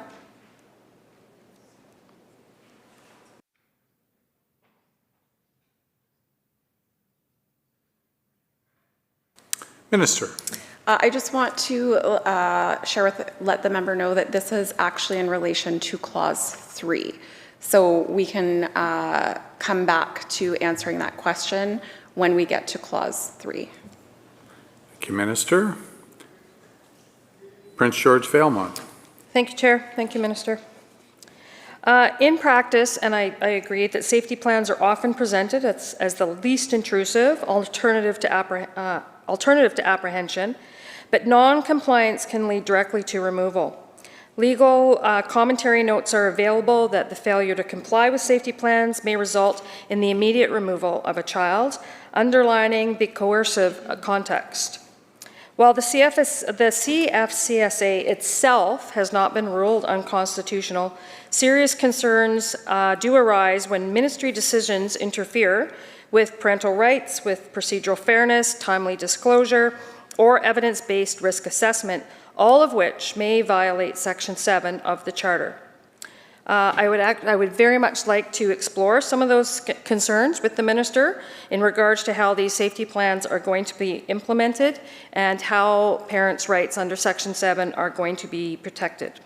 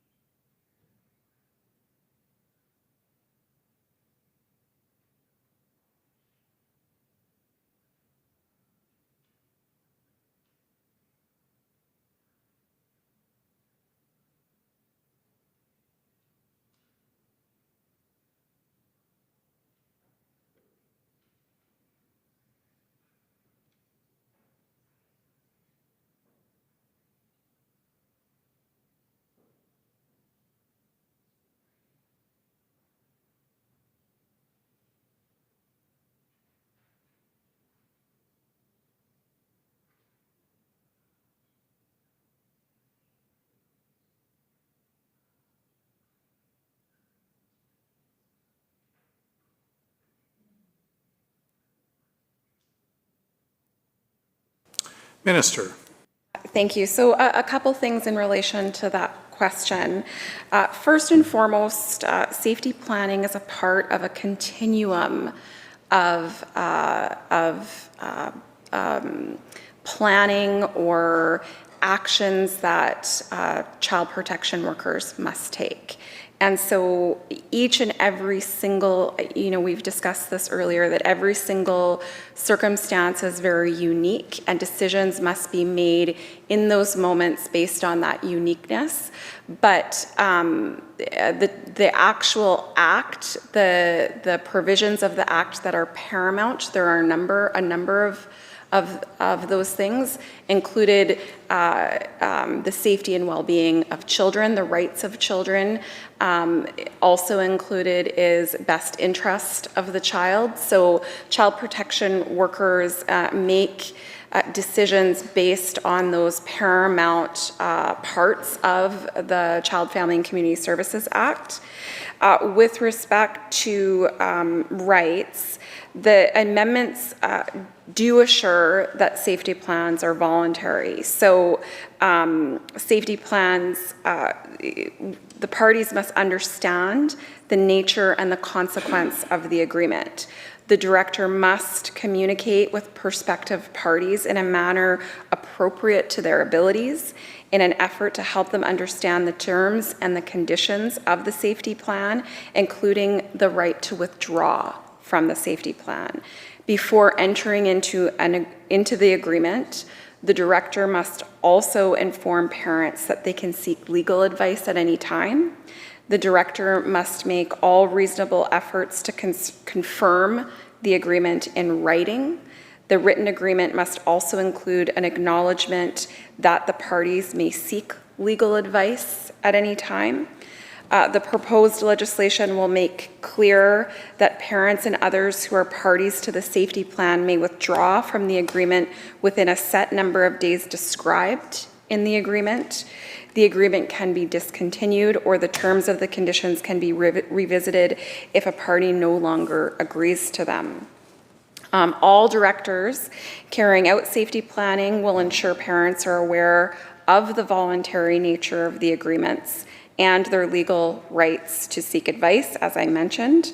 If parents cannot access that advice right away, they may do so at any time after agreeing to a safety plan and may withdraw or seek to renegotiate at any time if they no longer agree with the safety plan. All of our directors are oriented to legislation and will be a component of ongoing mandatory training. Prince George Vailmont. Sorry. Our House Leader for the third party. Thank you, Mr. Chair. I was just curious, I just want some clarification on where we are in committee. Are we on clause 1 or are we still getting to clause 1? I have lots of questions on clause 3, so I'm just wanting to understand when we're going to get to clause 3. Well, thank you, member. I'm not sure when we'll arrive at clause 3. We are in clause 1 right now, and so that is where the focus is, member. Prince George Vailmont. I just want to say I appreciate the words that the leader of the third party stated. However, you know, I have some serious concerns around this legislation, so these questions aren't just being randomly asked. They have some fairly significant ramifications if they do actually impact people's rights and liberties. The Supreme Court of Canada has actually indicated that when the statute is interfering with core family relationships, procedural protections must be robust. That was JG, Supreme Court of Canada. Safety plans are often restrictive, where a parent may live, requiring parents to leave the house, restrictive who can contact a child. They often require supervision of parenting, drug testing, mandatory services, conditions of a child remaining. These measures constitute real deprivations of parental liberty and security of persons, similar in impact, if not in name, to supervision orders or temporary custody orders that would normally require court oversight. What specific steps has the ministry taken to ensure that these rights, again, are protected and they're not effectively coerced away with a safety plan?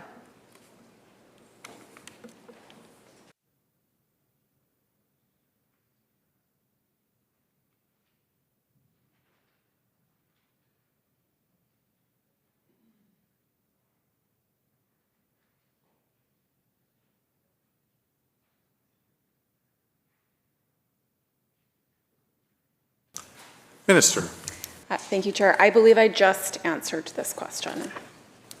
Thank you, Minister. Prince George Vailmont. Okay, I'd like to talk a little bit about voluntariness versus coercion.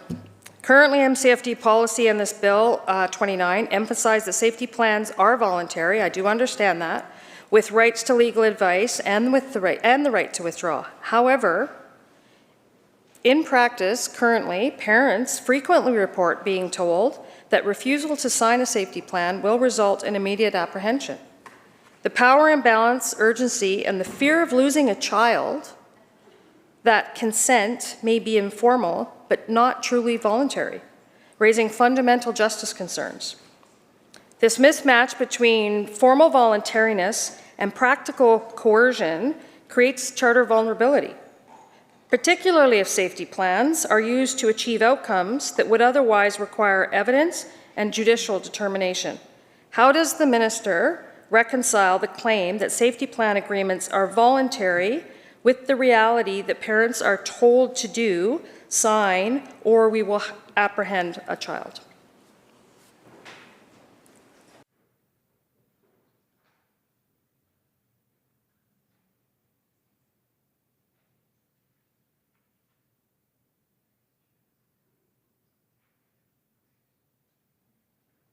Minister. Thank you. This is not in relation to Clause 1. This is better suited for Clause 3, and I'd ask the Chair to make a ruling about focusing on Clause 1. Thank you very much, Minister. We are on Clause 1, and we definitely would like to focus on Clause 1. Prince George Vailmont. I would actually like to table an amendment for Clause 1. Chair. Thank you, Member.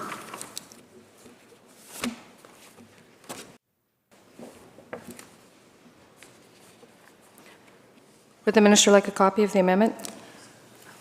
Member, if you would provide the clerk, we'll take a quick recess of about 5 minutes so that we can circulate the amendment to all members.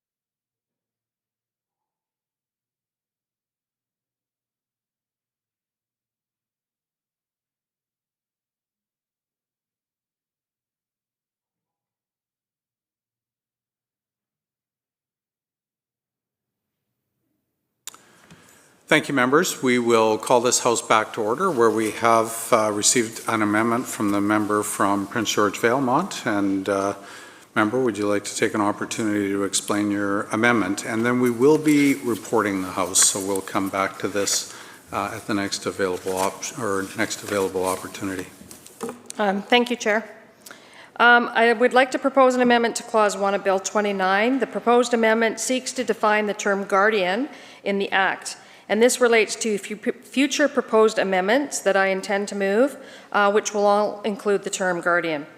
As the legislation before this House makes changes to the Child, Family and Community Service Act, it references the role of guardian, but it does not define what a guardian is. I believe that this definition should be added and are using the definition from the Family Act that this House has in previous sessions already set into law. This amendment should be supported by all its members. The Family Act defines a guardian as, means as a guardian under Section 39. Do you want me to read the entire definition? It's up to the minister, but. I think that's all right, member. Okay. So the reason that I'm asking for this change is that when you go in under this current act, it refers you to the Family Law Act, which also refers you to the Will and Estates Act. Within the Will and Estates Act, there is a separate definition for guardian that does actually can apply to family plans. So for myself, when I do my will and estate planning, the lawyer asks, if both of your children were to perish at the same time in a car accident, who would you like the guardian of your children to be? So it is actually a fairly important definition and how it can apply to family plans and actually safety plans. So I would very much like the minister to consider adopting this amendment. Thank you. Thank you very much, member. We will have the minister respond at the next sitting of this committee. Minister. I move that the committee rise, report progress, and ask leave to sit again. Thank you. Thank you very much, Minister. You've heard the question. All those in favor, say aye. Aye. Opposed, say nay. This committee stands adjourned. The motion is carried.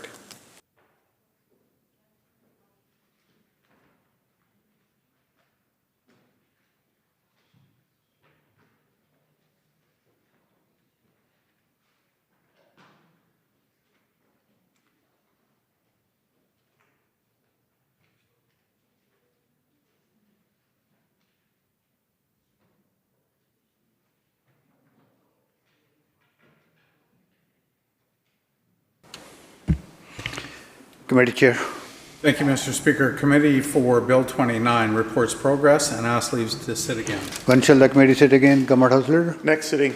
So ordered. Committee Chair. Mr. Speaker, Section A reports progress on Bill number 24 and asks leave to sit again. When shall the committee sit again, Government House Leader? Next sitting. So ordered. Committee Chair. Mr. Speaker, Section C reports Bill number 30 complete without amendment. When shall the bill be read third time, Government House Leader? Now. Member, the question is third reading of Bill number 30, Employment Standards, Serious Illness or Injury Leave, Amendment Act 2025. All those in favor say aye. Aye. Opposed? Motion carried. Bill 30, Employment Standards, Serious Illness or Injury Leave Amendment Act has been read third time and has passed. Government House Leader. Thank you, Honourable Speaker. I move the House to now adjourn. Member, you heard the question. All those in favor say aye. Aye. Opposed? Motion carried. This House stands adjourned until 1:30 p.m. tomorrow.